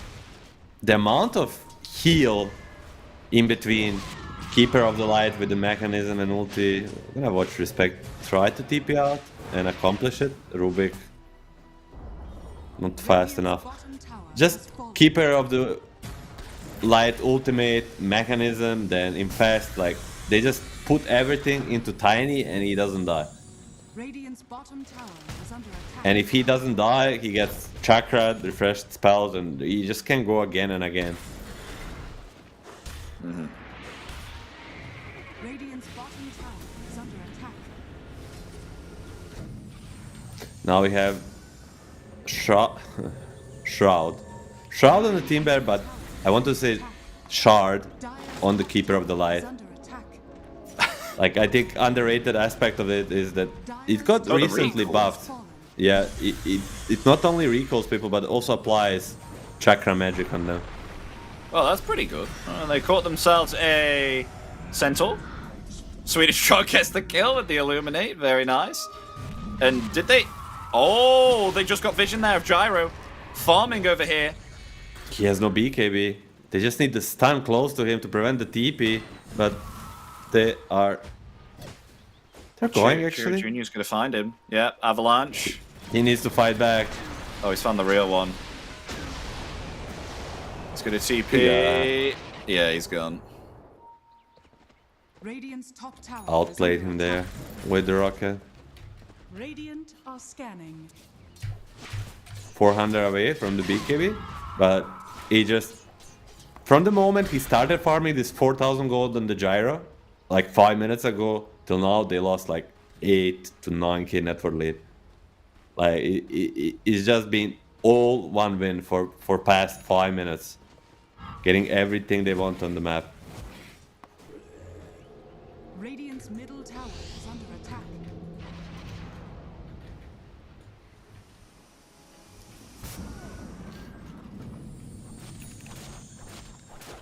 Sanjin Yasha now for the Lifestealer 2. Radiance in his inventory. He's looking pretty strong, but doesn't have as much net worth as this Timbersaw. This, even though it's been a first pick Timbersaw, it's really been paying off within these team fights. I mean, specialist Timbersaw hero. He's a master, level 25.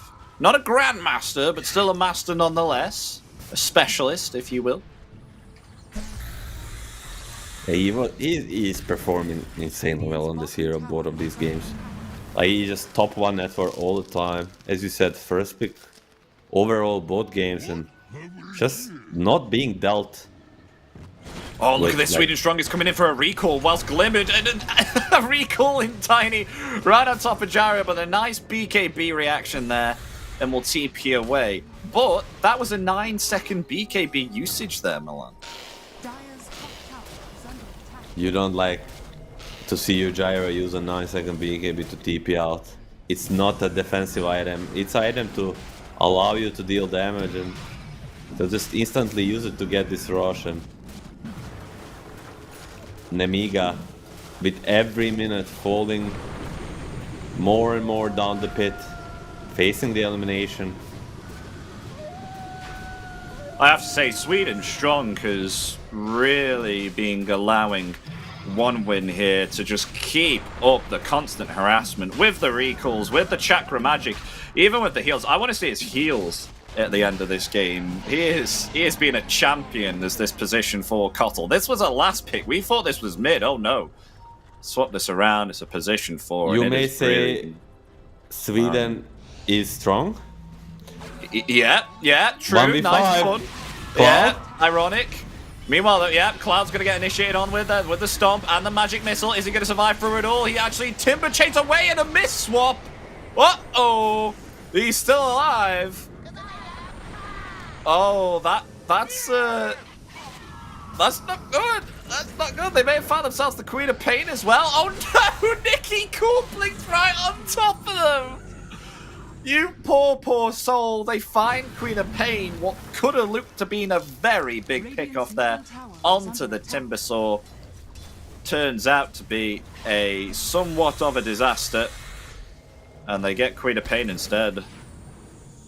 Oh no, and just recalling Chira Jr. to go to work again with this Blink and Avalanche. At this rate, I think you should just go an Arcane Blink at this point, Milan. He needs the Blink off cooldown so many times. It's been depended upon, like, every 30 seconds. I think that paints the picture of this game. Timbersaw getting caught 1v5 and not even losing half of his HP. Yes, he had Illusion. It was a illusion rune and was a little bit tricky, but 1v5 you should not be able to survive. It even rhymes. Yeah, now they go for the tier 2 tower.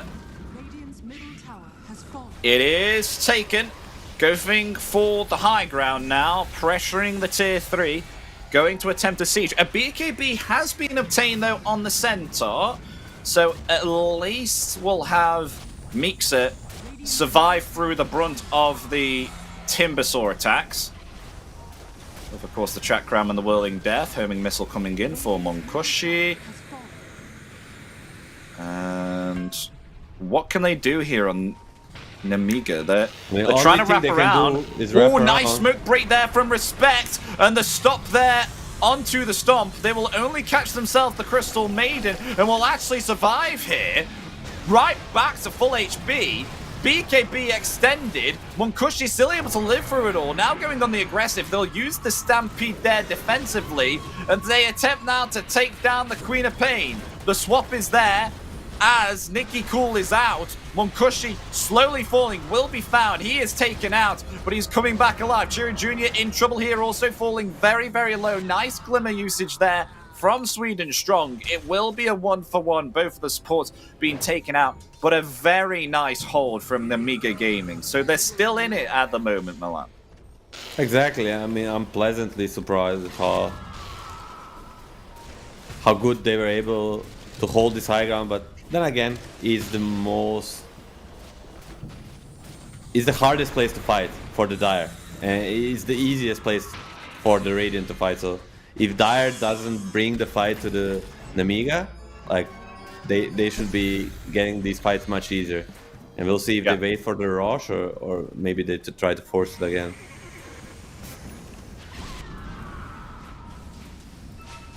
Still a long wait for this Roshan. Possibly another 5-6 minutes average until we get ourselves another Aegis. So what can OneWin do in this span of time? Will they be sieging high ground again? They're sitting pretty close. I mean, Shira Jr. is going to move bottom.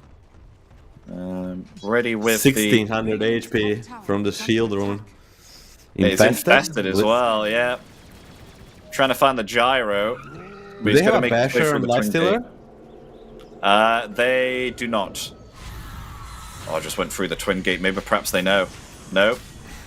Not going through the twin gate. We'll just clear this wave instead.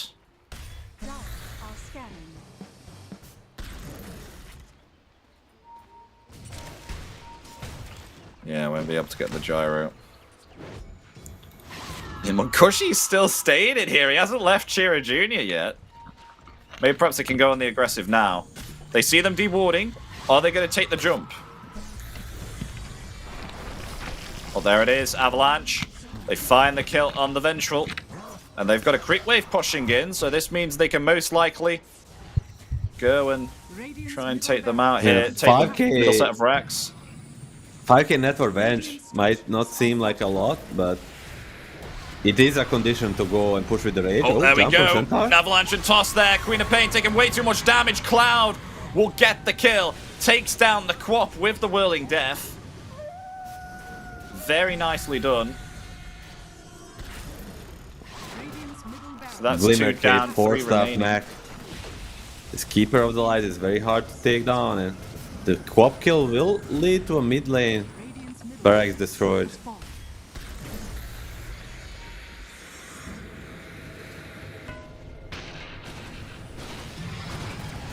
Yeah, now going for the aggression Munkushi. That rage is going to expire soon, so you have to be careful. I mean, they don't have themselves the Stampede, though. They will go in with the Hoof Stomp there. The aggressive Avalanche and toss there onto Rubik. Queasy falling very low. Will be found. Taken out. Cooldown comes out, but not affecting OneWin here at all, as they just try and attempt to lay into the second set of racks. Violent Cloud getting is not low, taking slowed any down damage. there by the open wounds. The swap comes out, but Munkushi still laying in the damage. Will find the kill down to Gyro. Down for 75 seconds. The aggressive toss as well from Chira Jr. They're able to find the Centaur. They get the kill. They've lost 4 here. GG is called in game 2. Going comfortably here to 1 win, 1-6. Take themselves a comfortable game 1. Game 2 lasts a little bit longer, but they have, once again, another stomp within this game 2, and they will eliminate Namiga Gaming from these qualifiers. And just turns out that, as we said before this series started, OneWin, they were the clear favorites. I think a much bigger stomp than I expected, but they've been together for about 4 to 5 months now, and they just showed improvement. Like, they are gonna demolish the lower tier teams, where we'll see in the next series where they will probably face the Team Spirit, how they can stand toe to toe to the big boys. Mm-hmm. Unfortunately for Namiga Gaming, they will be eliminated. So OneWin make it to the lower bracket semi-final, where they will await their final opponent. They're currently waiting on the bottom lower round bracket. And that game is indeed Team Spirit versus Night Pulse. That is going to be one of their opponents. Currently, team is 1-0 up. So we could be looking at a potential game here. Team Spirit coming in. We watched them play against Na'Vi, and now we could see them go up against one win, unless Night Pulse take this 2-1, which we could be waiting a while. But because that series finished incredibly early, Milan, we are going to be waiting around, get this, 2 hours and 30 minutes for the next series. That is the next game that we'll be looking at. And play some say pubs something, Milan, if you myself.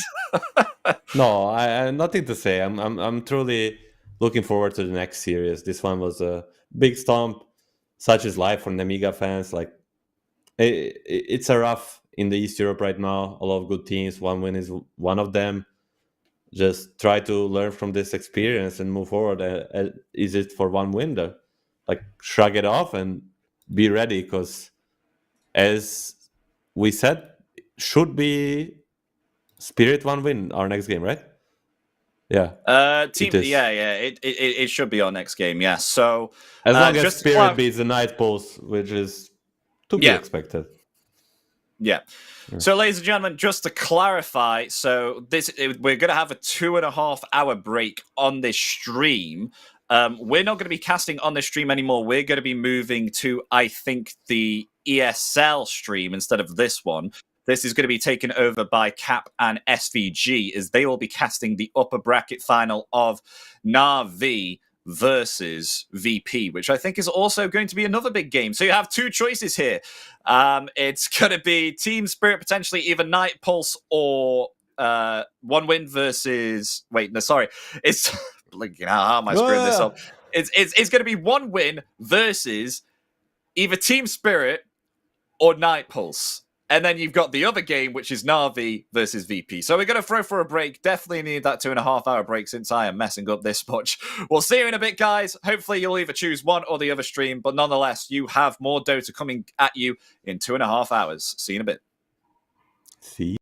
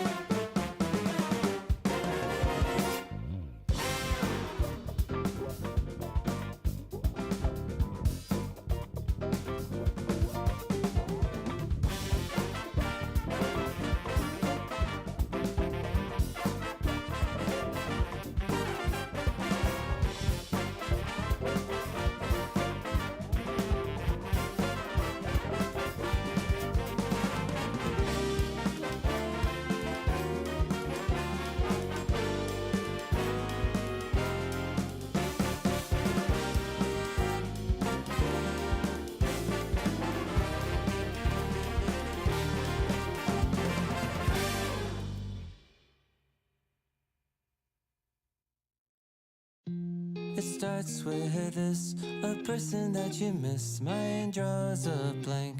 I wanna go back to the early days when life was an escape. Now I just wait for better days.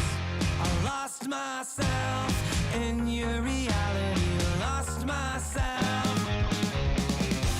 I lost myself in your reality. Lost myself. I feel that life, according to a friend, we're all shrink wrapped in families and making ends meet, stuck in jobs we'll never leave. I never wanna be like that, so I wanna go back to my reality.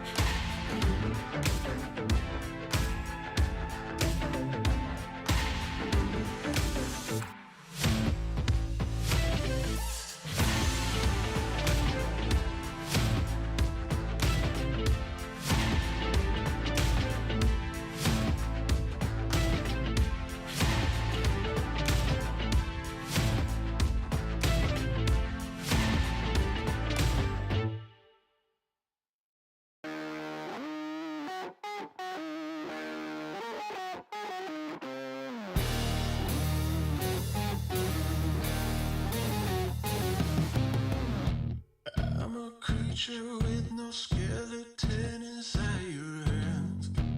Got no home address, I come and go as you command. And it's fine with me, and it's fine. I'm a bandit that you use to keep from bleeding out. I'm the lover you don't love but love to keep around. And it's fine with me, promise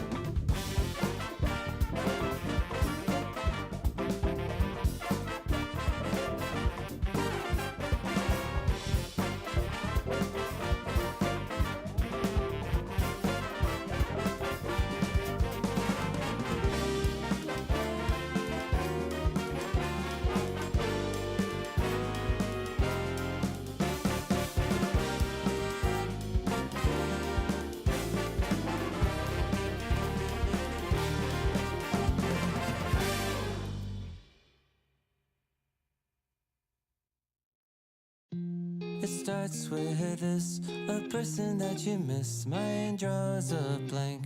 I wanna go back to the early days when life was an escape. Now I just wait for better days. I lost myself in your reality. Lost myself. I lost myself in your reality. Lost myself. I feel that life, according to a friend, we're all shrink wrapped in families and making ends meet, stuck in jobs we'll never leave. I never wanna be like that, so I wanna go back to my reality. Wanna go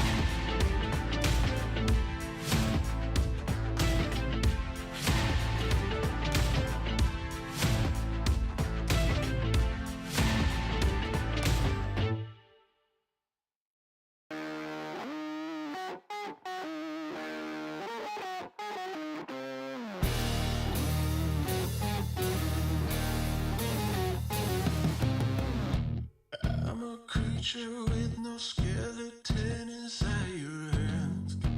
Got no home address, I come and go as you command. And it's fine with me, and it's fine.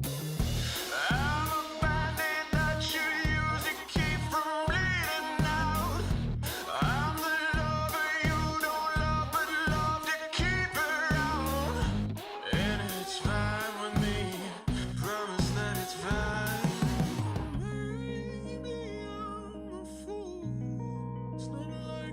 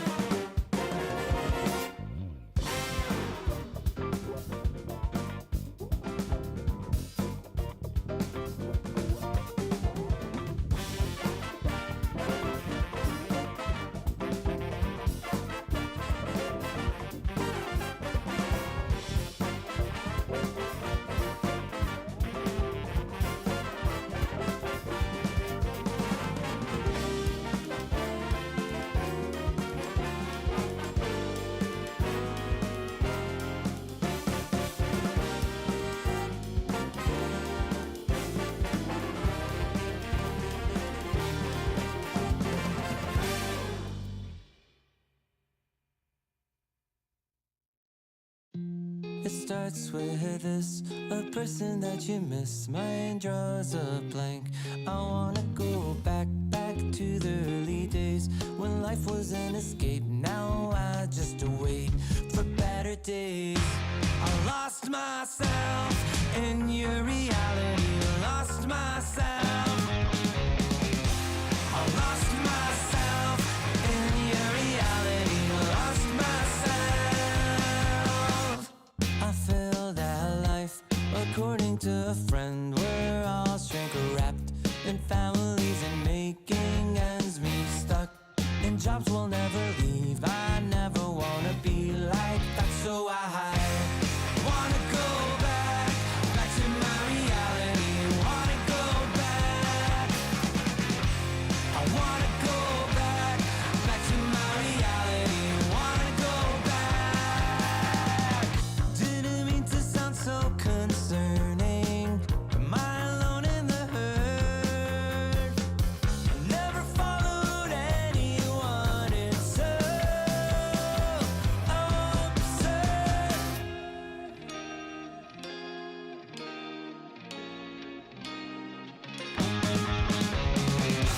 I wanna go back to my reality. Wanna go back.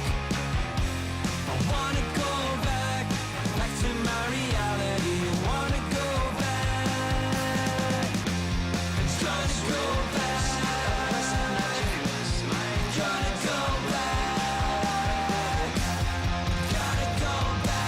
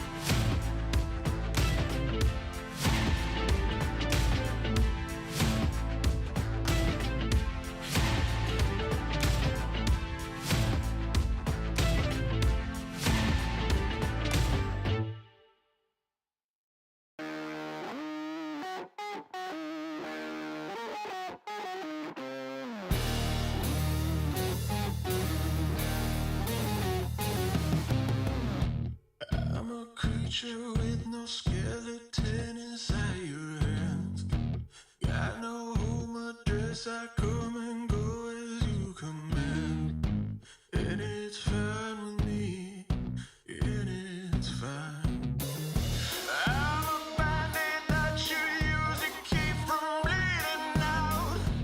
I'm the lover you don't love, but love to keep around. And it's fine with me, promise that it's fine. Maybe I'm a fool. It's not like I'm expecting something new.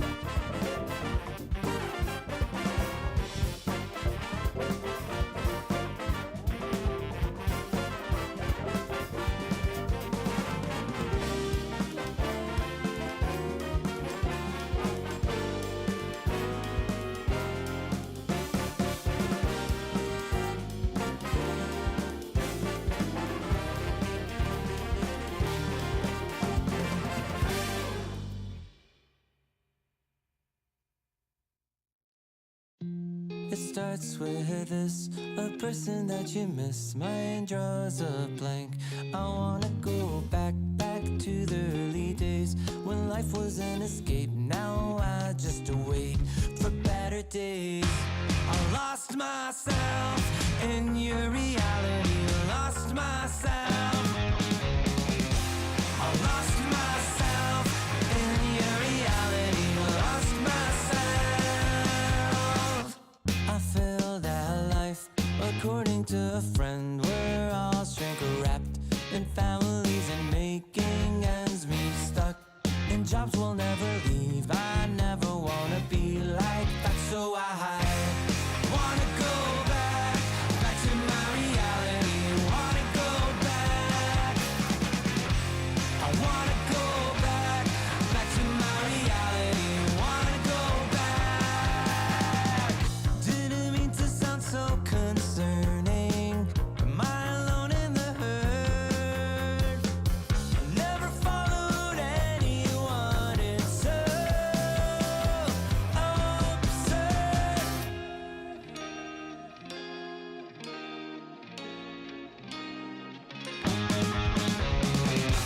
I wanna go back to my reality. Wanna go back.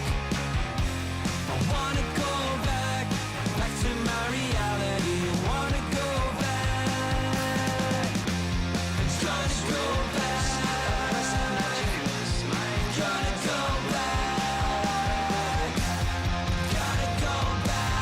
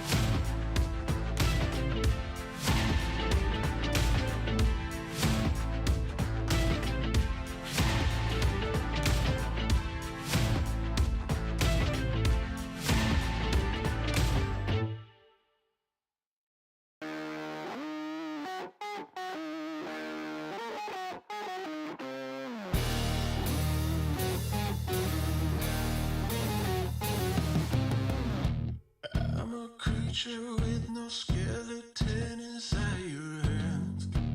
Got no home address, I come and go as you command. And it's fine with me, and it's fine.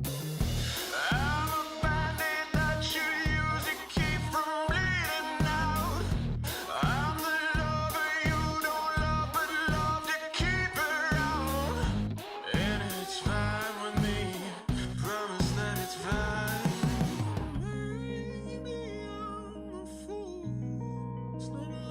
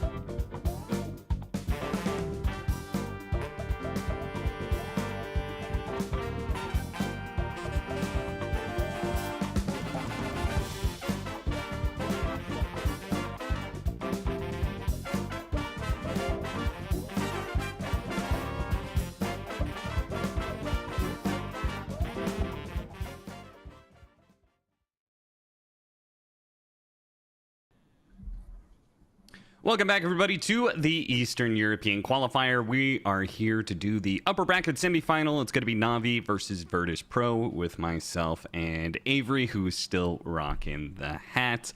Avery, how you doing today? Doing all right. Good to see a series that I think we were maybe not expecting, as Navi pulled the upset against the two-time TI champs here. And in style, honestly, just 2-0'd them flat up with some ridiculous numbers on Uragi and Sanctity. So I'm kind of excited to see what they can do today. I think both these Navi squads, actually, Navi Junior as well, both looked pretty interesting. So maybe these guys have got some good drafting in terms of player quality up their sleeve, you know? Yeah. I think it is. I actually forgot that Uragi had joined this squad, and I wonder if he's on a mini crit tour here. You know, he got some blasphemy on his name, and he comes back and might just be able to prove some OG haters that you know, maybe he wasn't the problem. That he can still excel on a different lineup. Because, yeah, taking down Team Spirit. I imagine Team Spirit wasn't at their best shape. But no matter what shape Team Spirit is in, taking that team down is a hell of an accolade. Might mean that Navi is now the favorite to actually go through and qualify for this whole thing. But standing in their way is Virtus Pro. Virtus Pro, who... I think maybe you were backing them, if I recall, yesterday when we were talking about it. In their matchup against One Win, they did manage to pull through another 2-0, like you were saying. I think this team has a pretty decent amount of consistency. I think, like, behind Spirit and Betboom, for me, they're the number 3 in this region in terms of consistency, but they often fall a little short of the, like, peak levels, I think, maybe some of these other squads are capable of. That's maybe my biggest issue with them. But if they're firing on all cylinders, like, they'll definitely take you out. So I'm unsurprised to see them here in upper bracket final. I mean, you also got to remember there's only one team that goes through from this region. So, like, even though there's 4 or 5 really solid teams here, there is only one slot. And Team Spirit already won a lower bracket match, so they're gaining some momentum down there. So you don't really want to fall into this lower bracket and have to play them again or something, you know, and then just... You might have to play them in the grand final as well. This is a very tough bracket. All these matches matter a lot in terms of momentum and what you're learning from them. So this is a pretty important match for either of these teams if they want to at least go into that grand final in a good position for whoever's coming up, who's going to have a lot of momentum from that lower bracket. And the bans, unsurprising here, because Tiny Bounty Hunter Chen pretty much banned out first phase in a lot of these matches versus Navi. People do not want to give Zayats his, like, weird melee heroes that he's been doing some work on. Yeah. And on the flip side, Leshrac has pretty much been Virtus Pro's go-to. They're just abusing, like, mana and HP strategies this event, so look for the Lesh, look for, like, the Coddle, like Coddle, Storm, Pugna, plus something, Gyro, these types of battery lineups. FNG's been favoring them, so they take the Lesh out, but some of the others still in the pool. There's the Gyro. And we saw a little bit of this at DreamLeague, but the interesting thing about the early Lesh pickup, right, is you could still flex it if you want, which is what Virtus Pro did in their second game against One Win, where they flexed it to have FNG playing it. 10 seconds. And they'll probably flex this too as well, if they really want to. I think FNG will play anything. This hero is still viable as a support. I mean, it's not great. I don't think that's what they're trying to do with it, but if it comes down to it, they might. Still, it's like a hero that they can buff up, which is what they've been going for. So you have to think about Coddle, Io, Pugna, heroes like this. I don't know if he'll play Omni Knight. I don't know how good that even is, but just stuff like this that can turn this Gyro into a raid boss would be something to consider here. You're Navi.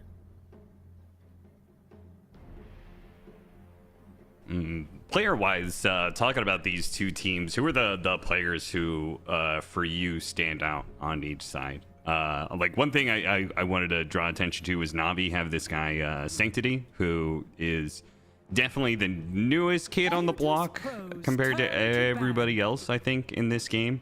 I mean, even people who are watching Eastern Europe may not actually know him because he started off in C on Lilga.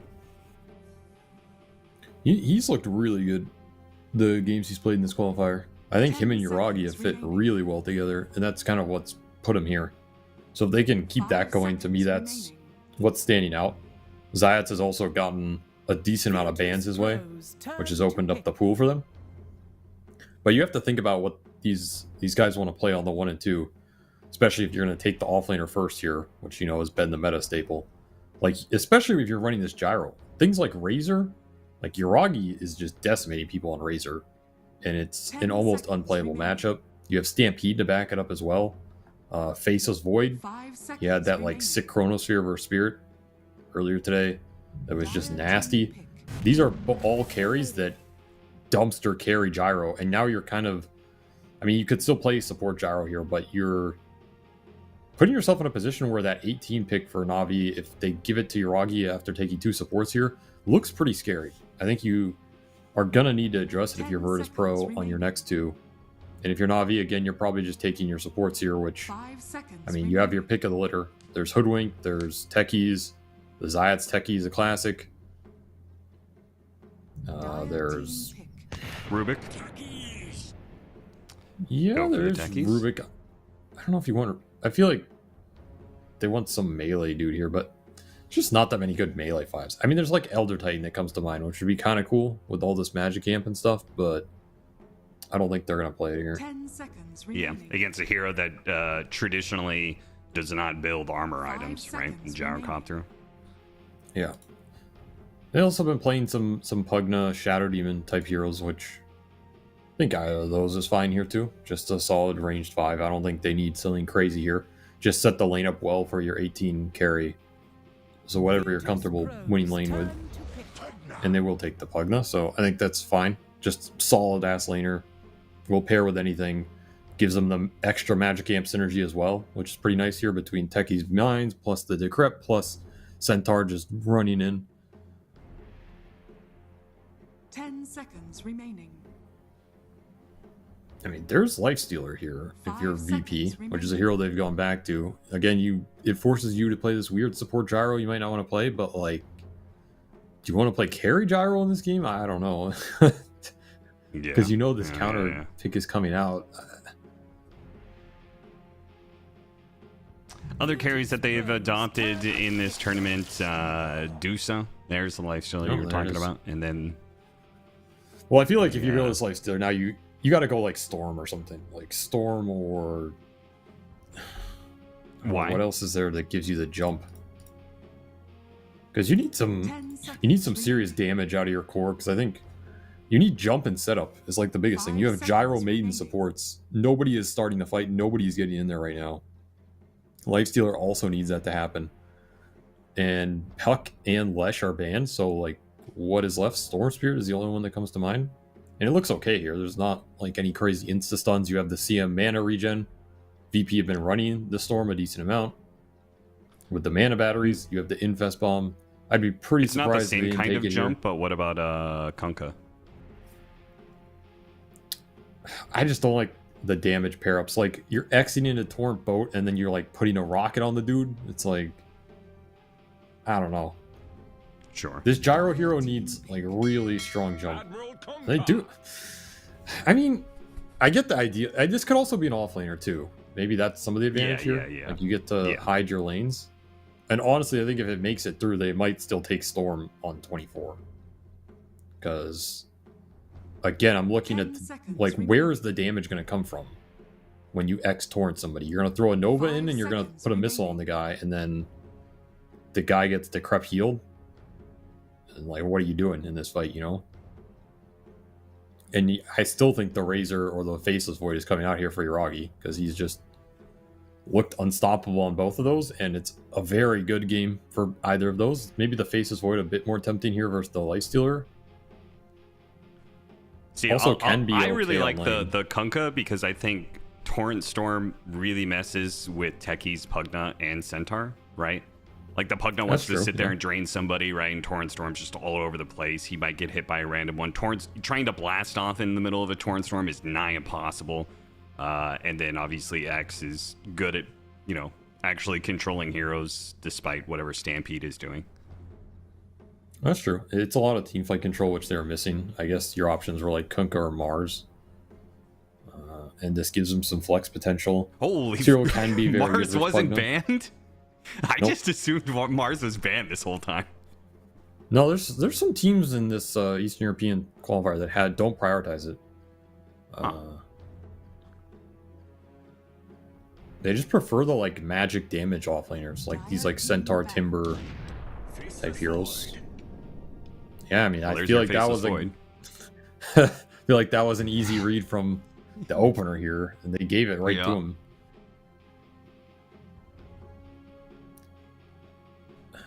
I mean, it's good here. It's like 10 seconds time dilation Rex the supports. There's not a huge amount of burst damage to kill him in your X Torrent combo, so time leap's pretty good here. Chrono, very good versus the Lifestealer matchup. Hard to play like the Ags counter invest game versus carry. And then he is one of the carries that can do okay on lane versus the offlane Kunkka, if it really comes to it. 10 seconds remaining. Yeah, I feel like there's like almost no downside here, because you have two supports who can also pump a lot of damage into the Chrono. And you even have like a soft save for him if he really gets in trouble with the Crept, so... Dire team ban. And we'll ban the Zeus and the Razor, so... They get the Razor ban. The Zeus ban is something Sanctity was popping off earlier. Actually went the Hurricane Pike build. Which I think is... Oh, okay. Nice. Finally somebody has gone that build. 10 seconds remaining. And Na'Vi worried about the summons here. Beastmaster ban. 5 seconds remaining. think Any Storm is chance the still a route, but- Beastmaster means Pango is a possibility? Would give you more jump and more damage? Alright. Dire team Is pick. that option? I mean, Huskar also shits on that hero, but it's Na'Vi who will take up the Pango. Yeah, Huskar ban it. Straight into it. Didn't even give him time to think. Yeah.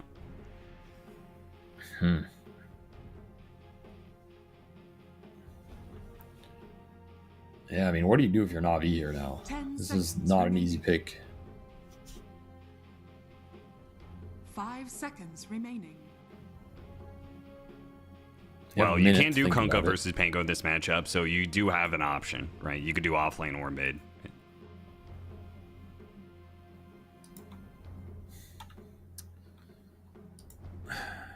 There's like some additional carry style, like if you really want more burst, there's like a Lina mid, which beats Pango and gives you more chances to burst Faceless Void on Kunkka's catch. I think you either go the Storm route still, and you just like play through that dude and hope he takes over the map, or you pick like they might just pick Mars as well. They feel like they can just out team fight them with double AoE dudes. There's just not much that threatens the Void game. The Beast ban was very good. I think they would have taken that. He's There's, like Lycans. Quap. And... Quap Russian Orchid. I guess.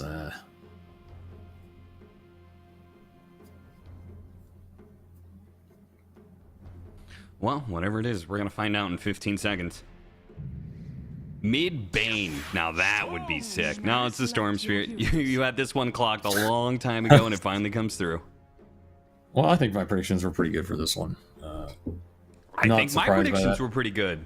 Together, Yeah, you we didn't do got a bad lot of the yourself. draft. I think this was what they wanted on that Kunkka pick, but they didn't want to show it. But the downside here is now you have a lineup where this Chrono is playing against no save and nobody who really wants to get Chronoed outside. I guess if the Kunkka has a really good game, this game might come down to like how well this Kunkka Void lane goes. If Nodus can get really big off it and be in a position where he somehow gets like a cheeky kill on Yuragi with some support gate rotation and gets ahead of him by 1,000 net worth, and you put Na'Vi in a position where these Chronos are not just an end-all be-all in the fight, because you know there's boat realm and some guy lives. There's an infest, and you can take the fights around Storm jumping the backline. Then I think you can succeed there. But I think the game has to be very good for Squadix and Noticed here, so that they can enable the supports, because the supports are not going to enable them, in my opinion. Like I don't think the Gyro Maiden are just going to plow over these lanes versus Techie's Pugna.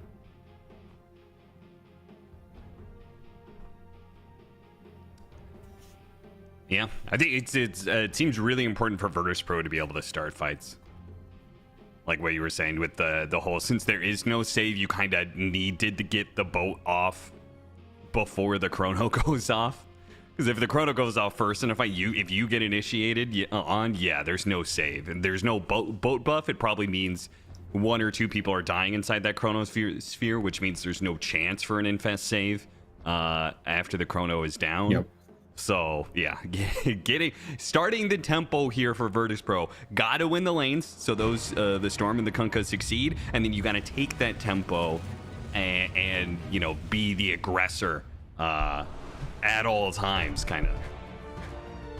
But I think if they can start fights on their, like these fights, start these skirmishes on their terms with Storm jumping people, the fight's not so straightforward for Navi. Like you don't want to chrono on top of your own supports who are getting jumped and like you can stampede, but it's not guaranteed to get you away from Frostbite, Hex, Vortex, this type of stuff. So I can see it. I can see the Storm going ham. He has some extra mana as well. That's true. As much as you hate on Crystal Maiden, it's been the most popular support, I think, maybe in the last, like, 2 weeks or so. Her laning's pretty reliable if you play it well. Yeah. So I don't know. That's what people are liking. Like, what are you going to pick that's going to blind win the lane as a 5 in the current meta? These days of, like, Treant Protector and stuff like this are kind of gone. I mean, there's Chen, but obviously Chen is also first phase ban. Yeah. Why can't you do the melee 5s anymore? I mean, you can, but they're not guaranteed to win you the lane. Like, almost every 4 is ranged in the meta. They're all pretty fast. They all have pretty strong nukes. It just doesn't feel as good. I guess there's some offlaners that are kind of meta that really, you know, dumpster those heroes, like Viper and Razor especially. I mean, even just like Mars and Timbers and stuff kind of just own all the melee 5s. Centaurs, you're not going to outtrade him. It's way too hard. So runes get split. Yeah. I wouldn't be surprised to see this Pugna go up a bit more too. Like, we've been seeing this hero a bit. He seems to fit that role. Like a ranged 5 who can pretty reliably do well on most lanes. Give you some like decent spells. What happened to this game. hero? He was all the rage. Like everybody was spamming in his 5. Like 6 months ago?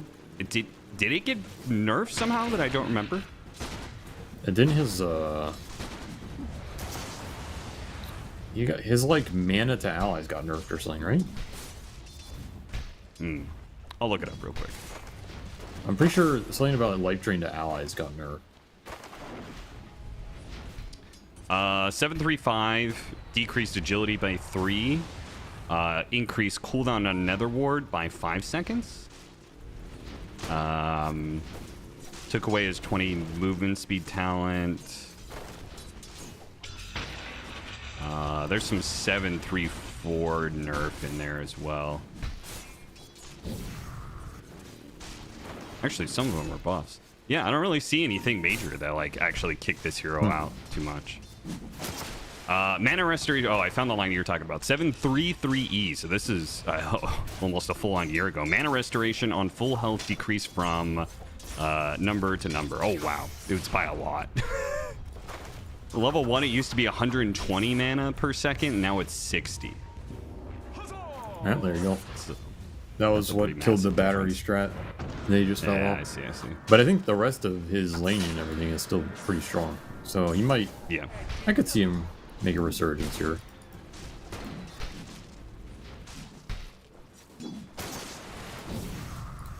So far, he's doing pretty well. Tempted to pull top, but able to contest it. Even lane for Yuragi early on, which he's happy about. And this offlane for Na'Vi is gonna free farm here for sure. I don't think Lightstealer Maiden are stopping Techie Centaur, so I think both side lanes here for Na'Vi looking pretty damn solid to start. Yeah. This duo, I'm not sure if I've ever seen this duo before. Gyrocopter Kunkka. It's a pretty funny lane, right? They just show up to lane, immediately Flak Cannon and Tidebringer. You know, it's just like they clear out the creep wave pretty quickly and do some harassment damage. Problem is they're against Faceless Void in that regard. So it's not like the harassment really ultimately does too much. FNG is going to get run down for the first blood as Nephrit manages to catch up to him. Slow-ass Crystal Maiden dies yet again in lane. See, would you rather have the Maiden or would you rather have the Pugna here? Well, there is Pugna a is dying massive too difference in fast. their movement speed. Exactly. It's literally 50. More than a brown 50 boots. movement speed more. That's so insane. Radiant structures are fortified.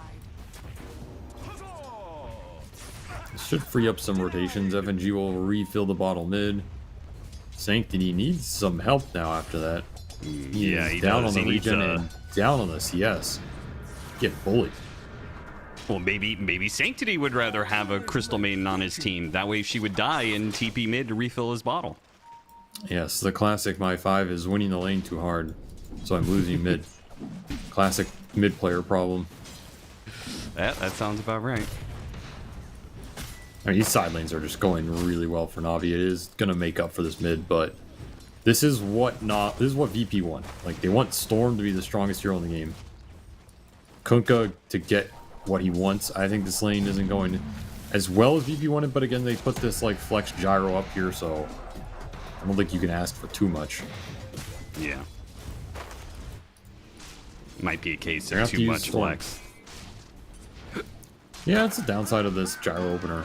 You just have some dude flacking up here. I don't know how useful it's going to be. It's just going to be how much farm he can get and get some like early aura items. Yeah. Malady almost killing him there. Yeah, Melody's kicking some ass up here. It is giving noticed quite a lot of extra regen, but again, can't really threaten Uragi, and Uragi's just free farming as a result. They're going to go for the kill now on Malady. Don't have level 3 on the gyrocopter, so that missing damage is going to cost them this kill. Sayush is going to help him get the kill, but will die in the process of time dilation. So ultimately, still pretty good for Na'Vi as Uragi gets further ahead. Yeah, he is not sad about that one bit. Kills on lane for a Faceless Void as the Maiden goes down a second time, found on that side by the tree line. They never learn, Austin. Crystal Maiden's never like. And- I mean, to some degree, you kind of have to play in the side jungle sometimes, right? You got to block some camps and unblock some camps. Yeah, but that's the weakness of Maiden. She's like the worst hero at contesting pull advantage. If you just threaten this big camp, which is what Zayat's been doing down here, you force the Maiden off the lane, then she just insta-dies. Because she's too slow to get out of the reach. So they've done a decent job pulling FNG into that jungle area. They got 2 kills on him. Decent amount of XP. He can leave the Centaur alone. Phase Boot's already done for Nephrit down here, which is insane how strong he is right now. And this means you can help mid, try and flip some of this momentum back. Levels are actually pretty even for Sanctity, but he's just really behind on the CS and would have liked that power rune, but he will not get it. At least it wasn't one of the real dangerous runes for a Storm Spirit. No Arcane Rune, no regen. Instead, just got an Invis. Not that big of a deal.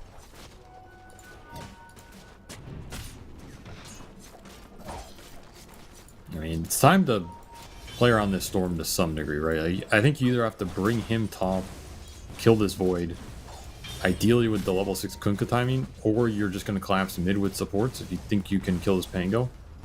But I feel like one of these 2 moves for VP in the next minute, you have to think about it, because you're not doing anything in this Lifestealer lane, and you don't want to just leave Kunkka up here until he gets chrono rotated on. How do you know that as a player inside of the game? Like, how do you make that read? Is that just a communication of, like, how's our side lanes doing? And the support's like, I can't really do anything here. Or is it the Storm being like, I'm strong, guys, let's make a move on me? I mean, it's like, to me, it's the game plan, right? Who are you trying to get to a position to win you the game? And what's going to progress your game the most? Because sometimes you have kills available, but they don't actually do anything. Those are the hardest to understand. In this game, I think getting storm kills is the best thing that can happen for VP. Oh, instead they're going to get moved on. And, dead. And so this is the problem with like FNG being down here. If he wants to be down here and he can prevent that move, I think it's valuable. But he's not preventing anything happening here. And he's not creating any pressure because they can't go on Nephrit down here ever. So, like, what is the Maiden doing down here, right? It's just, he's waiting for his lifesteal to die so he can clean up his range creeps, you know? Yeah, it's not a particularly inspiring game plan.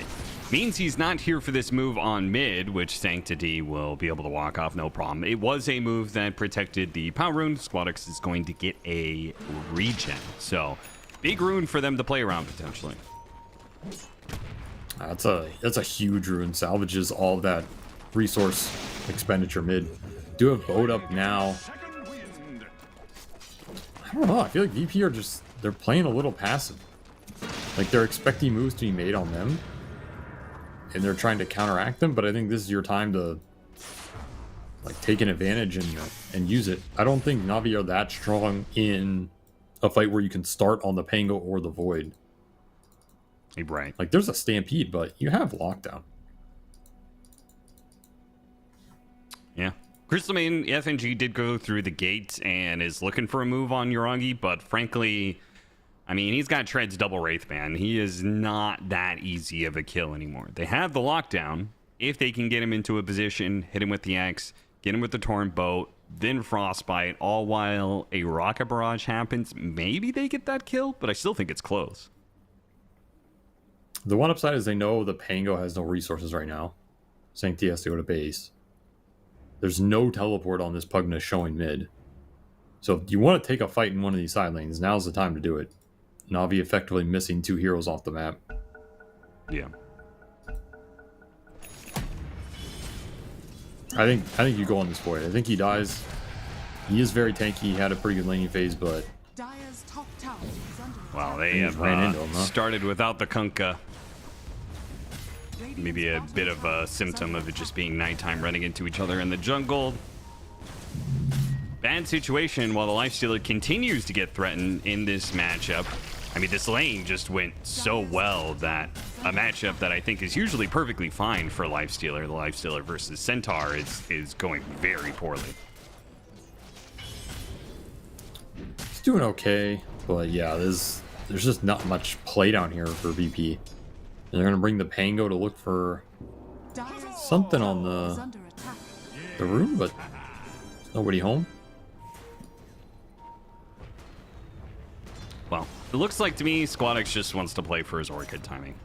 He says, I'm not going to make any moves until I hit Orchid. Once I hit Orchid, there's going to be this long period of time where he can shut down the Faceless Void or the Pango, easy support kills, so on and so forth. He's going to have it pretty fast here. It'll be strong. I mean, the thing this top move did is they didn't get the Void kill, but they're going to get the tower off it because Yuragi is too afraid to go back and defend this on his own. So it did yield some decent map control. I don't think VP are too sad about that. That's the thing about making the right move. If you make the right move, even if it doesn't work, like, it's still good. You still get the proper map progression out of it, which is important. Whereas them leaving this Lifestealer bottom, nothing happened to Kiritich, right? He defends his tower. He continues to farm up.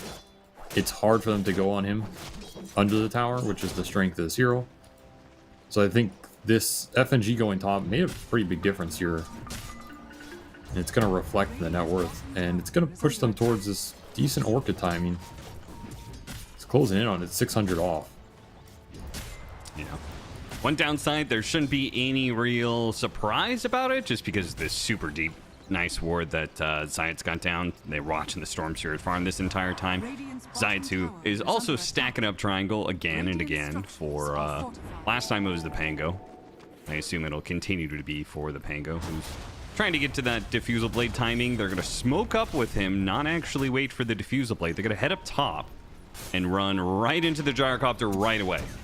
So Sayush, very dead. But it also means he protects his Kunkka from a rotation, so not the worst in the world. Dire's middle tower is under Kind of a weird smoke, but I guess they were trying to use Chrono on a core up here. Still space for the Lifesteal bottom, though he does lose his tower to this Pugna backstab. Nice play by Malady. Gets the courier as well. Dances it off. Did not It's going to be deny a the standard armlet being there. Lifestealer build.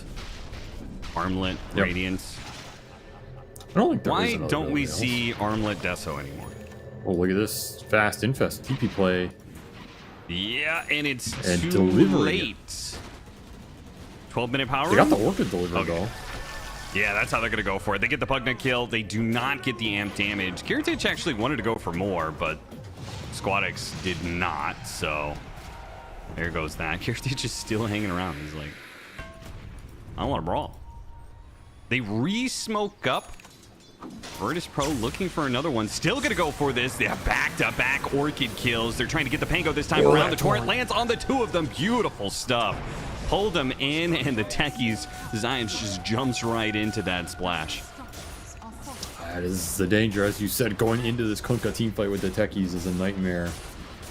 And that was some really nice fast play from VP. The second that Orchid got finished, they TP the gyro mid off that depth to deliver it. So it's instantly there. Oh, is that what it was? TP, yeah, then you have the Lifesteal TP infest. So this rune play, I just don't think Navi were expecting it. Like, you're looking at this Storm, he doesn't have Orchid yet, then suddenly he's infest Orchid on you at this 12-minute rune. Backs up, gets some mana off FNG, and they instantly re-smoke, insta-re-jump with the cooldown coming back up, get a second silence. Just beautiful play around the Storm Spirit, which is exactly what you want to do with this kind of lineup. Like, this is how you're going to open up a lead. Because there is no answer to Squadix this game. Like, your lockdown just is not going to be there. And he has extra HP, has extra mana to play with. You have to play for the later portions of the mid game where the Faceless Void can come into the fights, Chrono the Storm, Chrono the Lifestealer, clean up, give you numbers advantage. But Yuragi, he's having a really good game. He's just not ready to do that yet. Which means your window as VP is still open here. Especially with full resources on the Storm Spirit.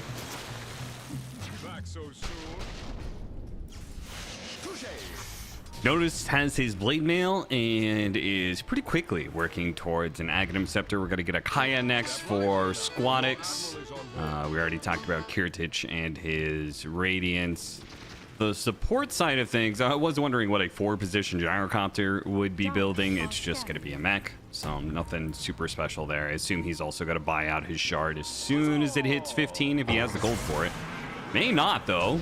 Especially if they fail to get a kill here. Turn around on the other side of things. FNG just drops the Freezing Field. Malady drops the Life Drain. And the Life Drain beats out the Crystal Maiden with ease. They just broke on an unfortunate fog point there with the Centaur. Did get the Faceless Void teleport out, which could be valuable if they want to make another move with the Storm Spirit Shield Rune here. Damn, Zayats has just been continually getting these deep wards out. Yeah. Just smoked himself to Hobbs' this Radiant Triangle.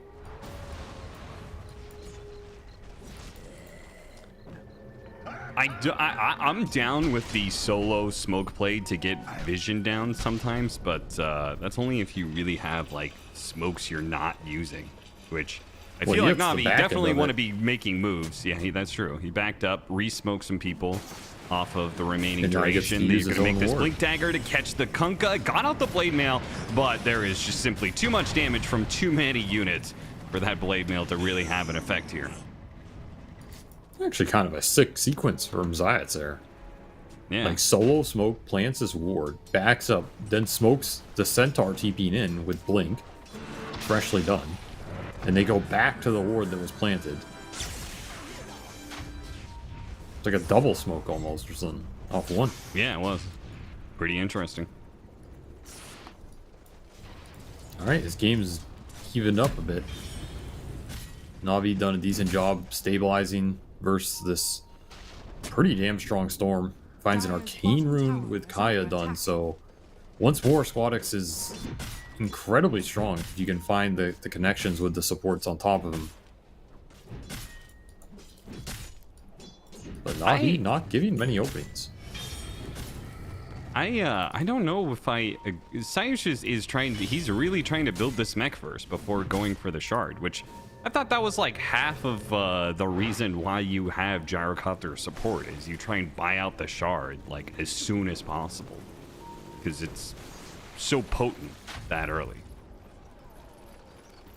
I mean, the counterpoint is if you buy mech and win a team fight, you'll get the shard, I guess. Yeah, I guess so. They know about this smoke from Squadix and Sayush. They ran into a mine. It immediately got pinged out by Zayat, so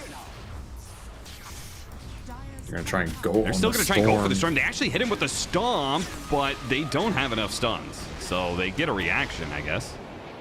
That's good enough, and they can fall back to their mines. Got the rune out of him as well. I mean, you got to remember, I don't think Na'Vi are too pressed to make something crazy happen during this time period. They just want to dodge the smokes, nullify the advantage, get their Void more net worth, and they're pretty happy.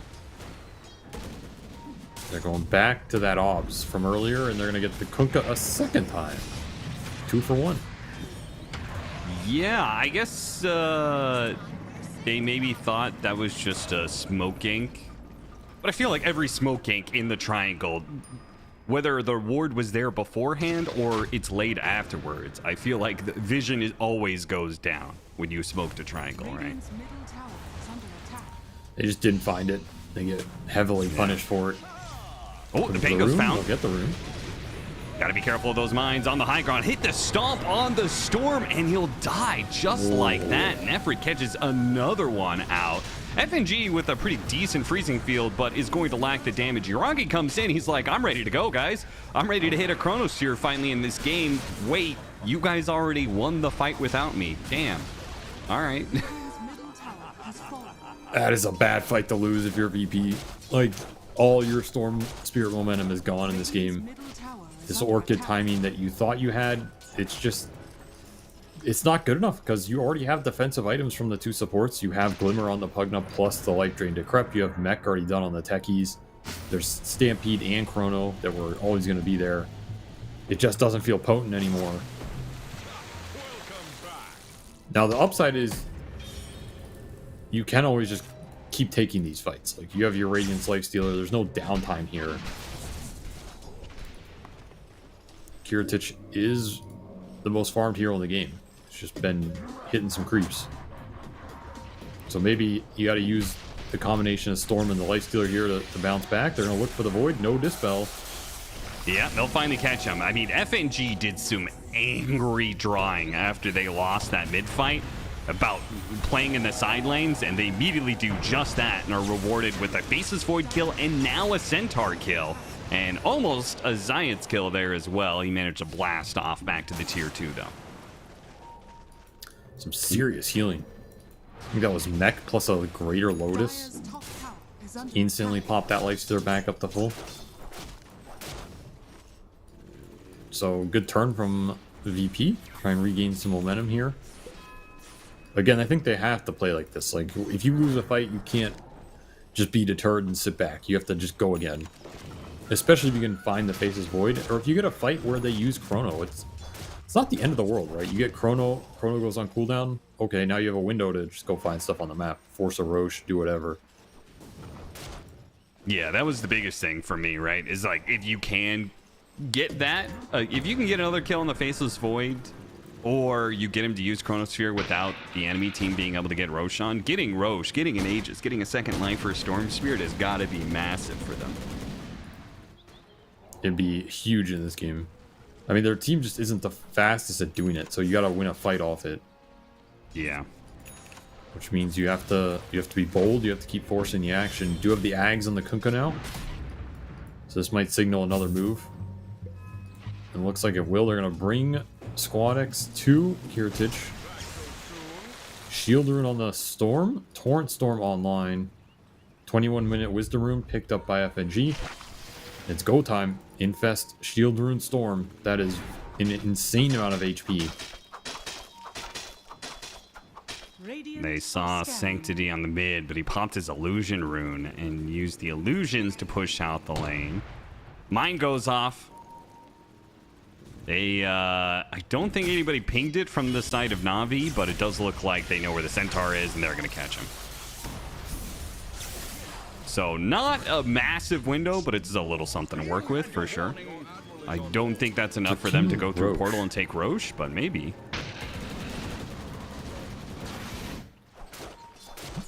I don't think it's enough to do the Roche, but you want to get lanes in here and you want to go for another pickoff if you can. You might try for something bottom. Keep the momentum going. Keep the number advantage. And they're going to find it too. There's no doubt Zayas is going to run into some of these heroes. And as soon as he's spotted, the Storm will collect on the kill. I like that Squadix waited to see if somebody else would show. They did not. Would have been much nicer for them to be able to find the Pango kill. Oh, and also, maybe he didn't have an illusion rune. He has a Manta on the Pango. He's pretty farmed, honestly, all things considered. Yeah, he is. I mean, I still think Sanctity and Yuragi are both having pretty solid games here. Like, for a defensive-oriented game where they haven't looked for much, they've kind of just sat back and farmed, gotten their levels. This Void is level 15. I mean, he's kind of chilling. If he gets the BKB here, plus Mjolnir, plus level 20, there isn't really a good answer for him. Outside of, you just start the fight on your terms, and then maybe that Chrono's awkward for him. Is there ever a time where they really want to take and force fights if objectives aren't being taken by VP? Or can they just kind of like infinitely just like chill and farm? I mean, they can definitely take the action to them, but I don't think they're under pressure to. Yeah. And I think there's a lot of... Again, like, as long as the Chrono is up, Na'Vi are happier with that game state than if the Chrono is down. So if you're going to make a move, and it even if it works, but it's not good enough, it could open up Roche for VP. There's a lot of risk in them making something aggressive. Gonna try and catch the Pango down here again. It's close. Almost, but not quite. BKB next for Notice. He's got his Aghanims completed. I mean, with the Ags, if you get BKB on Squadix and the Kunkka, I feel like you force the Roshan even if Chronosphere's up, you know? I feel like you're kind of... You can't wait any longer to get that objective going, you know? We'll catch the Centaur. Oh, they won't catch the Centaur. That raid is just outside of vision. Oof.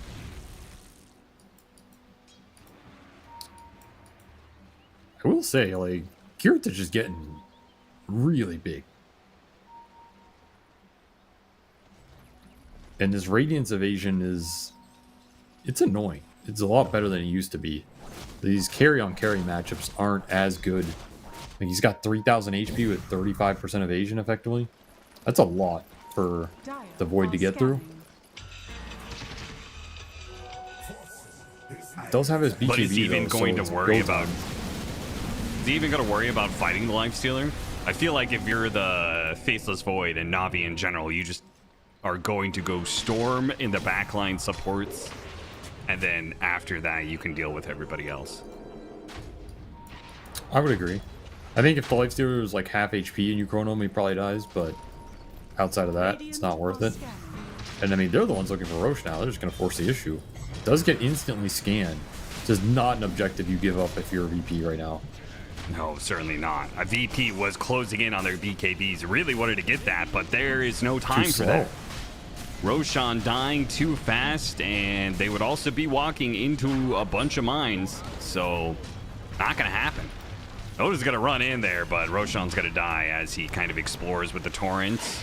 Storm not going to go for the zip. Snatched. Oh, he actually got the last hit on Roshan with the torrent. What a gangster. Damn. Well, they're going to take the fight regardless. FNG will die now as they tried to run away after a team fight, which is never Crystal Maiden's forte. No. And they'll just bail. I mean, that's a... I mean, you get the Roche, but honestly, I don't think I don't think Navi care too much, right?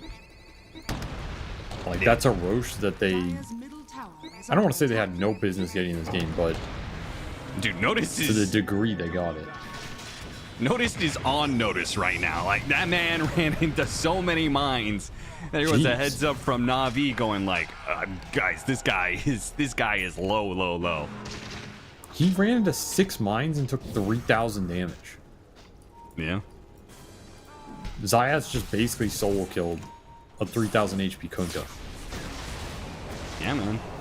That That's minus not magic right, dude. resistance is no joke. That is just not right. Like, what? I mean, the man also has no magic resistance to begin with, right? So he hits one mine, and then every mine after that is practically doing pure damage. Oh, I understand the math, but I'm saying the fact that happened is a little absurd. Walk into a free Centaur. Centaur is just dead. They used the Stampede to roll. Okay, Glimmer Cape save. And no detection. A little bit skittish about taking the fight. After all, they're fighting into a Navi team that has this Aegis, has Chronosphere, and it's finally put to use. Catches the Stormfield right on the edge, but they have the Infest. So the Infest heal goes off. Squadix is full HP with his BKB. Now going to wear out, but Sanctity goes to the TP off the Rolling Thunder. Barely makes it out before the Rolling Thunder expires. While Yuragi is in trouble. He's going to go for Desperate TP. If he dies here, he's going to die twice. And he does. They kill him just before the TP completes. And now I just cannot see a way for him to get out of this. He leapt to like the one spot with no tree. Otherwise, I think he gets out there because the stuns are pretty limited. And there we see like why this Chronosphere is not an end-all be-all in this game. A lot of EHP. Boat comes through, Mech comes through, Infest on the Storm, he's BKB'd. That Chrono just did nothing. And that is why Navi, I think we're happy with this game getting stalled, because they need some more late game damage.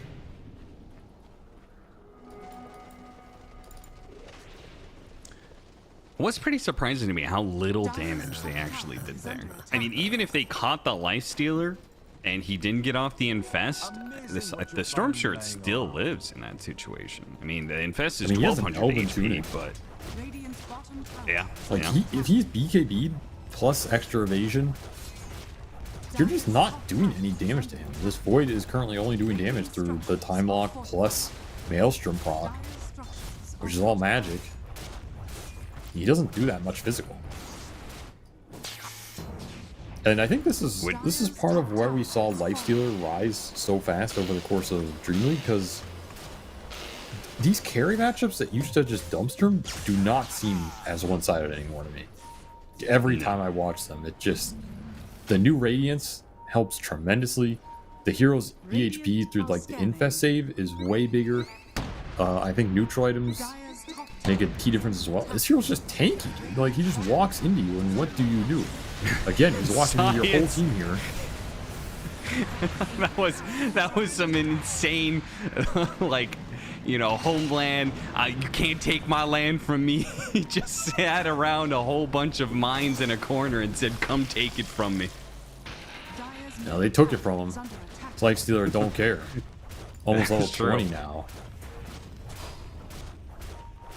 The bulldozer that is Kiritich pushes through Na'Vi, and it feels like Na'Vi, they need to be able to push for time where they have the Mjolnir and level 20 on Yuragi. I mean, you always point to that level 20 talent as being a pretty massive one for Faceless Void's progression. So he finishes Mjolnir, but yeah, they just need way more damage here. You cannot underestimate how much this Lifestealer is doing in these fights in terms of preventing good targeting. Well, and the problem is nobody's going to give him that damage, right? Like the Pango, no matter how much more you itemize, I guess there's the level 20 talent, but that's kind of it. You don't really, the damage that you put into the Chronosphere is not actually going to change as the game goes on.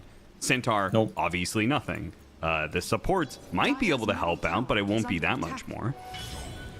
It's the downside of the Pango here. His synergy with them is as good as another ranged mid would have been, but it gives you another fight starter. As VP are just going to Ward smoke, on and the they have ground. their Kunkka BKB. FNG, he'll just take the brunt of that initiation, walks in, and immediately dies. They go for the Chronosphere, but look at this damage. It is pathetic. The Rolling Thunder is going to have to hit a few more times to have a chance, but it's the Faceless Void who dies first, and he gets off the Infest and the Lifestealer, so he's perfectly fine. They do manage to kill the Storm Spirit, but the Lifestealer is going to pop out soon. I feel like he could actually take this fight. I guess he's not that healing. 1800 HP, and he has open wounds back up, and they're going to buy back on the Crystal Maiden to go for this one. Sanctity, they're trying to get the heal off, but it's not good enough. And now the Freezing Field from the Crystal Maiden, rather, combined with the nice use of the Crystal Clone, will hold the Centaur in place and get him killed as well. So Na'Vi, I'm not sure what exactly the read of that situation was from their side, but just looking at it, like Heritage is just healing up inside the Kunkka the whole time. That was a ticking time bomb, to be sure.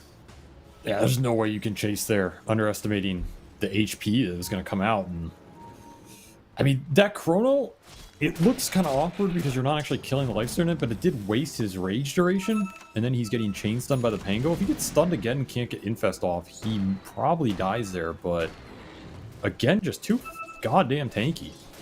He just hops in his Kunkka, and it's a completely different fight.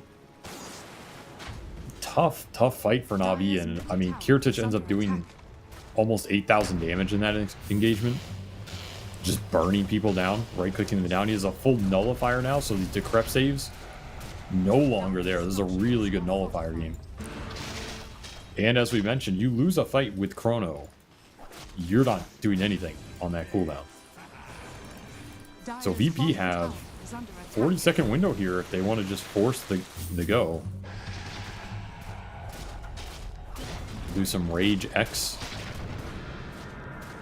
Yeah, there's no counter to that on Na'Vi. You don't have heals or anything, so that can be done infinitely. I always wonder why teams don't, like, if you have that kind of play, why don't you just keep doing it until the barracks dies, you know? Dire's bottom tower is under attack. Well, they might. Well, not right now. They backed off, took a tier 2 bottom. Dire's bottom tower has fallen. Notice is going to X himself instead. I mean, to be honest, it's not that efficient. Like, you know, you are giving up some farm time on other heroes. You're risking getting flank smoked and them jumping where you came from. There's some counterplay to it. I mean, this game, it might be pretty free, but from VP's point of view, if they win another fight, they probably win this game. I think that's probably how they feel. They have I Ags guess on some the of it storm now. comes level down 20. to the fact that super creeps are a completely whatever objective. You know, I feel Yeah, like that they as just well. don't matter like 90% of Yeah, games. they don't.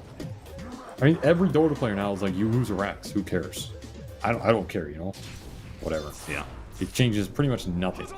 So, if you're the enemy, why waste your time? Like I always say, you know, you're not going to win this game by taking Raxes. You're going to win this game by winning the fight.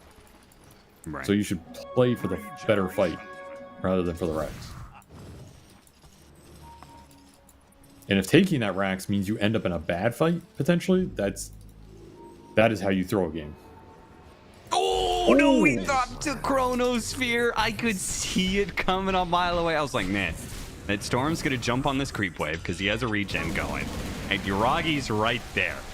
What are the chances he just sees the Storm and instantly tries to Chronosphere? What's going to happen there? And unfortunately for Yuragi, the answer was Squadix zipped out before the Chrono landed, and now they're immediately going to smoke up on the side of Virtus Pro. They're like, well, this is a golden opportunity. Absolutely try and make something happen here. Worst case scenario, you clear the map out for Roshan. That's coming up soon. Zip, zip, zip. Stampede will get the Pugnut back, thanks in part to the Glimmer Cape, so they will get a ward out of that, which is still helpful. Like you said, clears out the map, helps control for Roshan, which is going to spawn. In fact, could be up right now, so Virtus Pro Look at the mines definitely up going to be here. heading to that corner. Zayat's been doing some work, preparing the defenses. I like to try and lure imagine Noticed in. whenever a techies does this, I imagine he's the same guy who's like, taxation is theft. You pry it from my cold dead hand sort of guy, you know? Well, they're gonna pry it He from his jumps dead to the hand other 'cause- side to where all more mines are.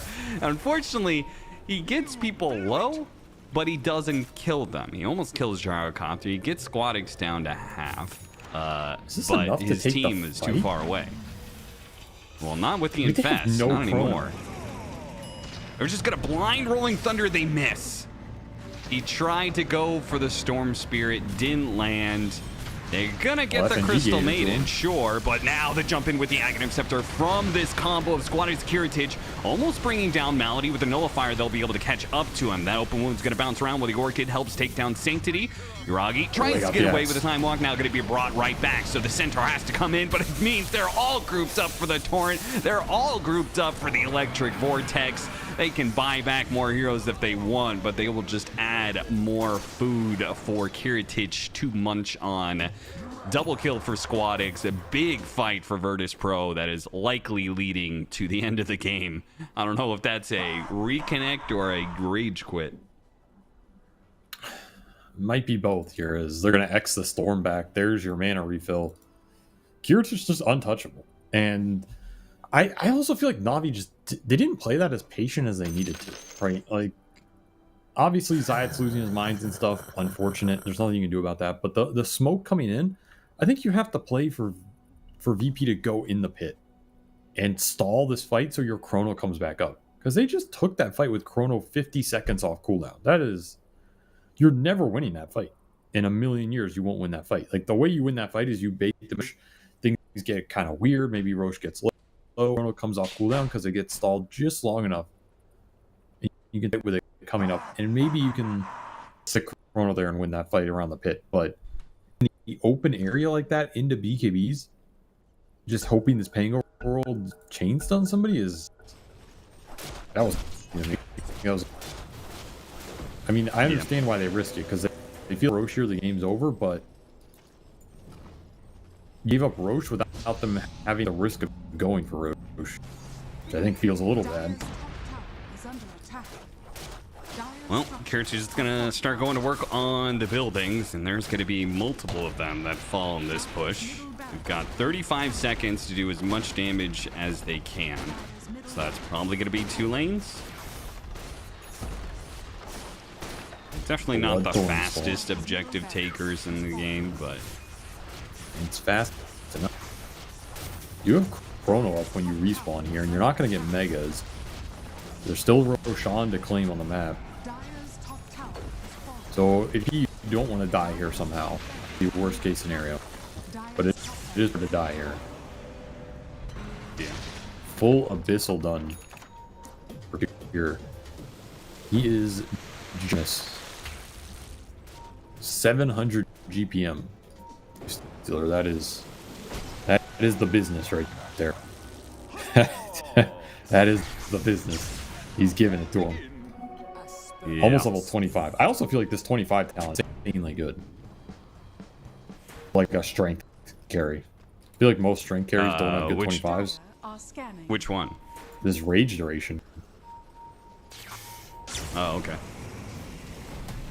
Smoke breaks. Rolling Thunder. They actually do manage to hit the stomp. No Rolling Thunder to follow it up. Uragi's not pulling the trigger on the Chronosphere right now, but his teammate is dying to the Lifestealer. Yeah, he's getting pretty annoying. Uragi finally pops the BKB, looks for an opportunity. Chronosphere's the 2 supports. Not the best, but not the worst. It'll get 2 kills out of it. They're playing the long haul, though. Kiritich is going to be able to just cleave through any hero that he can get his hands on. Right now, he's looking for Uragi. Can't quite find him. Now Stampede's going to go off, pulled in by the Storm Spirit. Oh, the Time Walk, it's not going to go off. He gets torrented into a tidal wave on top of that one. Kiritich is actually struggling, though. Oh, no, he's not. Open wounds is going up. Man's healing far too much. They can't stop him. Maybe Nefri. No, Squadix is going to come in, help him out. They are lacking on mana. That is the only thing that's stopping Virtus Pro from going for more here. Actually took a little bit of time to get the Lotuses to look for more. Sanctity, he's got a little bit of mana to work with and might be able to find the Pango here. Pango might find him if he gets the mana burn first. Oh, found him on the TP. Too much Blinker damage. Wait there. Yeah. My God, dude. I mean, that was almost a comeback fight from Navi. It's like they got Kunkka by both supports in the cry what you're looking for. Yuragi was real close to getting another time off. Qualifiers doesn't late fight. I think Navi win that just straight up. They were really low on resources. Really heads up clutch plays by squad experts here. I take these late game fight. So much of that started with Kirtich just killing the Centaur 100-0 off Abyssal into stun into he could not BKB Stampede at all. It's just disgusting. And that team fight's going to lead to the potential final push here. No Chronosphere up for another 25 seconds. That should leave more than enough time for Virtus.pro to take Megas. Now, Navi, again, super creeps don't really mean too much, and I feel like mega creeps mean less than they've ever mattered before in Dota's history. So, definitely possible that Navi just play out the Megas matchup. They are still very good, though. Like, I think your win rate when you get Megas is probably over 80 or 90%. Like, Okay, no matter but what. how much do you think Megas by itself pops that win rate up? Like, I feel like It's a when you decent take amount. Megas, it's usually just a sign of the times, you know, of like how much No, of I an think it's a advantage you significant- have. It's a significant Yeah. boost. Like, Megas are really strong because I honestly think teams are just bad at using them a lot of times, too. Like, when you go Okay. for these final pushes and you have Megas, you're supposed to let the waves push in as much as possible. It forces heroes to show. It will force them to show almost everybody a lot of times. And you just take a weird angle in the base and you get a good jump, right? Like, that's what it gives you. But a lot of times I feel like people just don't use this at all. Like, they go when lanes aren't in. They just jump like the first guy they see when his team could just be sitting behind him. Like, you just have to play a bit more patient and let the Megas do the work. And it's a pretty significant advantage because you have to show multiple heroes eventually. Like, you can't just infinitely smoke or hide in your fountain. So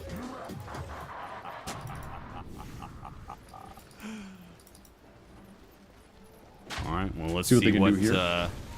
Virtus.pro, how they use these Megas. They certainly want the Megas to push in, otherwise they are walking into a bit of a DMZ set up by Zayat. he's back to the mining. Head out for the Pango. Nice Glimmer for Staff, and they get the Chronosphere Nice on chrono. 2 here. Controlling the Life Stealer and going for the Crystal Maiden. They got the Stomp right behind him as well. Yuragi tries to fight the Life Stealer and decides against it. Got pulled back by the X. The BKB just doesn't last long enough, and Notice is going to go for more with the Tidal Wave, pushing back these heroes, while Sanctity trying to deal with this Nullifier situation. The Rolling Thunder runs out, though. He does manage to burn out the rest of Squad X's mana. Unfortunately, there is a missile coming though. for him, and there is nothing he can do to stop it. They're going to do an quick trip back to Fountain for the Storm Spirit, so he's got full resources. They're going to jump in the meanwhile, but Squadix is back into play. Grabbed the 2 cores right away. Got pulled back in by the X and immediately found the death blow. Navi will call it here. Virtus.pro will take game 1. Just really nice mid game play from them, and really well played around these Roshans. I think Navi just a little too impatient around the pit, honestly, and they had like this mind set up, but it never connected with the fight coming in. And then at the same time, like Kiritich just farming the whole game. There's not much pressure going into him. And Squad X, man, I feel like they had a slow early game, honestly, but on Virtus.pro, but they picked it up. He just got so many power runes this game. Like, ridiculous amount of power runes. You got to feel for Sanctity here, because every fight he's going in with a Pango against a mobility hero with BKB, and he's up against an Arcane rune, a Shield rune, Haste rune, like whatever the hell it is. And then you have to try and chrono the Storm. And even the fights where we saw the Storm get chronoed, there's an Infest. There's a Greaves on the Gyro. There's the Boat Rum coming in. There's random Torrent Storms. Like, your window to actually win that fight is very small if you're Navi. They played through the Storm, and they gave it to them last pick there. I wouldn't have done it, but hey, it's what VP have been running this whole event, and it works out again for them, and it looks pretty solid here. I also think the like Pango Void synergy was a little on display too. Like it can be fine with time dilation, swashbuckle. You play this poke game, but I don't think this is a game where you can poke, because the second Yuragi's BKB is out, he gets 100 to 0.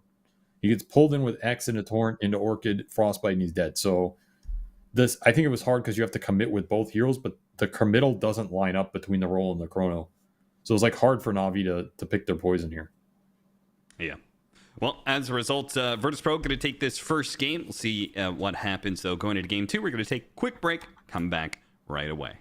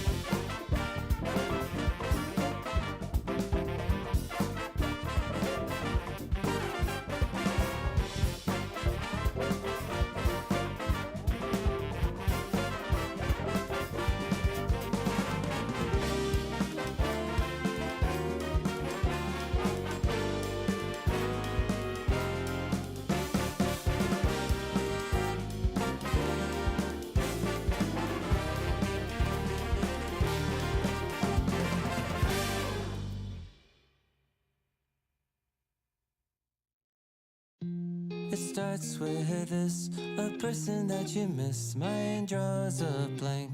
I wanna go back to the early days when life was an escape. Now I just wait for better days. I lost myself in your reality. Lost myself.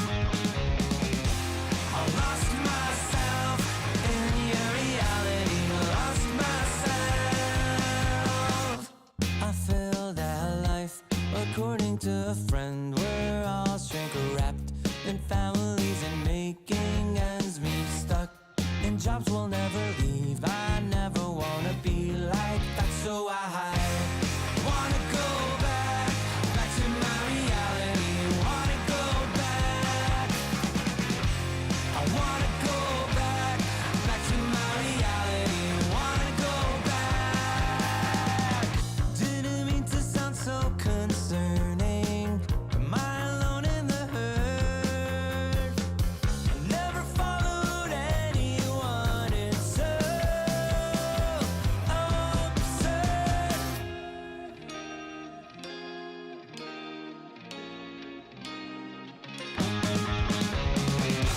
I wanna go back to my reality. Wanna go back. I wanna go back to my reality. Wanna go back. Trying to go back. Gotta go back. Gotta go back.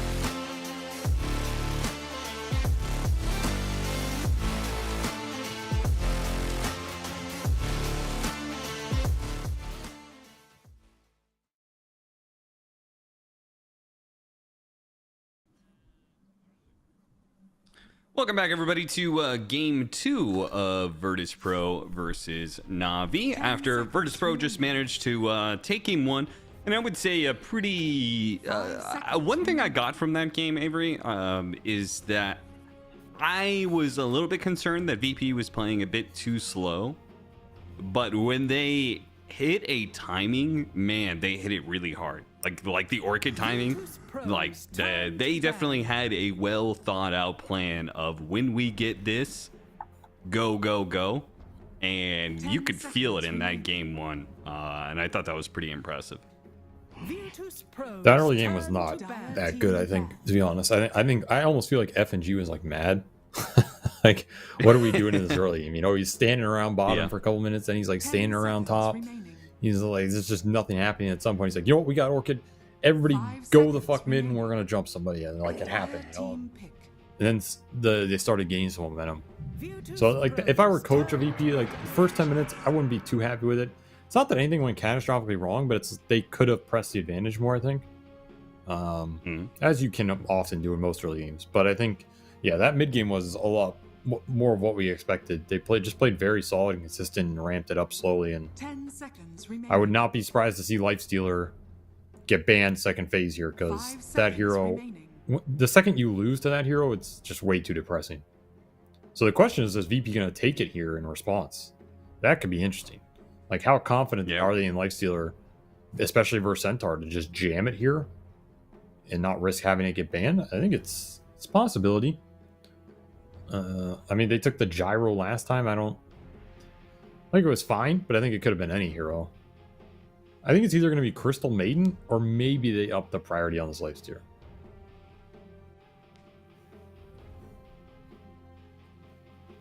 Which I'd be down for. I think you just pick a Lifestealer. Nope, gyro. Okay, well, they just like the gyro, you know? Yeah, I think that is definitely an FNG thing, where I've I've watched this guy for so long. As a drafter, I think he's one of those guys who's like a hardcore drafter, and I think he really likes the twists and turns of having a pick that can swap to something else, you know? That's probably true, yeah. That last series is a great example of that, right? We beat you with the Leshrac. We're gonna draft Leshrac again. Oh, now it's a support. You know, like I almost feel like it's more likely to be a core, gyrocopter core, in this game, just because that for me is like one of those quintessential FNG draft things. You know, he wants to hit you with both sides of it. Hardcore drafter. That's quite a term. Have to keep that one in mind. They did not ban the Lifestealer.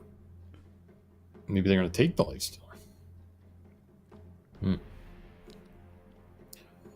Something I honestly think both teams have to think about it here. If VP don't take it out of phase, you have to think about Na'Vi taking it.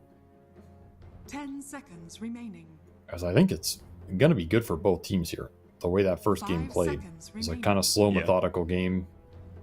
I don't think there's a lot of tempo you're afraid of, outside of maybe that like cheese Beastmaster pick that VP couldn't like last pull out.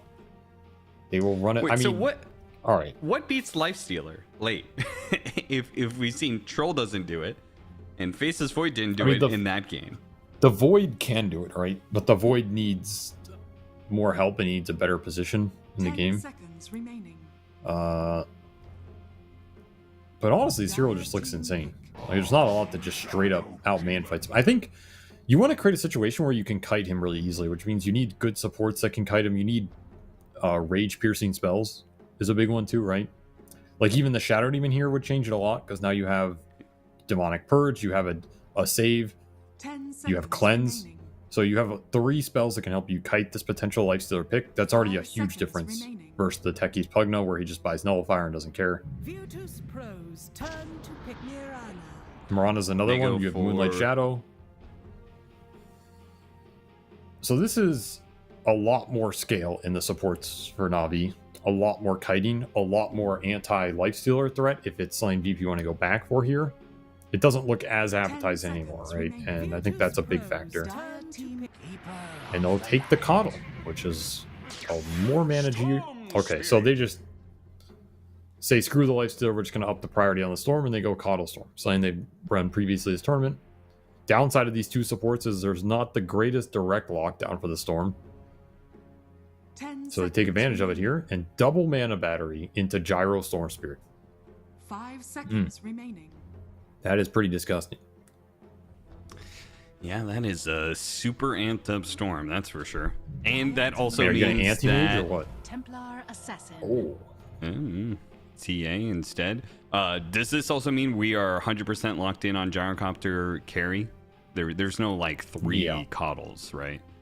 No, they're just going to play the Gyro carry here. Okay. I mean, it's a very strong lane, Maiden Gyro. It's like insanely hard to beat that lane with anything. Yeah, I told you, So I think FNG you're wants to happy. hit you with both sides of it. He wants to Yeah, show he does, you he that does. the draft can be both ways. And honestly, I'm like, it looks solid here. I mean, your response was Templar Assassin, which is fine on the lane. Can be a hard hero to jump here. Is a BKB buyer, which you want for sure. Gives you Roshan. I think there's purpose to the TA pick here, but the synergy in the Navi lineup, it's like pretty dependent on this Centaur Stomp. If you land the Centaur Stomp, you follow up with an arrow, you go in and hit people, that looks okay. But what's happening outside of that, I have no idea, you know? Like, you're just running around hoping you win the fight. I feel like they need something to bring it together. Ideally, another stun off the carry, which, again, makes you not want to pick, like, the anti-mage or something, which looks really juicy here. Makes me think you're going to go back for, 10 seconds. I don't know, like, what even stuns from carry in this meta outside of Sven Dragon Knight? There's Alchemist, there's the Faceless Void, there is Wraith King. I don't know. Wraith King. Oh. I will say, I think Templar Assassin, the Shard, I think, is really good this game, and something that That's true. maybe want to prioritize, right? And will help with some of the problem that you were talking about, right? It gives a little bit more follow-up to your disruption, but also, two, can help make some things happen a little bit more. I agree. Shard looks really good. I would probably lean towards Alk here if I'm Navi. I think Alk gives you the extra sun setup. It gives you the guy to go in, soak up a lot of this spell damage, which he won't care about with early BKB. There's not a lot that... Like, you have Shadow Demon Mirana for stacking. You have Shadow Demon save if he gets jumped. I think you could have a nice Alk game here. Especially with the bans going through. I'm not really sure what else you want. Unless Shiragi just wants to play one of his classics, you know, which is the Faceless Void again, the Razor versus the Gyro, because he knows it's carry Gyro now. Or what if it's a safe lane? like Monkey King? Oh, that's also possible. Yeah, but what are you getting mid? I guess you could get like... I mean, normally I'd say Tiny DK. They're both banned. You could play like Death Prophet mid, but it's getting kited by a lot here. Have you seen the Ags build that people are doing now? DP Ags? Yeah. I've seen it in some pubs. It griefs some of my games. I don't know if that's real. Okay, so you've seen it, you just don't think it's a real build. I mean, it's like kind of good if you get it really fast, but I don't know how well you're supposed to get it really fast because the build-up's terrible. So Dire team ban. they banned the Alk. I think that's a heads-up ban, honestly. That is mega heads-up ban by FNG here. On point today. Because now if you put this TA safe lane, like, I don't know what mid-setup hero you're going to get, really. There's, like, Void Spirit, you know, and... 10 seconds I remaining. mean, sure. I don't know if you're too scared about people playing Void Spirit. 5 seconds remaining. I'm looking through these builds. Oh, Squadix actually went for it. He went Mage Slayer, BKB, Ags. Well, that's different, right? That's like... Third item Ags is very different than first item Ags. Sure. I think the item see a is lot good on of the hero. Witchblade Ags is what a lot of people, couple people do anyway. It's just a lot of extra damage and like random slow and nonsense, and extra HP is nice on the hero.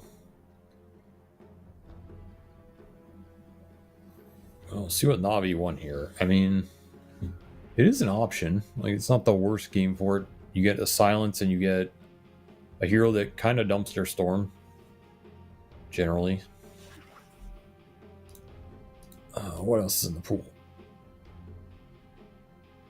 Dire team pick. It's like the Primal Beast.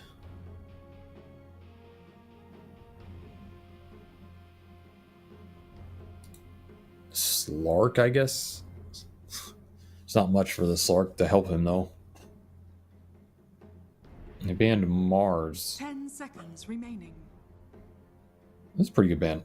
Mars would have been pretty 5 juicy here. seconds remaining. They're still Doom Mars, in the pool. Gyro, Mars, Crystal Maiden, Coddle. Yeah.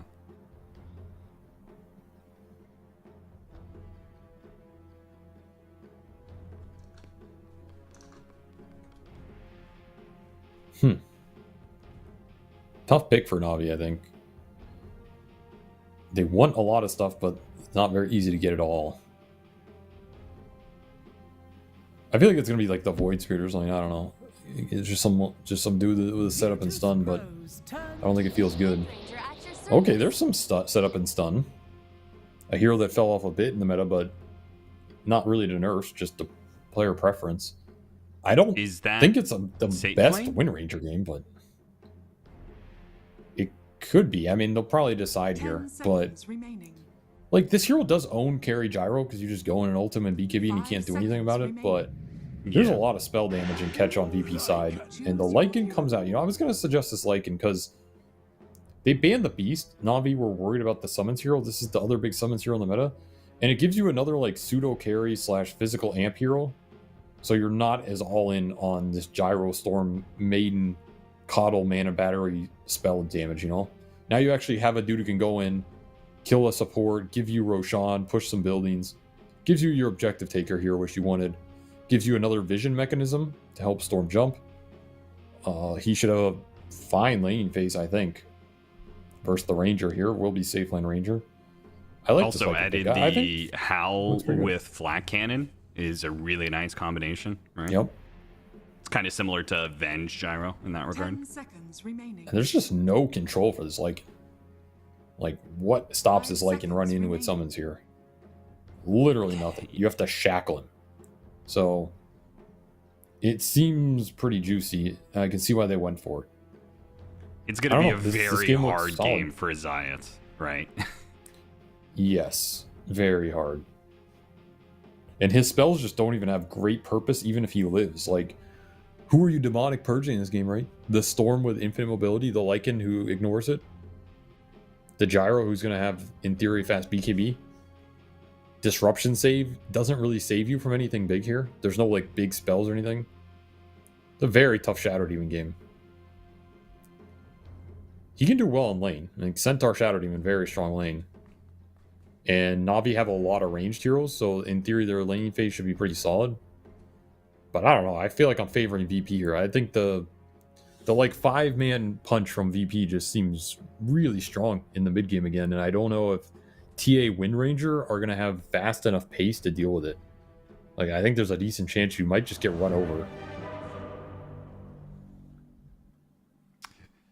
Well, Navi are in a rough spot. They took down Team Spirit in a 2-0 in order to get here in the upper bracket finals of Eastern Europe in the first place, and now they're looking at maybe getting knocked down and perhaps facing up against Team Spirit again. As I was checking in between the games, looks like Team Spirit did win game 1 against 1 win, so they get another dub there. They're going to move on and face the loser of this matchup tomorrow, I believe. So,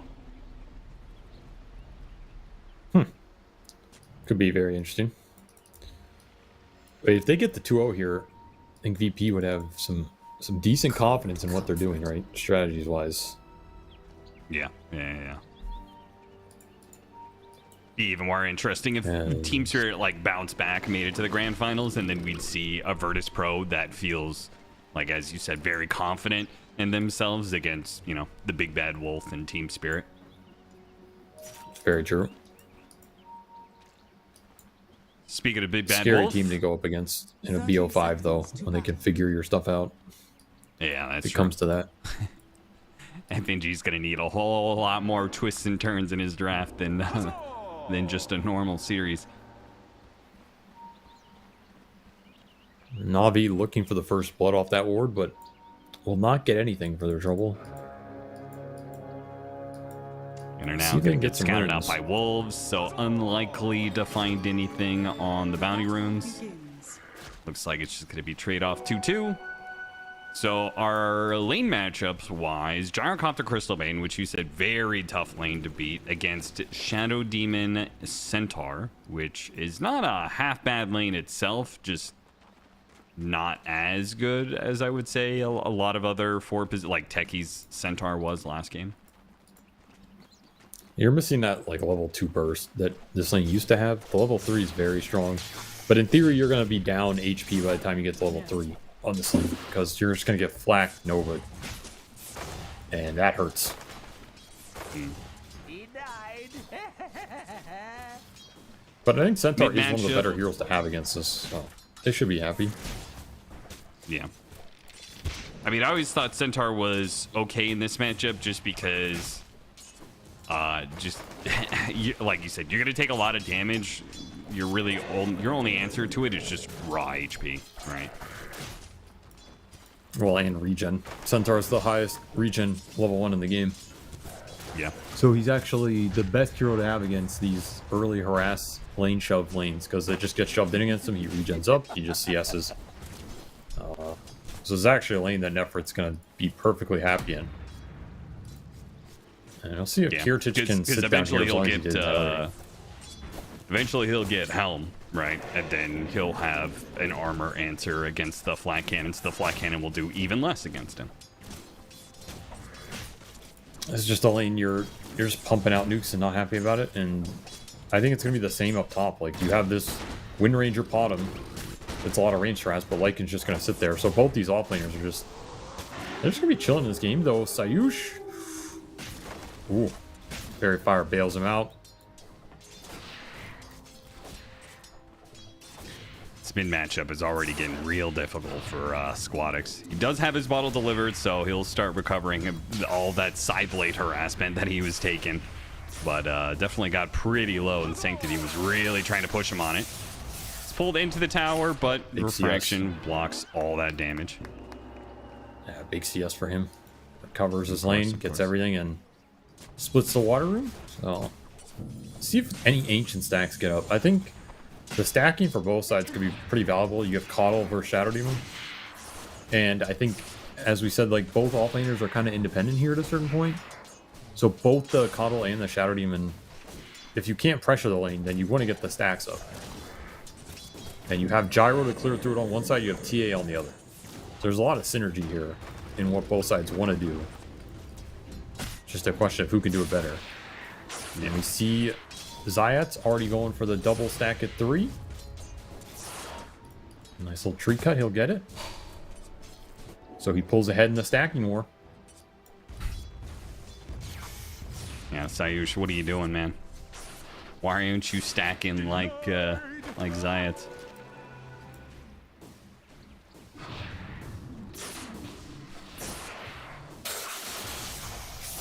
Pull back in, a little bit more damage. These two just continuing to trade blow for blow.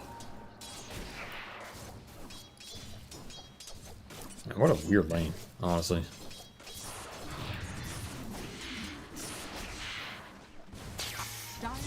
Matchup that Squadix is getting the better in CS, but Sanctity is a bit ahead when it comes to the regen war. All and he four gets the range creep. Squad X. Just pulling this lane out in the clutch, man. The big CS from him. To get everything on that wave, that's a morale boost right there. All of it may not matter if you get your water runes taken away. Squadix does grab Malady, prevents him from stealing away that water rune, gets a refill on his bottle. Still, though, had to blow some It's a little resources chocolate, for too. it, so I mean, he got Chakra Tangoed. He's happy. that's true. Also got the stack off the Coddle rotating. So he catches up a little bit. And both offlaners are to their helm. Oh no, we went boots on the Centaur. Yeah, All right, yeah, so he's yeah, just going for the I saw bracer that. phase. And it's also fine. You have way too much region on this hero anyway. He's at 13.5 with bracer, so don't have to go this Helm Rush where the Lycan needs it. Now he's chilling. Very symmetrical game. Yep. So it comes down to the stacks. Yeah. Which that's kinda Sayushi what is some of these one games come stack down to. behind, one ancient stack behind. It might cost you everything here. But the Storm Spirit is ahead because he also stacks for himself. Advantage of being his Radiant side Storm Spirit. Yeah, he did get pushed off the lane though, so this hurts. He's gonna miss a lot of XP. And that Dire Obs did see the stacking from the Coddle, so Na'Vi know about. I mean, they have to know anyway. It's Coddle Gyro, right? But if you're Na'Vi, you can maybe invade here with the TA. You're gonna have level 6 first. Disruption into Arrow. No, not into Arrow immediately. Starstorm double blood grenades being thrown out. Doesn't have Arrow leveled up. And he actually dies. Kiritage got him on the flat cannon shot. What? He's got 4 stacks of Shadow Poison on him. He'll take 288 damage. The 5th one lands, and that will get the kill. I don't think he dies without that 5th. That was very close. Yeah, it Very was. clutch by Zayats. Worth it in the end, but an awkward gank for sure. Especially with all the creeps missed under tower. If it wasn't for the fact that Gyrocopter missed so many creeps during this period of time, I think Gyro would have been happy with that exchange just because he got Yep. first blood. I mean, you're also sad when you go this Falcon Blade and then you die. It's like an early Yeah. HP fighting item. You want to be able to survive the gank. And here is the pressure going into mid with the level 6 on the TA. Arcane Rune to boot. Will force some kind of response here. It'll be both supports going mid. It gets scouted off the ward, so Na'Vi get to back off and back to the stacking for Zayats. It's getting some juicy ones up. Back to the stacking for Sayush. This is a strong economic early game for Na'Vi here. Is he gonna get this? Why did he run like that? What? Wisdom probably. I mean, yeah, but there's nobody close to that. Well, he misses one ancient. So, still big stacks on Radiant as well, but Sanctity will clear through these. Happy about that. Both these teams seem really content with. We had like, what was it, like 5 kills in like 12 minutes or something last game. There's 2 kills in 7.5 minutes. Both these teams seem very content with just chilling and farming in these laning phases.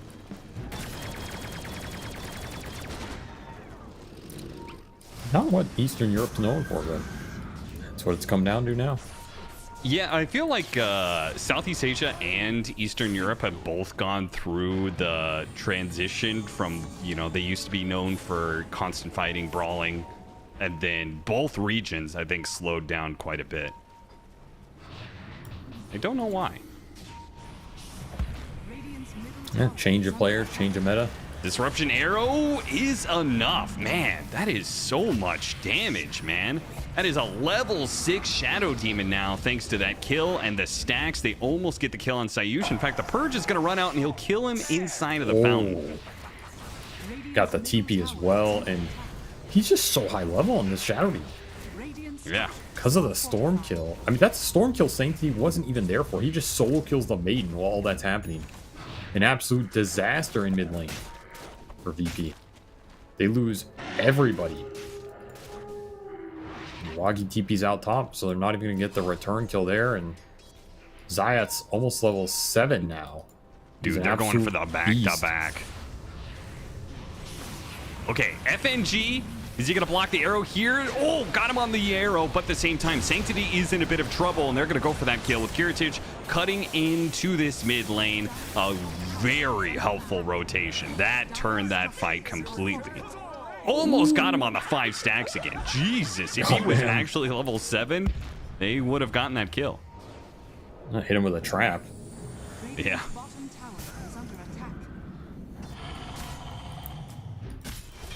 For the Lycan Lycan. top, but Yeah, focus fire. He's going to have a Pretty power close. shot. He might get him. If he lands the power shot, oh, it's still not enough. 18 HP. stick. He had a stick. Saved him. God damn. Not what you want out of that Lycan ult, but you'll take the double core rotation and live. And that was a necessary move by Kirtich. Like, he had to do something about what was happening mid. If he doesn't show up there, Navi just get away with murder. And Sanctity straight back into mid, just smacking this tower. Man has no chill. And they are invading the stacks right now. Uh-oh. Eyeing them up. That's one This way is to not win the best the ancient clear. stack battle. Like, they have TA, they can do this, but it's not instant. So, VP are definitely contesting this. They're going to get caught in the process. Oh, stop. Doesn't quite land. Squadix does manage to dodge that one. They are going to, if they go for the Centaur, they're going to be lined up for Shadow Poison. So they're not going to chase, but Navi also didn't get any of the stacks. So Hard contest. VP are always going to bring everybody for this. I mean, I guess it gets a reaction out of them, right? Barrage. Yeah, it's not the worst. They didn't lose anything. They get to stack their own jungle again at 11 minutes for the TA here. Though Zayats gets only one camp again. Struggling versus the neutral creeps here. Beaten out by NPCs. What can you do?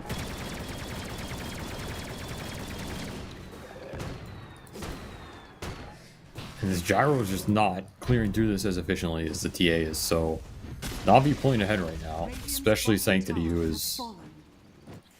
He's having a pristine Templar Assassin game here. He's jacked, man. 6,300 net worth. He's going to have a blink dagger in like a minute or two. I mean, he needs the extra net worth, though, because the team fight's not that straightforward for him, right? Like, Sure. you have max frostbite, you have this Lycan that you can't really man fight the summons of. He gets a fast helm with the Overlord here, but it's honestly coming out pretty slow for Noticed. He just hasn't been able to pressure his safe lane tower as much as he would want. It's been delayed and delayed. He's been forced off the lane. Iraqi's still sitting up here. Problem of being a off lane Lycan and not a spellcasting off laner against a Wind Ranger, right? It's just like the way you threaten carry Wind Ranger is, you know, throw spells at her. You have literally no spells to throw at her, so she just kind of exists in lane forever. He needs like the Storm to come up here, but again, VP don't want to commit the Storm rotation before Orchid. Yep. We'll take the tower with the Skelly boys. Dire's top tower has fallen. Shadows, take us. Stupendous. A little bit of Moonlight looking for Shadow the action, a gyro. little re-go on the triangle, see if they can find anything. If they don't, then they'll push themselves all the way across. Now, they did get a successful scan on this. The problem is Lycan doesn't really have anywhere to go, and he's going to run into this movement anyway. Now, they're not going to be able to immediately kill him. Disruption's going to go off. They can get a third poison stack. That's not nearly enough damage, though. In fact, he missed the poison. They were looking Guess for that's gyro another on the Lycan ult ancients, down. but just not close to connecting. Meanwhile, Squad X gonna do a little creep stealing of his own here. Tower is under attack. Though there's no stacks left, unfortunately. 14-minute Wisdom Rune is coming out. Dire's bottom tower is Both under teams attack. kind of in position to Radiant's middle Retina tower is steal. under attack. Especially if Navi take this tier 1 tower, which Radiant's top looks tower like they've is under kind of attack. got dead to rights, though no one's making the move for the Wisdom Rune right now. Yeah, they're gonna lose both. Radiant's top tower has fallen. that's not good. Scanning. Make the move now, but they're going to be too late. Now they TP late to try and stop the Storm Spirit. They go for it, but the blink is going to be too late, and Storm is zipping on out of there. So Wisdom Rune Steel, big pickup for Virtus Pro. And might be able to get the Mirana as well. The Mirana has a couple more leaps, but gets frostbitten before he can make it over the cliff. Very clunky by Navi. I think they were in position to contest like one of those for sure, and Yep. Maybe both if they brought a bunch of numbers, but they lose both and a kill. And the whole time, Gyro's farming jungle with this early Crystallis, so he doesn't need to do the stacks right now. It's pretty efficient for him. Maybe not the point he'd want to be right now as a Gyro, but considering what happened mid and he had to rotate and he didn't really get a lot of the stacks, then I mean, you'll take it.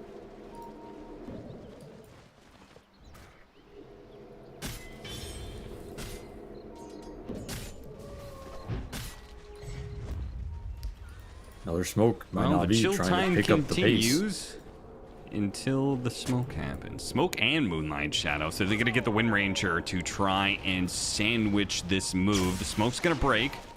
So you know there's some heroes around. Ayush is fast. They hit him with the arrow. They follow up with the stomp. So he's going to die. But there's plenty of Virtus Pro members around here and can still fight back as they chase after the Shadow Team of the Orchid. They'll bring him down. And the Lycan is able to put his first ult to use, actually killing some heroes. He gets to munch on the Centaur. So they take 2 kills out of that for Virtus Pro. Just defensive posturing where Navi's aggressive move just kind of stumbles into a 5-man. I mean, Navi don't want to find everybody. Like, that is not what they want to do with that smoke. And the second everybody's there, that's, again, the 5-man punch from Virtus Pro is really strong in this game. You have to respect it. Especially with how hard the support's life is. There's a Lycan chasing you down. There's this Orchid Storm chasing you down with infinite mana. Zayats just can't even play these fights. It's impossible. Looking for the Ranger? Oh, Yuragi. If he's spotted here, he is 100% dead. Oh, the power shot goes off. Anybody see that? Now they see him. Now they're going to grab him, surely. They hit him with the Orchid. That's Okay, awkward. the Centaur's here to respond. Will protect the Wind Ranger. Man, Yuragi is lucky he got spotted that late into it. If they ran into him 5 seconds earlier, he was definitely dead. Instead, he gets a kill off of it.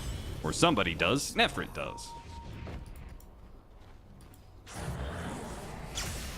I'm looking for Storm. They Sanctity do does TA have the shard, by the way. Yeah. Yeah.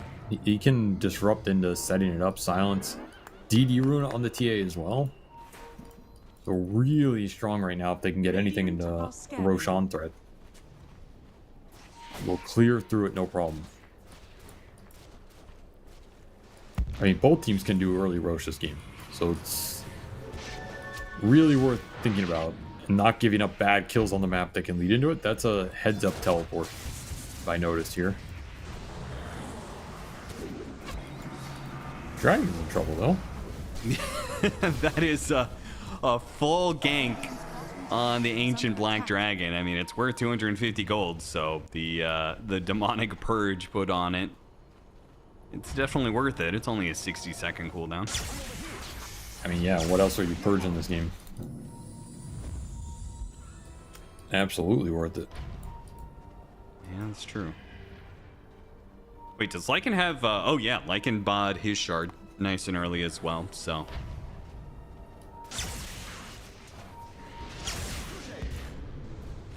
Oh, trap silence.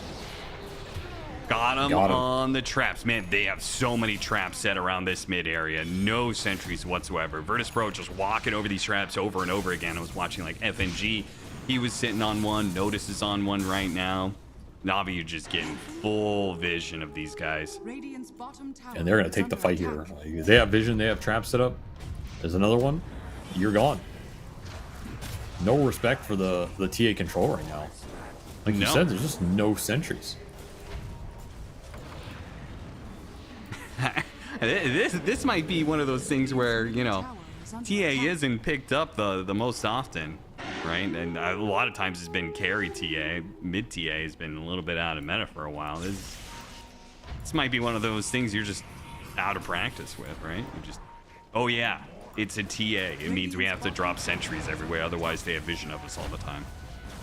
I mean, you're either dropping sentries or you're splitting the side lanes because you're not fighting.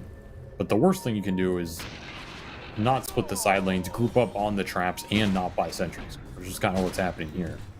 Yeah. They're getting punished. And they for do it. want to group up because of that 5-man punch you were talking about, right? Which they're going to Yes. go for it now. Smoke up, going to mid, potentially running into a Shadow Demon first, which is a good start if they could catch the TA as well. Gotta be careful of those traps, though. Don't want to pursue too overzealously. They just take the Shadow Demon kill for now. Big D ward as well. And they just push the tower. Like, Sliking gives you the objectives this game, so you can just bring Navi to you instead of chasing through the vision. Yeah, that's a good point. And if they can get these objectives, it'll give them a nice bonus of gold to help the Storm Spirit to get to BKB, so you can deal with this TA shard trap timing. Nice little room for it as well. I mean, this is a race to Roshan. Some team is going to force it here in the next few minutes, I think. Closing in on Deso for Sanctity. That might be the signal. You're gonna have your BKB for your Augie as well. Yeah, it's a good timing. A Dire side TA on a Radiant side Roshan, I feel like it is a pretty dream setup for Navi. This bottom lane is always pushed in. They have full control of the pit. They've got great vision for it. You're gonna have a fast way to be able to do it. I think Virtus Pro, I don't see them being able to contest this.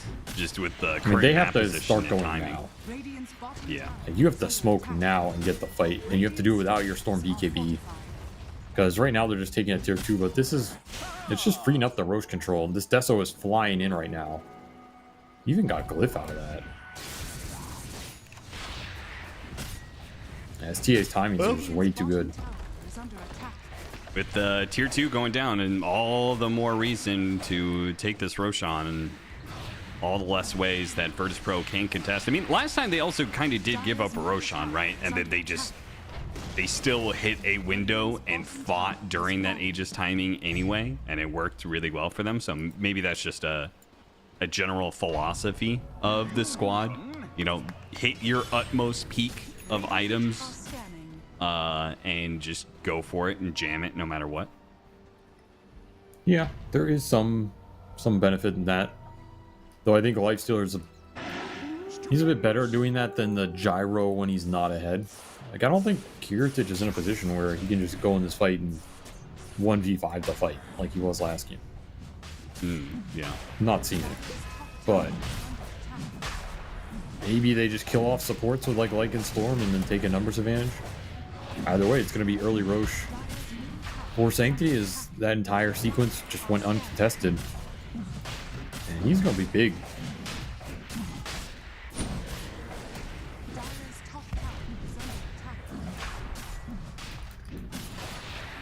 Hiragi's out there looking. Maybe they're coming. No, nobody's going to show up. So a free Aegis, free Roshan for Navi. Yuragi has his BKB. He's going to work towards Gleipnir next. So they're going to get this really nice window where they have a bunch of catch, a bunch of damage, an extra life. All of those advantage may be enough to actually beat Virtus Pro in a full 5-on-5 team fight, which Navi's lineup may not excel at, but at some point in time, you just enough items, enough Aegises. I'll do it. Man, look at VP. So patient. Look at this high ground ward for VP. It's so good right now.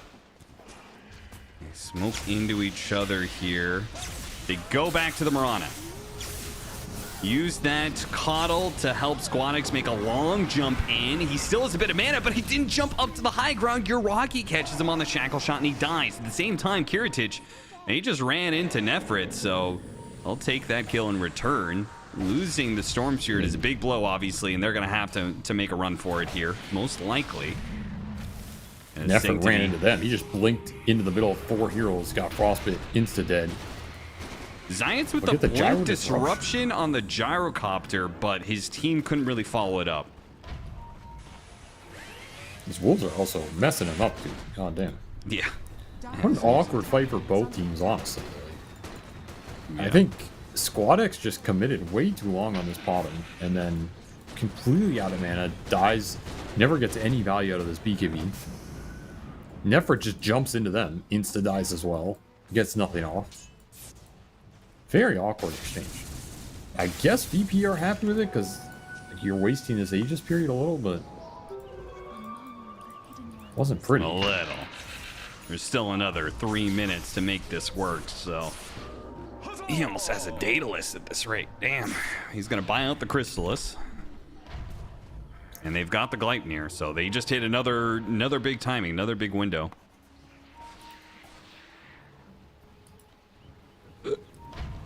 They both do have a detection vision deal. You got TA traps versus Lycan wolves. Notice is currently camping a wolf on Sanctity.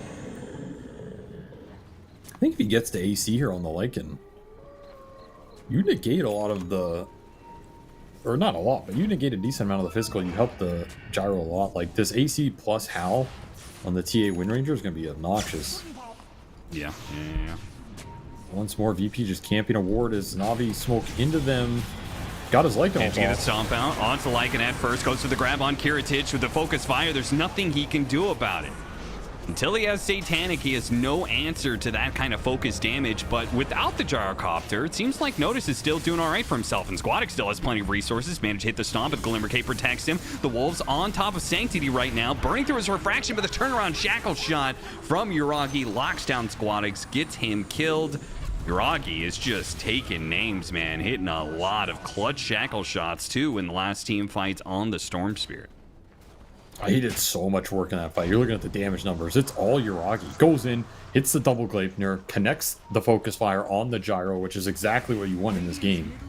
Basically solo kills him, and then just cleans up the storm at the end as well, where Sanctity, he's just dying to the wolves, man. Like, he is straight up dying to these wolves. Just biting his ass. Giving him the business. I mean, Notice did a lot in that fight. I think he basically killed both supports from full off of some clutch frostbites from FNG, and then he kills the TA almost twice as well. This Lycan is no joke, and Na'Vi just don't have a good answer for him, so you just have to find the trades. Like, you can focus fire the Lycan, but then you're not focus firing the gyro, which is what Uragi wants to do.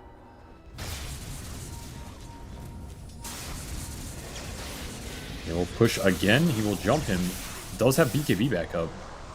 Lotus and Disruption, though, behind Uragi, so he's really not in danger. Now his BKB is off cooldown as well. So wise play by Squadix to go for that poke, but not overcommit.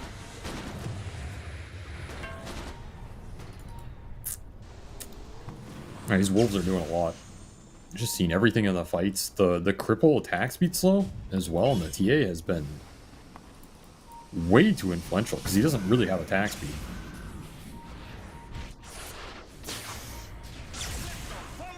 I was looking at Summon Wool. Oh, it does say. Lose 60 attack speed for 4 seconds. Damn. Long zip in. Spots the Shadow Demon. Gets an Orchid on him while controlling Sanctity's TA, but no control to stop him from blinking out and TPing away. So Uragi's going to sneak back in. Look for any stragglers. Almost has Manta. Dire are scanning. Let thy healing be. man, he is being aggressive, and he knows it's the Gleipnir on the Coddle.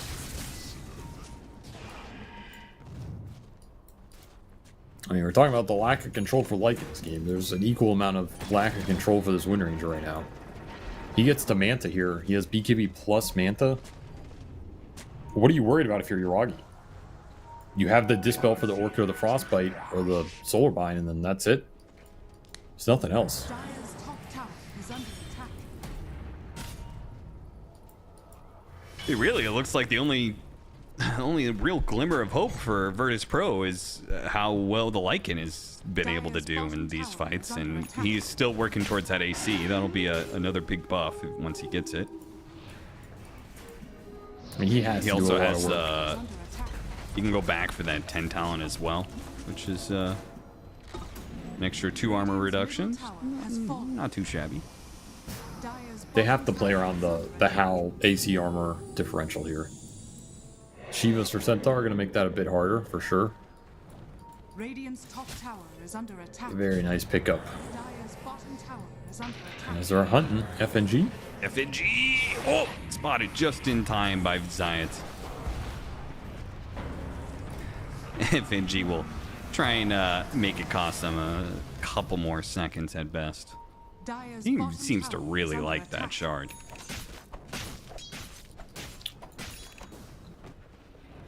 Yeah, may as well. I mean, what else are you gonna buy? And that's Wow, Manta man. done for Yuragi. So he's a There's beast. Glimmer Capes and Ghost Scepters and Allies disappear. Nah, those just pop the utility shard, man. items. You gotta go for the big guns. AC done for Notice, by the way. So Are scanning.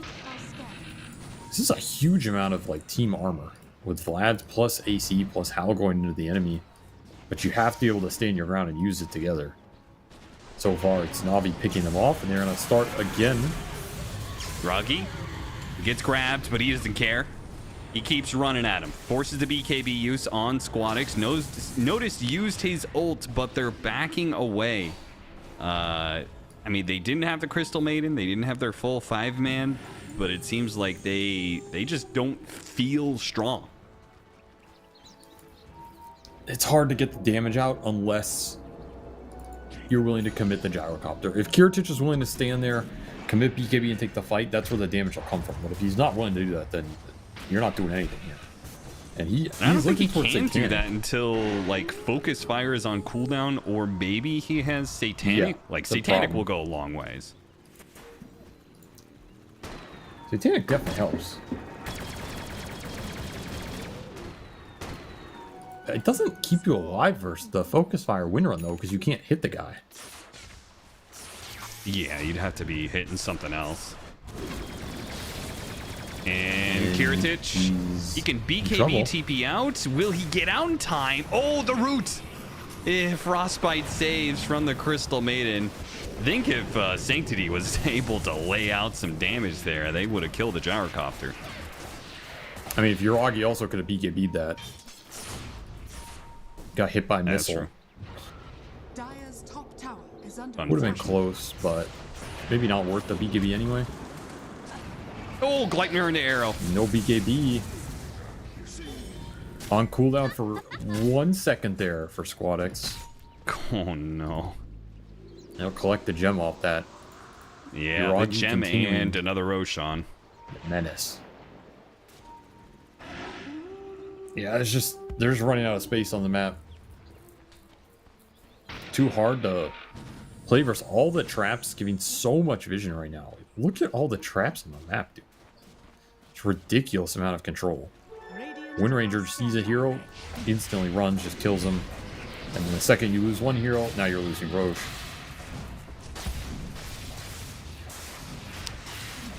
Yeah, 15 traps with a silence and bonus vision and all that jazz is pretty oppressive.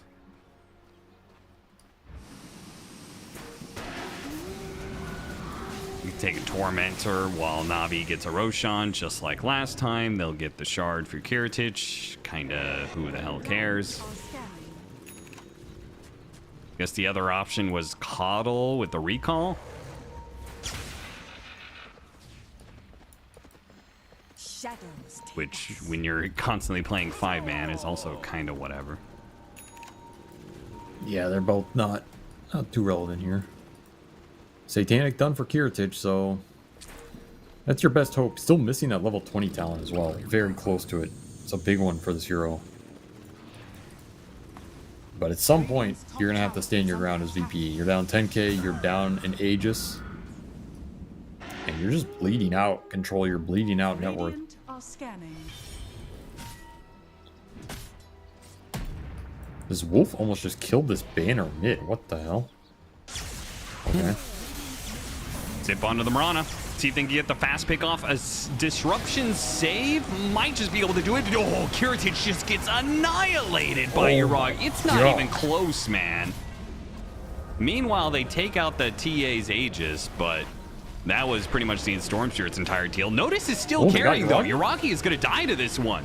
You got a freezing field on the side, burn through the refraction as well. This Lycan might be able to go through Sanctity's TA. He's stuck in the trap. The Squadix is going to come back in. Dude, Notice is going ham.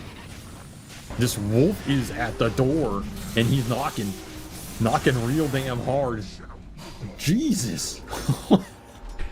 I mean, that is double buy for VP worth mentioning, but like, god damn, this wolf just did 5,000. I feel like he's the only one doing anything. He's just going from hero to hero, like one at a time. I'm gonna kill you. Now I'm gonna kill you. Now I'm gonna kill you. It's like, what are we doing here? Dude, Gyrocopter's not the real carry of this game. No, he insta-died. He died in 3 seconds to focus fire, dealing 3,000 damage. Satanic was absolutely worthless there. Yeah, I mean, he'd be better off buying Ghost Scepter, honestly. Like, let the wolf do more. Buy some time for this guy. Yeah, seriously. Jesus. He has 5,000 gold now. What do you buy? Yeah, I mean, I feel like Abyssal's tempting. Yeah, he was thinking about it. He had Abyssal queued up, and then he went BKB Scotty. I mean, there's no way you're going Scotty. I mean, I don't know about Scotty. I don't think there's any way Scotty's more valuable than Abyssal versus the Wind Ranger. Like, I think it's MKB or Abyssal here. I mean, Scotty's kind of cool for, like, the stacking attack speed slow with the wolves. Yeah. Like, that's kind of cheeky, but I don't think it actually changes the fight, you know? What changes the fight is you stunning or killing the Wind Ranger before he kills Gyro, or you just decimating TA. And I think BKB into MKB or BKB into Abyssal both help you do that more. But I mean, if he gets all of it though, like let's say he gets 2 more items here, he gets Abyssal or MKB plus Scotty.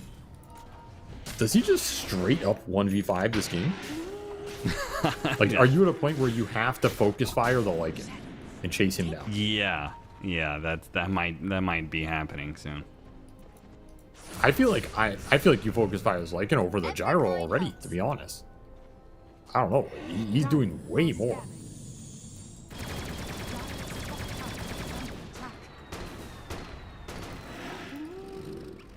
He just got his 20 talent as well. Dude, he's 4-0 and 8, highest net worth in the game. Yeah, boy's a beast. He's an absolute beast. If Yuragi wants to keep focusing the Gyrocopter, the Gyrocopter is going to die even faster now with the completed data list. And he is closing in on level 25, which again puts to your point of maybe consider a Ghost Scepter on your Gyrocopter, because now you're gonna, at some point you're gonna get focus fired, and then he's gonna get that advanced cooldown by 18 seconds, and then he's just gonna be able to cast focus fire again. I mean, he needs this MKB so Satanic can actually hit something. He gets a feather as well. Pretty nice evasion for Kirtashir. That helps a lot. All right, double data. The stomp on him, Kiritich. Too fast for you.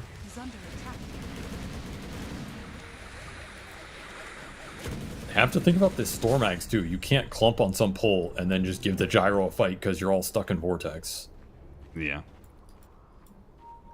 Dude, look at the Lycan's damage when he's in the base, man. He had an extra 50 on top of that from the Ancient Guardian. It is a terrifying game versus Hero. They just don't have control for him. There's like nothing you can do. And they honestly didn't build that many defensive items. There's no Ghost Scepters or anything. Yeah, it was all offense here, which... You know, like Zayat, he went this Ags on Shadow Demon. Normally, I think this is the best item you can get on the hero, but is it honestly doing that much here? What are you purging in this game? I feel like you're purging Gyro, who's already just dead. It doesn't do anything to the Lycan, doesn't do much to the Storm. Like, it's not bad here, but again, you don't have a Ghost Scepter, you don't have a Yules or anything. Somehow missed the Glaive, doesn't matter. Cores. Yeah, managed to grab 2 cores together. Notice the wolf trying to look for an opening, but they're pretty grouped up, and he doesn't have the Gyrocopter going in, so that is going to be a pick off on the Crystal Maiden and a wasted Shapeshift, which is probably the biggest blow to Virtus Pro. This is low downtime, but does give you a window to go high ground. And we saw them focus the summons a lot better there. That's a big deal. Just killing these wolves, killing this big creep, takes a lot of his damage out of the fight. A lot of the cripple that was super annoying. So Shapeshift up in 30 seconds here. As Nabi try and push. Radiant's bottom tower is under attack. Pop another glyph. It is hard to break high ground, especially with the coddle behind, blasting the creep wave as it comes in. You're going to have a second glyph to put to use to draw it out a little bit longer. 7 seconds. So they could fight this. They could oh, they're going to jump first. Immediately go for the gyrocopter. Gyrocopter just overwhelmed by the damage. Storm's going to try and respond. Does manage to get a catch here onto 2, but Lycan's a little bit late to the story. I mean, again, his shapeshift was coming off cooldown. Tries to go to work now, but held back by a shackle shot. And that focus fire is going to be coming back up soon, so they really can't take it anymore. Notice, okay, he starts chomping on the TA. It doesn't really work that well. The Stormseer does manage to get a really good grab. It takes advantage of it. Uragi's quite low, but the turnaround, oh no, the focus fire's back up. Gets a grab onto him. Can he finish off Uragi? He doesn't want to commit. He's scared. He lets his team do the job. He lets the Orchid do the job. It burns him out in the end. What the hell was that, dude? He got a 4-man vortex. That's illegal in this game. Like, what? Illegal. How do you just pull 4 into the gyro buyback? They get 3 of them. One TP's out, the other TP's out later. They did such a solid job controlling the Lycan. He got hit by a Lotus missile. Then he got hit by a shackle shot. Then he fought the TA during refraction during his BKB, so got nothing done there. Like, Notice didn't do anything that fight. It's just all, you slept on that fight for 2 seconds and you got 4-man vortex into the gyro buy and he wiped you. And now you lose Roche. This is why going high ground is so damn dangerous. You do it at the wrong time, you get mega punished, NKB done for the gyro, Aegis to reinforce his buyback use, and a refresher shard for Squad X here. He can now double pull you if he lands it, and he wants to slot that in. That is incredibly nasty. You could also give it to the Lycan here if you really want to just get double shapeshift, but I think if Storm can use it... Oh, Squad X still Squad. Oh, Jesus. Pops the BKB just in case. He's going to try and grab and protect the coddle, go for a kill. I mean, he's sticking around here. He really thinks his team is going to reinforce him, but he gets the gem and gets out. Dangerous fight. E-Blade for FNG, by the way. That's the save for Kiritich here. Big item, actually, because there's... Now you have to commit the Demonic Purge into him. Here's Zayats. It does have that MKB as well finished up with that Roshan, so this Satanic will do a little bit more. Honestly, he's still just going to die, but one of those two things might be able to save him a bit in the fight. And the Abyssal is finished for the Lycan. Try to get a jump here. They're going for the Lycan. Kiritich does have a shield rune. BKB goes off from Notice and he gets the TP away. So he's good there. Maybe FNG dies. But again, it's an Aegis shield rune gyrocopter. That's not the target you want to be going for right now. Yeah, no shapeshift for that fight, so they just bail. Heads up decision there. 7 seconds cooldown for Notice. They'll just wait for the BKB. Nice idea from Na'Vi to make that play, but just unable to commit the damage in. And I mean, it feels a little like this lineup's running out of gas in a way. Like, you have this damage on the TA and the Ranger, but that's kind of it, right? And VP have gotten to their late game threats. Like, this tri-carry lineup is slowly getting there. Mm-hmm. It's a lot of stuff to worry about.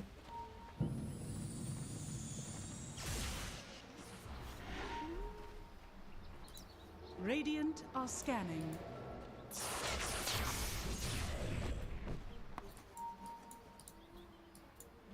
I mean, big wild card, I guess, is like if you can land some good arrows, some good shackles, might make all the difference here in the late game. Yeah. I mean, there is always the power of disruption into arrow, where if you land that and you get the illusions to freely hit that target, I mean, that's a lot of stun and a lot of damage. Just have to think about this Storm Vortex. They're gonna get the Purge. Seeing if they can kill the gyro and get out, they do so pretty easily.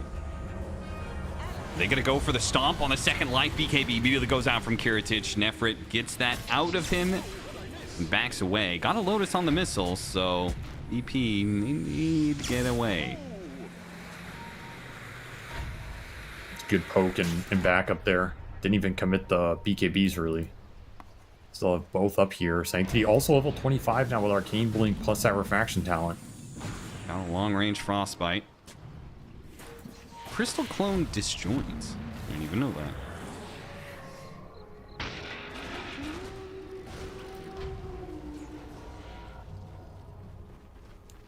TA is really hard to go on now. It's got 13 refractions plus 5-second meld dispel plus an arcane blink on 7-second cooldown. Yeah, it's not so easy for the Lycan to burn through that refraction anymore. No. But you still have to consider this level 25 Storm Spear with Ags plus Refresher Shard that he never used. So he has double Vortex pull. If you clump again, you're going to get absolutely massacred. Lycan pops the shapeshift. Navi immediately back away, but he blinks Abyssal Blades. Look for the jump. Squadix only gets the Centaur on this one. Throws a lot of damage around. Some of it hits refresh. Malady. Disruption reset pretty easy for Navi. That was an aggressive go. Shapeshift running out now, so... I mean, if you're Navi, is this an opening? You have to go back to deal with top. You're going to show the Shadow Demon. I'll get out. Unable to go high ground again.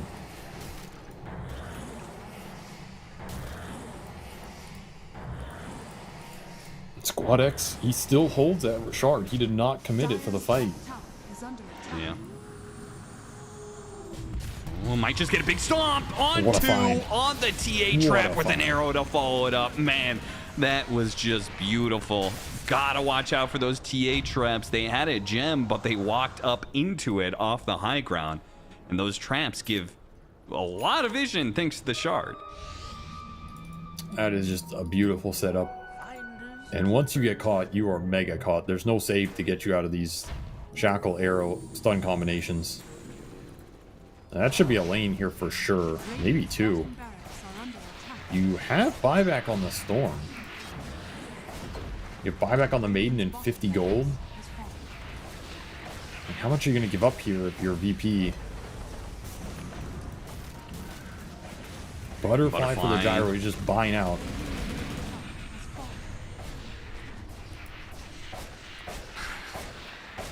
And trying again and again and again to get an item that allows him to stand up to Yuragi, who's been bullying him this entire time. None of it has worked.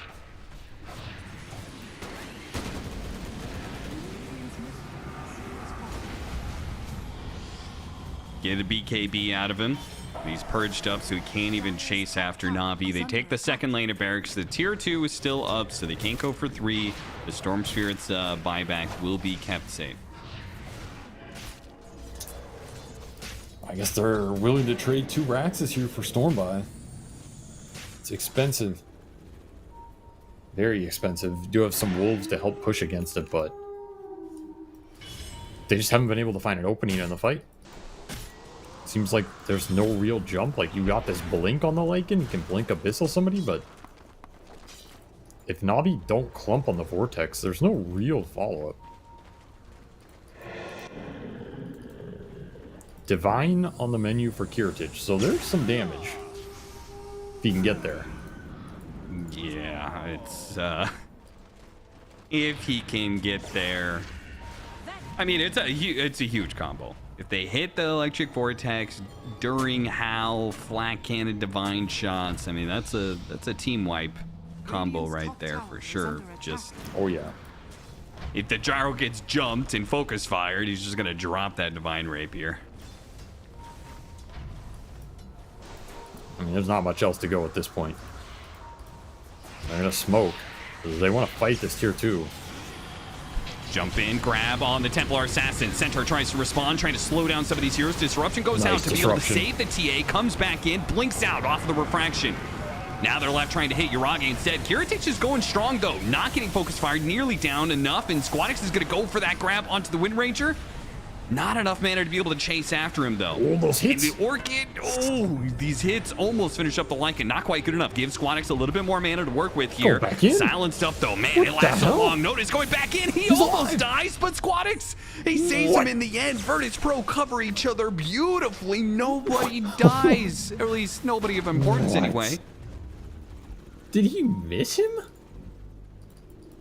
Dude, how does he go back in there? That is ridiculous. I don't even understand that. It just survives off a clutch Glimmer Cape. These Glimmers have been on point for VP. They do buy back the Maiden again. But that is well worth it for the TA kill. Just so much golden XP, and that was the Refresher Shard used. So they did get a bit out of VP there.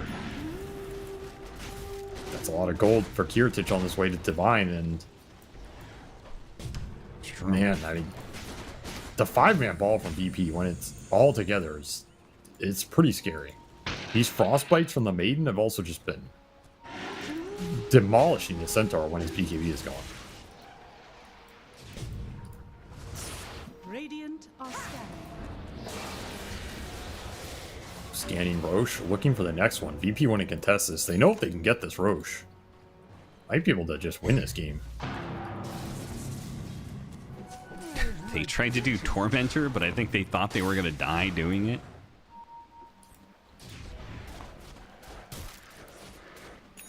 Dire are scanning.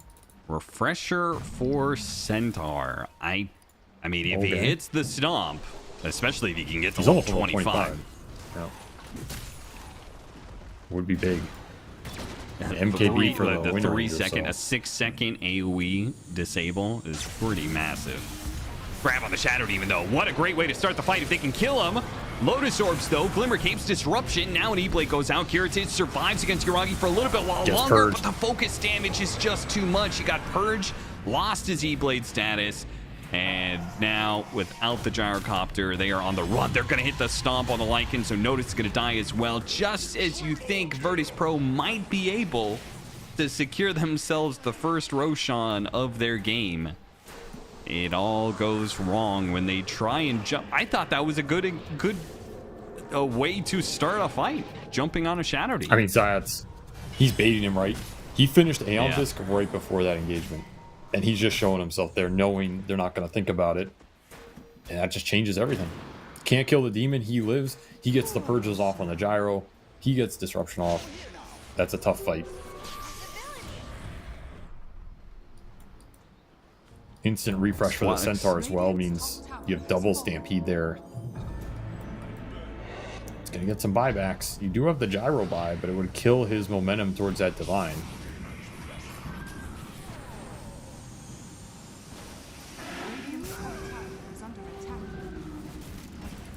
That was also the first death for the Lycan here. He was having a perfect game. He was on his way to 25. That's a big talent as well. Versus physical single target lineup.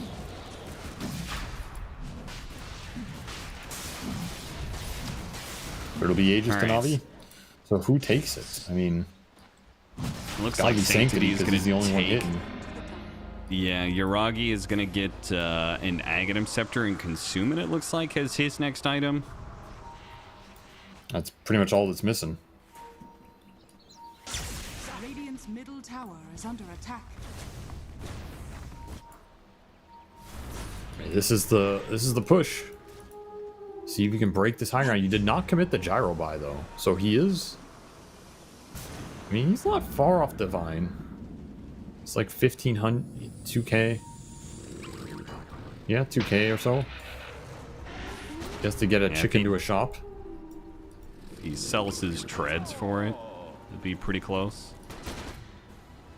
If he wants to replace his Ags, he is very far away. And keep in mind, you also still have the Storm Spirit buy, which in a base defense situation is oftentimes very deadly. It's not an easy high ground, even though you're up 24k.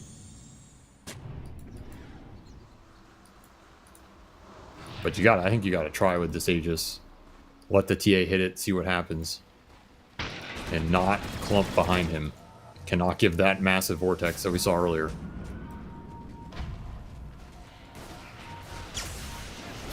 Found the Shadow Demon again. Aeon Disc again protects him from that initiation. A nice idea there with the ward placed down on the side to watch that Tormentor area.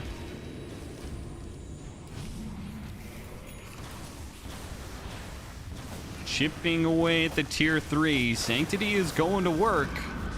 And Virtus Pro, you gotta come up with a solution. The TA is so far back there. Radiant's top tower has fallen. Divine Rapier gets to the Gyrocopter. Finally ready to go. It's big. They want to find the Shadow Get Demon. rid of the vision. I think they want to hide this Divine Rapier as much as possible. But somebody's going to have to start this fight. He goes for the Flat Cannon shots. Flat Cannon still has 6 more charges, I guess. They could still go for it. Moonlight Shadow up the side. Storm Spirit, they're going to run into him. Shivas, he jumps down to low ground. Hit the Coddle instead. The Lycan needs to be able to pop his BKB. Goes out and manage to grab the Wind Ranger here. Where's the Gyrocopter, but he will follow this up, though. Flat Cannon shots start going out. Not that many, though. Having a hard time closing the distance there. The creep wave dies so quickly, he can't keep getting Flat Cannon shots out to the enemy heroes. They did get the Shadow Demon. They forced the Shadow Demon buyback. They got something out of that, but they forced them a Coddle buy as well. And like, just no detection? These traps just sitting here the whole time. There's a sentry. Double damage for Sanctity. Oh boy. Okay, Like well. the, oh, Sayush must have sold it. Didn't it pop up? They had Vlad's? Oh, right. Noticed has Vlad's. They're thinking of any He's way gonna to try and chunk help your this racks here. Gyrocopter. Yeah, they have to focus this guy down. Disruption. There's the save. Force Staff to help the Storm Spirit. Arrows coming out. Doesn't land. Buildings falling. You got to get in there soon. They're going to be able to grab both these cores, and it happens. They get the grab into the Divine Rapier. Na'Vi slip up for a moment.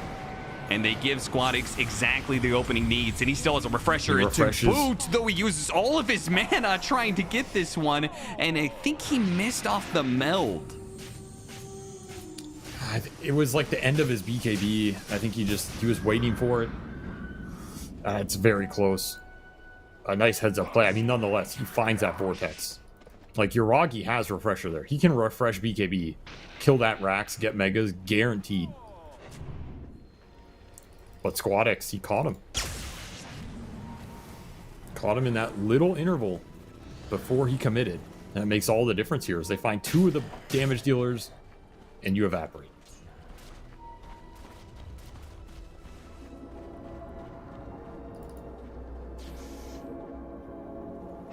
Oh. It might be my turn for my internet to... dude, I'm lagging the hell out of this Dota game anyway. No, that is the Dota server, I believe. Oh, okay. Okay. Yeah. Well, that's good at least. Dude, are the players not feeling this? Where's the pause? Huh. Could just be some spectator lag or something. Weird. Either way, that's a big teamfight win for VP. A necessary one is... I mean, you had 1 Rax left to give. Instead, it gets you to your Lycan Scotty.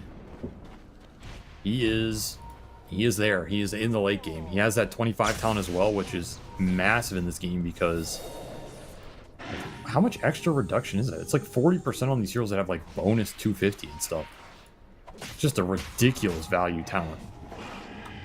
Yeah, I just watched the Wind Ranger lose like 160 damage, I think. So yeah, that sounds about right. That is a lot, combined with the Scotty attack speed slow. Whoa, this Storm Spirit's long zip out to try and take advantage of He's so the low. Was he hitting Tormentor? He was. He tried to kill Tormentor, almost killed himself. Dude, Tormentor. And they had the ward on it. They had the ward. Tormentor That's gets why... everybody killed, man. Oh my god. Dude, what? Why? It's not even worth anything. It's It's a 280 Wind gold Ranger each. shard. Yeah, I guess so. Death Summary. 2600 damage by Tormentor. 500 damage Storm. These brooches on the Tormentor, man. It's too much damage to handle. Yeah, yeah. VP had one OBS on the map, and is that OBS at the bottom corner of that. You know, I think I think another Ridiculous. thing that screwed over the TA is I think he's used to being able to do that damage and rely on refraction, but now you have this the passive that the Tormentor does, the 30 damage a second. So it just burned through his refraction so quickly. I mean, these are big missteps from Na'Vi. Like, you are giving tier 5 neutral items to VP now. You're giving them buybacks. Suddenly, they have buybacks back up for everybody except the Coddle. The Lycan is needing gold, but he has Pirate Hat now, so he can get the gold back. Forced boots for the Gyro, so he doesn't need the boot slot. I mean, this is a lot of extra value. You had double Book of the Dead for Na'Vi here. Interesting. Why do you think that is? I mean, on a Wind Ranger at that. Maybe they're going to summon a bunch of Necro units, and then the Gyro flacks them all and kills himself. Yeah, there's no way he does enough damage to himself off of that. Off of just two Well, of they them. have two If of they them. got 5 of them, then maybe. I mean, the Arcanist Armor Centaur is nice, and the Stygian on the TA pretty nice too. He needs extra damage here. Yeah. But yeah, I don't know. This looks... It's like they're gearing up to try and just get this last set of racks. But you have everything really pretty much of your VP outside of this Lycan buy, but the Lycan buy isn't even really the useful one because he has to commit anyway. It's the Storm and the Gyro buy. Yeah. Gyro actually gives his up. I will say that with the Blink Scotty Abyssal Blade builds, the melee Lycan is definitely a lot more, or excuse me, the non-shapeshifted Lycan is definitely a lot more effective than most Lycans. This is a insane amount of strength on Kiritich right now. Oh, they saw the Scattered him animal. out with the wolves. Grabbed him, double grabbed, got off the Didn't BKB chain on it. Sanctity. He did not get the chain off. A failed opportunity clear the for look. Virtus Pro. And now they're actually going And to now jump they're going back. in. The arrow lands off of that one. FNG will get picked off. It is VP's turn to misplay the situation. They used the Lycan ult as well. They don't have it for 45 seconds here. Do you push if you are an Na'Vi? Can you push? 100% right. No refreshers, surely. Disruption to be able to dodge the first vortex. And when he comes back in, he instantly blink away. Now, the Storm Spirit no will be BKB. ready to make that jump again soon, but he won't have BKB next time. Get the Maiden buyback. They get the Lotus Missile as well. There's a Lincoln's here. Got the stomp on him. Glimmer Cape can't see him right now. Arrow comes out, hits him off of the vortex that grabs 2. They stampede to try and run away, though. And once again, disruption into a blink away for Sanctity. He can keep doing these. He's got Arcane Blink. Can't prevent it. You just can't prevent that. It's so damn hard. Did get their shapeshift back up. Cost them a Maiden buyback. Honestly, Kiritich is just too strong on the front line. They're going to send the Necro Wind Ranger units in. Classic. They're not even using both hooks together. I don't even... Yeah, There's a I don't Roshan know. as well. I mean, it is Well, they see it's the TA on the 1600 wolf. damage when he flat cannons. They see TA doing Roche right now.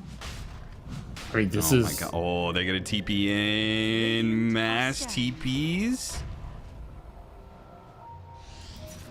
Wolf died. They don't know where he is now. Oh no! Now they've TP'd out to this point. Commit everything though. The Lycan might get caught here. This is so awkward. Very awkward. They're gonna get sandwiched. Oh god! The neutral eye was spotting him. Stormspirit reveals himself. Lycan's gonna make a run for it. BKB shapeshift, but the Wind Ranger can run right alongside you, Lycan.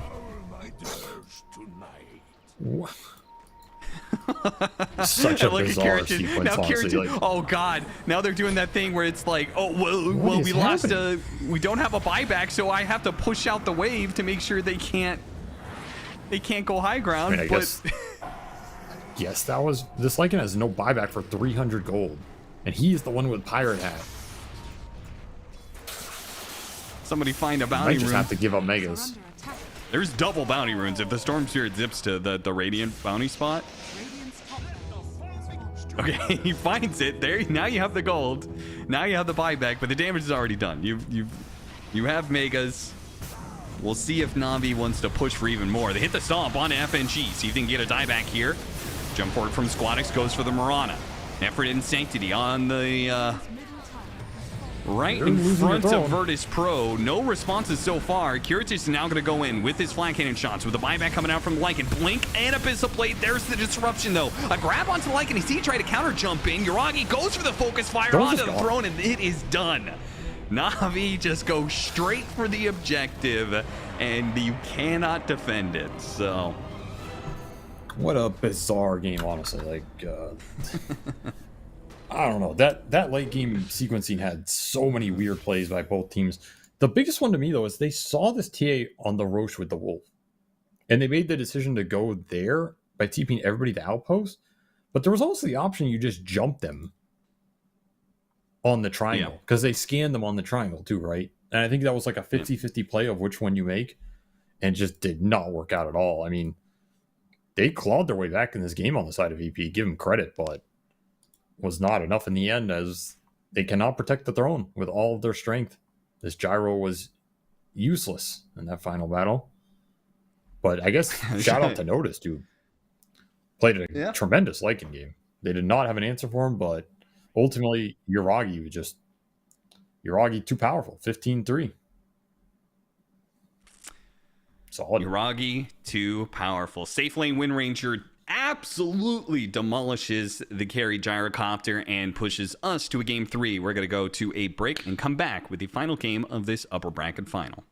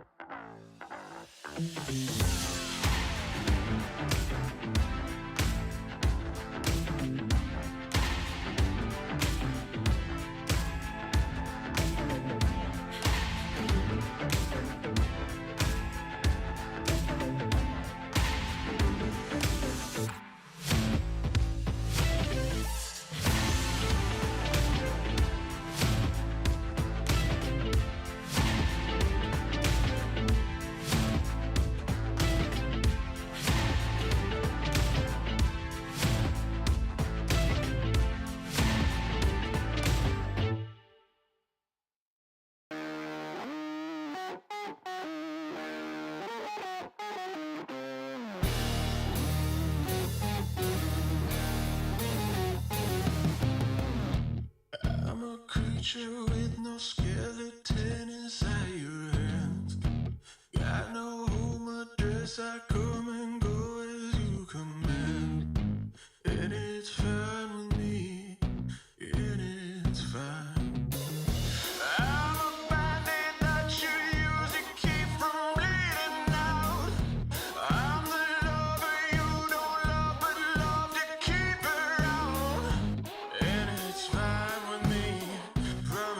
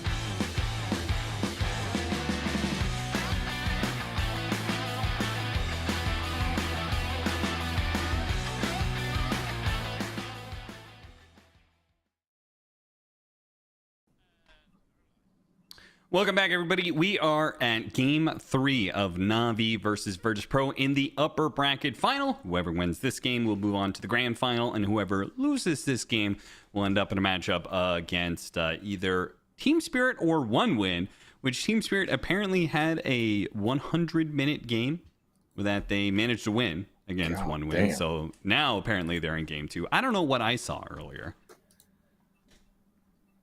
Yeah, I don't know what you saw either. I think maybe maybe I was seeing things, or maybe they accidentally ticked for game 1.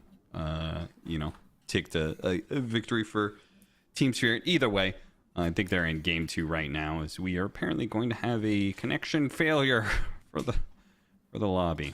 So It's Crownfall. Oh my god! it's finally here.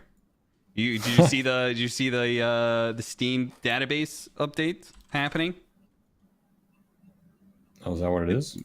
Yeah, there was a post about it, which usually means that the patch is like a day or two away. Could be today. Never know. Could be. Kind of doubt it, but I like this one. Patch is releasing April 1st. 7.36 is circus themed, and we're the clowns. Yeah, that sounds about right. I mean, what can you do? You know, they've dropped it in the middle of BO3s. I've been working before, so I mean, they dropped it in the middle of lands that I was working before. You know, that's true. That's true. what was the worst one that happened while you were a player? I don't remember these things, dude. Okay. You asked me. It's like 10 years ago, man. I don't know. You see Mallory's name, by the way? You retired like 3 years ago or something. What the hell do you mean? Yeah, but that was a long time in Dota years. Uh-huh. You see what Melody's name was, by the way? Right before Was it the nice matchmaking valve or something like that? No, it's different. It's a different one now. Oh, what is it? I don't know if it's PG for stream, but it's dog shit game. See, this is what happens when you don't release the patch. Players start going insane, bro. Just going insane out here, losing their minds. Same bans coming through, literally the same. Will we see Na'Vi ban the Dragon Knight into the first pick Centaur, into the Gyro, into the Crystal Maiden? Will we see I don't think we're seeing the Gyro again. 5 seconds remaining. Yes, but I when think he you wants least to hit you with a expect it- different, you know? I can't believe they didn't go for the Lifestealer again, but I guess like the ST Murano were dissuading it more. Virtus Pro's turn to Oh, there it is. All right, insta snap that Gyro. No, insta snap the Kunkka.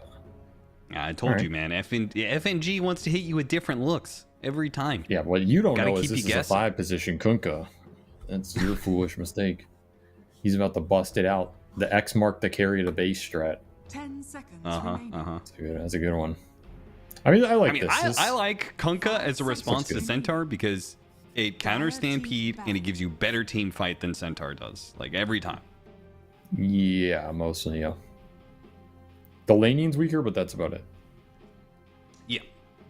Which, like, when you don't know the carry matchup, like, who the hell cares if his laning is stronger if, you know, 10 again, you don't know seconds what the remaining. supports are, you don't know what the carry matchup is. So I feel like Kunkka is kind of always a 5 one-up on seconds Centaur. remaining. Yes. It's also why I feel like Centaur's the weaker first pick of all these beefy offlane dudes, because I feel like he just gets out team fought by a lot of them. Turn to pick. Yep. Team pick. And it's just not worth the difference. So, and they're gonna steal the SD. Okay, that's a heads up play. I think this hero is insanely good right now. It's like top 3 for me. So, I feel like anytime you can get him early, you're just happy. 3. God damn. Supports, yeah. 10 seconds Why do remaining. you think he's so good? Because we don't see it very often. What do you 5 mean? seconds This hero was remaining. literally first picked by Falcons, like the entirety of DreamLeague. This hero's been Maybe he picked was a getting lot, dude. Maybe he was getting banned a lot. Yeah, this hero's a first phase pick ban as a support, which is rare in a meta dominated by all these insane offlaners and life stealers and Svens and stuff. So I think he's been picked pretty high priority. I think this hero just owns. Like, his scale's tremendous, his laning's good now, he stacks, pairs well with any team fight, he's a save. This hero just does it all.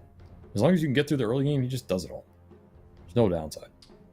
So what if he's top 3, then the other 2 would be Chen Batrider? I mean, Chen is 1, 10 and seconds remaining. I don't know what the others. I don't think 5 it's. I seconds mean, I think remaining. Bat is in the top 5. I think Hoodwink's in the top 5. So what the 5th one is between those 4, I'm not sure in which order, you know. But Sure. I think those are like 4 of the top 5 for sure. Yeah. It's So probably they go some- back for some the hero I'm forgetting. Centaur Techies instead, which again, very strong lane. Virtus Pros turn to I guess it's Crystal Maiden, but I don't. I'm never gonna admit that. So whatever. Techies is very good All right. too. I think that hero's awesome. So. They went back for we started off the series talking about the 5 positions, like why can't you run these heroes? And you said part of the reason was that there are some offlane matchups in some 4 positions that like make your life a living hell. When you already know the 3 and the 4, you're kind of free to go, right? I mean, SD is very good versus Undying. That matchup's not very good, but Hero does own Kunkka in general. Like, if he goes there, the lane's fine. It's more about the team fight, though. Flesh Golem and Tombstone are very hard for Kunkka to deal with. It's just not an easy target to go on. If you don't go on him, he out-team fights you, so... It's a nice pick. It puts some pressure on VP to, like, actually pick up some 5v5 here, which FNG hasn't really been playing. He could play 5 SD here, but then you have to pick another ranged 4 with kiting mechanism versus Undying, and you might not be too happy doing that. There's like Phoenix here, there's Snapfire, there's the Rubik. I'd expect one of those. They've been going for this battery strat too, though, so like they're gonna like Pugna Storm again. I don't know how much faith they have in this Storm combination. Is an option though. Yeah, the Storm wasn't bad for them in the last game, but ultimately you did lose the game, so maybe you've lost faith. It was the gyrocopter that was really the problem in that last one. They obviously gave up on that drafting concept pretty quickly. I mean, this is the problem Centaur presents you is your carry pick is not easy, and you're definitely taking care of your Sven's out, Lifestealer's out. Those are like the 2 easy ones. You're taking carry here because you want the mid overall last pick? Yeah, I mean, you want to hold this Kunkka and ideally get one of those 2 lanes to a good. If you have to throw him into the Undying lane, then you better get a mid counter matchup. Sure. So if you show mid here, you're just giving up 3 lost lanes. I think that is not what you want to do. It's Terrorblade, okay. What do you pair it with? Crystal Maiden again? I mean, What about like that's Ogre Magi, dude? that hero's too useless in 10 helping the seconds Terrorblade in the lane. I mean, that lane's strong. 5 seconds Ogre remaining. Terrorblade, that's not bad. I mean, the problem Useless is you versus pick Ogre, or Terrorblade versus against Centaur for sure. against probably one of the highest magic damage dealing off lanes in the game. right Yeah, now. but Centaur Techies. it's just life. So it is going to be SD Terrorblade. Unless FNG plays Mirana, which I guess he could. But that lane's not that great. Yeah, he could do it this snaking is- style, but yeah. I mean, this is scary. Like, your laning it's a little sus right now. It's not terrible, but it's... You're going to have to get something with the last pick to make up for it a little bit. Puck will be the choice here for Navi. Pretty straightforward pick. Almost no lockdown. This does give the Kunkka Puck matchup mid if VP won it, and then they get the counter pick to carry here. It's the downside of this pick. But you do get it in a pretty solid Puck game. There's almost no lockdown. 10 seconds remaining. Okay, And it so gives you an let's, extra 5 stun. seconds remaining. let's assume that I'm gonna assume they're gonna do the Kunkka versus Puck matchup Yeah, I think and so. go for the better carry. I think like strategy wise, that gives you more of an advantage. I would agree. You do not want to throw this Kunkka into 9, and I don't think you're going to get a good enough matchup mid to justify it. Like, DK is out, 10 Tiny's seconds out remaining. again, so the Huskars ban, they're going to have another ban as well. TA is out. 5 Like, I don't know what seconds else you're remaining. putting versus Puck. I mean, you can, like, lone druid him and all in, but nobody's doing this. So Turn to ban. I guess Ember would be the one. I do think it's a pretty good Ember game, but we haven't seen that hero a lot. They do have Mirana, but is it enough to justify not putting Kunkka there and then throwing him to an Undying? I don't think so. And if you're Na'Vi, I think you're taking any ranged carry that is hard to counterpick here, and I think you're generally happy with the puck scaling versus the TV. So, like, you can play. Oh, Muerta would have been interesting. Yeah. I haven't seen that hero in a while, but that kind of would have been a legit Muerta game. The only downside is there's Beast and Lycan in the pool, which are generally annoying for some of these ranged carries they might want. 10 But seconds remaining. 5 seconds remaining. I also think one more thing, just to add on to the whole mid Kunkka thing. I think after that last game, you put the win condition on noticed. You know, give him a little bit of respect. Say, give him a matchup that he thinks he's just going to take over the game with. I mean, I wouldn't be surprised if Navi go back for the Wind Ranger, too. Like, there's Demonic Purge and there's X, but you have a lot of heroes to go in for you. You have Centaur and Undying to go in, and then you have Puck, who can also create some core. Like, the Wind Ranger doesn't need to do much. They just need a hero that can kill Roche and give him some physical damage. I think Ranger does that. Like, there's like things like Razor and Medusa here, but I don't know how appetizing. I don't like the Wind Ranger when I know the puck scales, but it would feel like it's a Wind Ranger solo carry, you know, because Puck keeps on. I feel like every single time we talk about Puck, we say there's this super late game where the Puck is like, you know, bonkers with this whole Ags and stuff like that, and, you know, just general Octarine stuff, but it doesn't actually come to fruition, and you seem to get saddled with this 35 to 45, 50-minute period where the Puck isn't actually scaling up that hard. No, you gotta have faith, bro. Dire team Well, that's what I'm Enigma, saying. man. I don't have faith. What is that for? Is that for like Juggernaut or something? turn to pick. Phantom Assassin. Phantom Assassin. Huh. Okay, well, they're going for the Revenant's Brooch counter TB. Yeah. It's not bad here. It's like it basically functions as a ranged carry in the fights and stuff. Yeah. And it should have a fine lane with 10 Undying. So seconds actually, pretty interesting pick. I kind of like it. Doesn't care as much about Demonic Purge because it has some mobility and can really annoy the TB. This VP lane is going to be the most value stick lane of all time. Undying PA. They had like no time, by the way. You may now I'm just gonna select tide. Tide Hunter. Yeah, they had very little time to think about that pick downside of this flex. And yeah, I mean, Tide, it's a hero they've played before. But it just doesn't look great here. I don't know. Like, I feel like the Undying is just going to mess up his laning presence enough that he can't have that Omega free Tide game.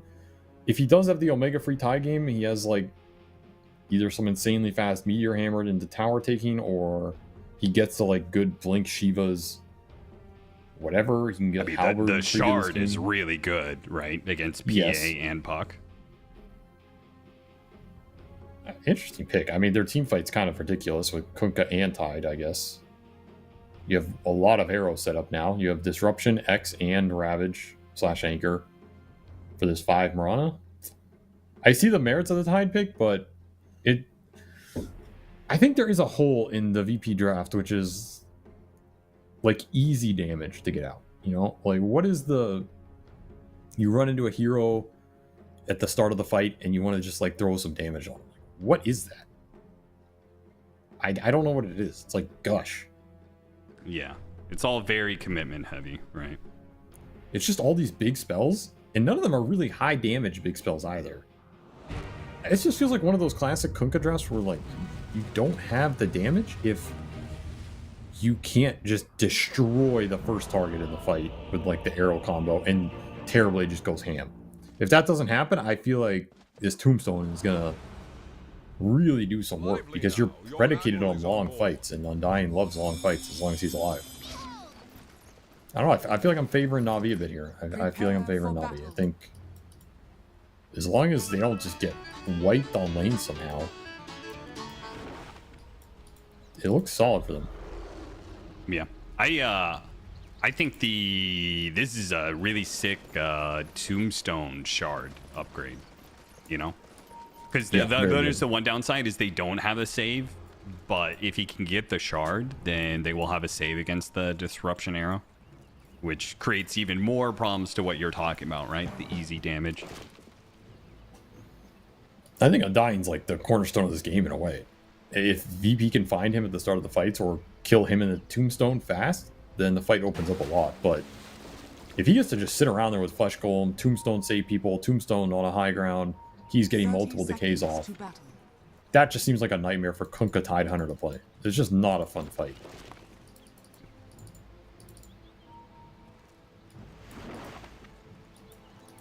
Stacking also going to be really important here. Okay. Like this SD needs to get stacks for the Tide, so he can just be ginormous. I mean, let's be real. We're talking about all this stuff, and it's probably all not going to matter because the game is going to draw out. Like, some team's going to take advantage, whatever. The game's going to end up drawing out. It's going to end up being like a 50, 60, 70-minute game, and we're going to see the PA holding out against Megas with Divine Rapier, Revenant's Brooch, Dagger spam, you know? Yeah, that's definitely possible. This is not exactly a lineup that deals well with that, probably, but I don't know if any lineup deals well with it. It's a holdout game so for Navi. We already kind of talked about the importance of lanes for Virtus Pro, and we'll see. They're going to start off with an early Disruption Gush, so Malady's going to take a lot of damage at the very beginning. Not the best start. And already start off with the Magic Wand triple branch build for Notice. Big fan of that when you're against a PA Undying lane.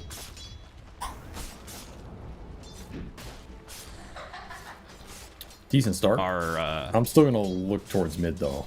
Because I think... Yeah. I still think Kunkka should win this lane. We haven't really seen it in some of the recent matchups, and I'm not sure why. Because I don't see Puck... Like, he doesn't have the better spells, and he doesn't have the better base damage. And yeah, he's a ranged hero, but Kunkka generally just doesn't care. I feel like this should be Kunkka favorable. We'll see if Squad X can do something where the others have fallen. Maybe some of it is just this really terrible cleave range on level 1 Tidebringer. We just watched it miss because Sanctity was like 25 units past the AoE. I mean, it's not too bad. I just think you should out CS him, mainly, you know. Yeah. And you get a level advantage, and then it compounds with the extra Tidebringer points. So that's what I'm looking at, but I think ultimately most of these cores should farm. Oh, double courier snipe for Sayush? Wait, he didn't eat the tree. What? What? Well, could have gone for Omega it, worth a side tree. against it. That was so much net worth for Yagi. Okay, a little missed opportunity. And save his Tango. Giving a lot of soul XP to Notice here as well. They're gonna man up, look for the kill. Yeah, try and catch him with a blood grenade, slowing down Sayush, but he is behind the tower. He's good to go. Zombies are a bit ravenous, but Notice does have plenty of magic wand charges. Tough lane for the Tide.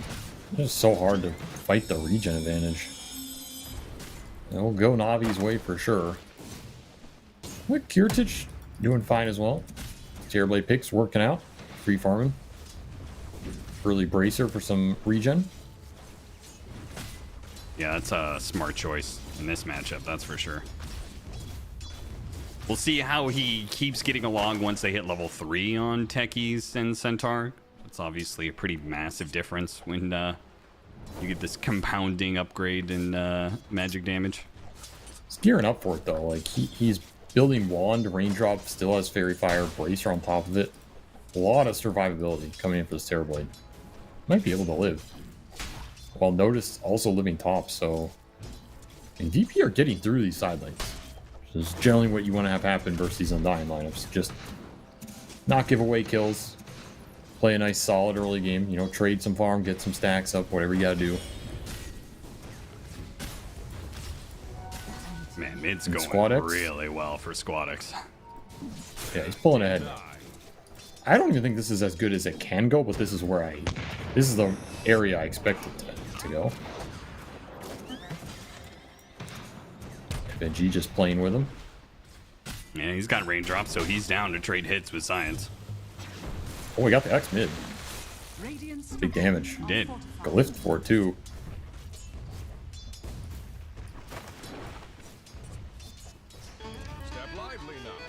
Racking up some pressure here.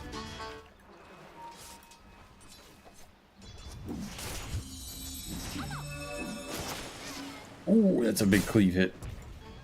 He's got force on Yeah, the he base. just has to leave. Yeah. Yeah, this is a good lane. Nobody dying on the side lanes means nobody can refill your bottle. Tombstone Interesting behind the tombstone. tower. This is an interesting play. Malady is going to try and push the Tidehunter back away from this creep wave that's dying under tower while also keeping the Shadow Demon at bay. Managed to pull the melee creeps off, but no chance of hitting the range. And they are denying this Tide some XP, especially if this next wave dies, Radiant's top tower is under and they can keep him zoned off it. But as Tombstone's going down, it's some decent pressure though. Like you're looking at this Tide Hunter's net worth right now. It does reflect in that. He's getting punished a bit. Yeah, he might Make it actually a die kill. for this one. He has stick charges and a Lotus, so he's not going to die so easily. Pops all that regen. It's a Radiant's bottom quick tower decay, is and under he attack. is more than healthy now. No kills for Navi, but they're getting a free farm Phantom Assassin. Pressure mounting up in this bottom lane. Kiritich, he's got the healing salve, but he's really trying to hold on to these magic wand charges as well. 17 of them off of all that pressure early on. They're also working their way through his raindrops. 6-minute power rune coming up, and Squadix gets an amplified damage. That is going to be rough for Sanctity. Juicy rune. Can't keep his catapult alive though, so we're to help him pull ahead in lane as he has pulled ahead for sure. Decent net worth gap. No stacks yet. I mean, there's one stack on triangle from Sayush, but it's mirrored on the. Oh, Kirtich. And the blast off, turn around, get the damage on his Zayats. They gravely overestimated the kind of pressure they could put on that TB again with all those magic wand charges and those raindrops. He can shrug off the combo pretty easily. Yeah, might as well for his lane. It's paid off. Survived it, gets the turnaround kill. Now he's highest net worth in the game, just like that. And FNG going for the Wisdom Rune. No blast off for this. He might get it. Ooh, it's close. Gets stomped, misses out, has lots of leap charges. He's going to try and get out. He will not. He gets double-edged to death. So we'll trade him out. And XP advantage, Radiant. Tidehunter is getting to stay on lane a bit more. And it's mainly this mid diff right now. Level advantage for the Kunkka. So can you use it for anything, or are you just going to farm? So far, I feel like Squad X just farmed in most of these games. Wouldn't be surprised to see the same here.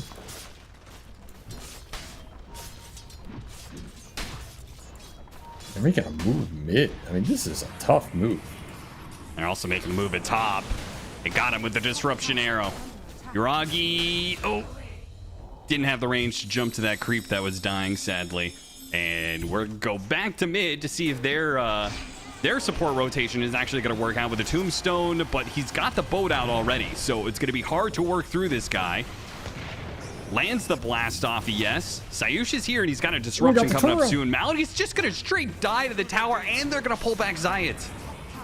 Zayat, who Trying to cleave a zombie. wanted to be able to get the Tidebringer hit, can't get it off of the zombie. He's searching for it. Now his boat buff is running gotta out. live. He's got decay on him as well. Ooh, Sanctity. He doesn't want to chase for that kill. Instead, he will try and get the Shadow Demon. Instead, with the Stampede, they will manage to run it down. But certainly not the gank that Na'Vi had in mind there. I mean, when I said that's a hard move, I meant that's a really hard move. Like, I just don't think you had the damage for it. You gave up a lot to make that. This top tower is just dying. Dire's structures Yeah. are fortified. That was your Uragi got tombstone pushed usage? out You of lane don't have entirely it? by FNG. Very expensive move. Ravage up now as well. They just want this catapult dead, but Yeah, they they're might even not be able to gonna kill get him it. off of this Ravage. They got him. Oh, it goes from bad to worse for Na'Vi as now Nefrit makes this rotation. Fortunately, they land the sticky bomb. That sticky bomb lands the slow, lands the stun. They'll be able to get that kill thanks to it, but FNG, oh no, he got baited into it. Goes for the Roshan deny and gets that one. Nefrit my tries to go God. for the double edge, but the raindrop blocks enough damage that instead Roshan wakes up and bashes FNG's head in. This early game is just not going Navi's way. And you got to remember, I feel like they have techies on dying. You don't want to be losing early game with this support duo. BP getting away with it. They're going to get some more stacks up. I mean, they're going to have some scary team fight at this rate.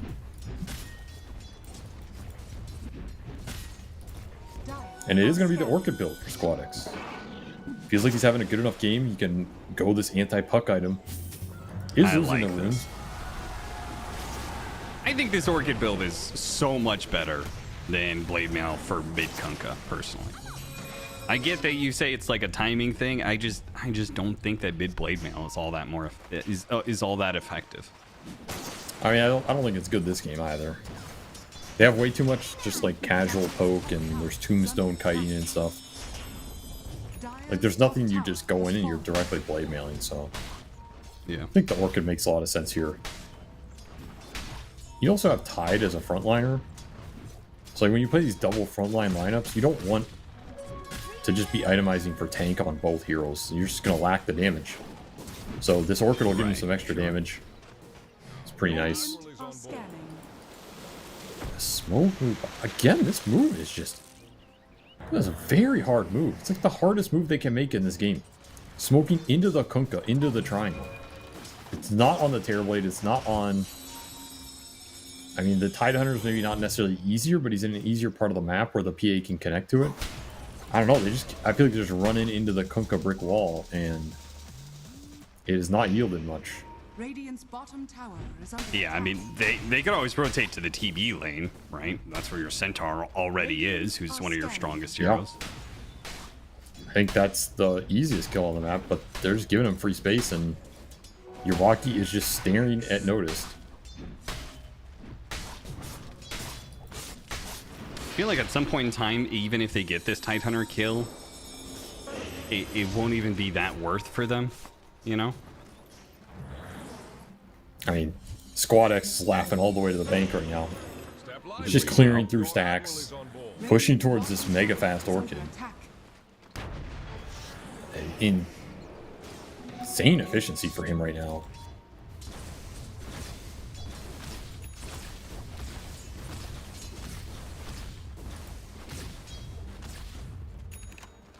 No. Dude, are you getting the spectator lag again? No, that's just you know. Dude, it's the sign of Crownfall, I'm sure of it. Probably, yeah. Orchid done. Level almost 11 here. God, he's big. Just gonna X to base fort, get it even faster. And they're gonna instant Yeah, smoke get it. off it. Smoke up. I mean, this is some fast VP gameplay where they hit a timing and they know what they want. They may get it. Oh, they run into the techies. Manage to catch him just before he disappears into the trees. So that pick off. Oh, the Orchid. It didn't do enough. They get him off the Tidebringer. Finally, they get it eventually. And Kiritich actually makes this mid rotation. He did this last game with the gyrocopter. I'm not sure if we saw a play like that in game 1, but seems to really take this idea of hit an item timing, get the pick off, take that mid tower. Pretty value, honestly. Has fallen. He's not the one getting ganked bottom. Instead, he's taking an objective, gets to go back to jungle anyway. It doesn't cost him too much. Opens up the space. So now this Tide Hunter with Mage Slayer can just sit around mid. Be really obnoxious. You just can't go on him anymore. And Squad X can go hunting with the boys. They want to close out the map versus the PA. Is going back for that blade mail, by the way, just to spite you. Dire are are scanning. Boo. Well, okay, no, that's because he's gonna have to have a blade mail eventually anyway because of the PA Revenant's Brooch deal. Oh, that's you true. know? Yeah. So, He's gearing up for the 70-minute base push. yeah, exactly. It's very inefficient to build a 60-minute blade mail, you know. So might as well build it now. I mean, why doesn't he just go Midas now then? If they're gearing up for the 70-minute PA base defense, just go Midas. Well, you would be selling your Midas at 60 minutes, so that's not efficient. No, you keep it so you can Midas the creep at 60 minutes for the tier 5 neutral. Right. True. I forgot about that. Yeah. You gotta think these things Roggy. through. Oh, they're going to get close to him.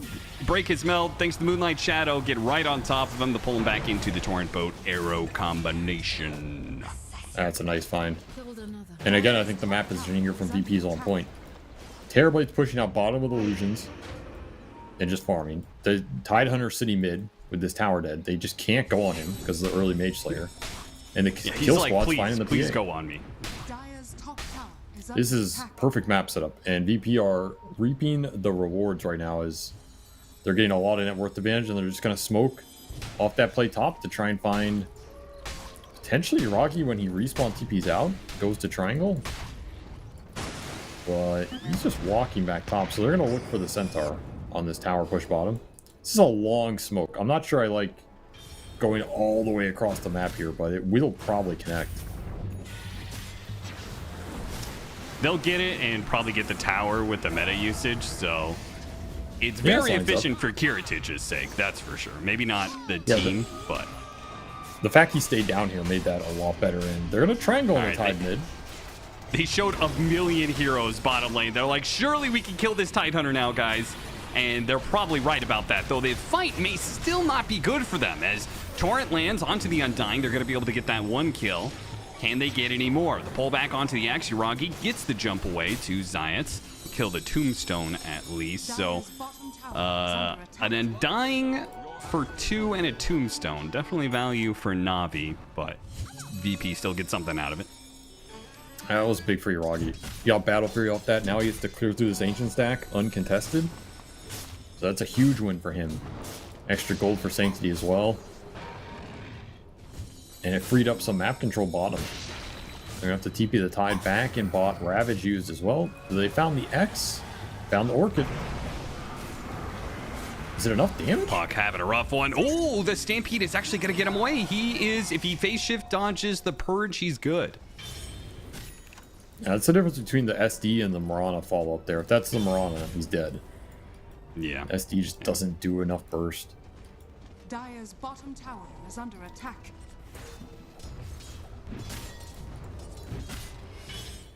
Uragi's starting to catch up. A lot of Ancients cleared. We did see the power of Tombstone in that mid fight. Dire's middle tower Like, you just keep these big boys sitting under there. You're happy. And a nice little pick off. Effort. Yeah, good pick off, protecting the high ground ward, and we'll probably let them finally take this safe lane tower that's been up forever. Oh, there is a big push coming in top lane. A lot of TV illusions with Shadow Demon illusions to tank for a siege wagon. Dire's top tower is under attack. Gonna trade towers a little bit here. Radiant's bottom tower. Not be is happy falling. about that though. This was a tower that was plaguing them for a while. I mean, they just want the PA BKB. That's like the biggest thing for them. You get that, you can actually take some fights around the Tombstone, just going in trying to kill it, the first target.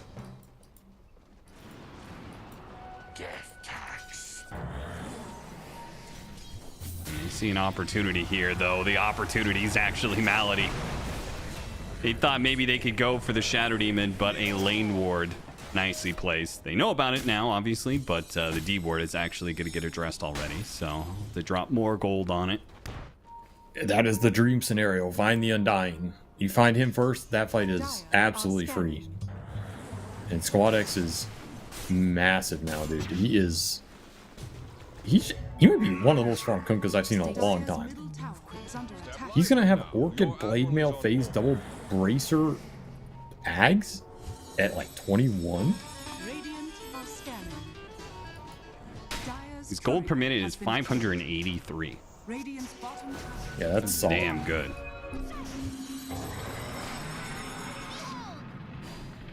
Trying to make sure the puck gets away. A TP to tier 2 from the Kunkka. Still thinks they can find Sanctity here. Which he is close to being right. Actually might be right if he gets the blink. No, couldn't get the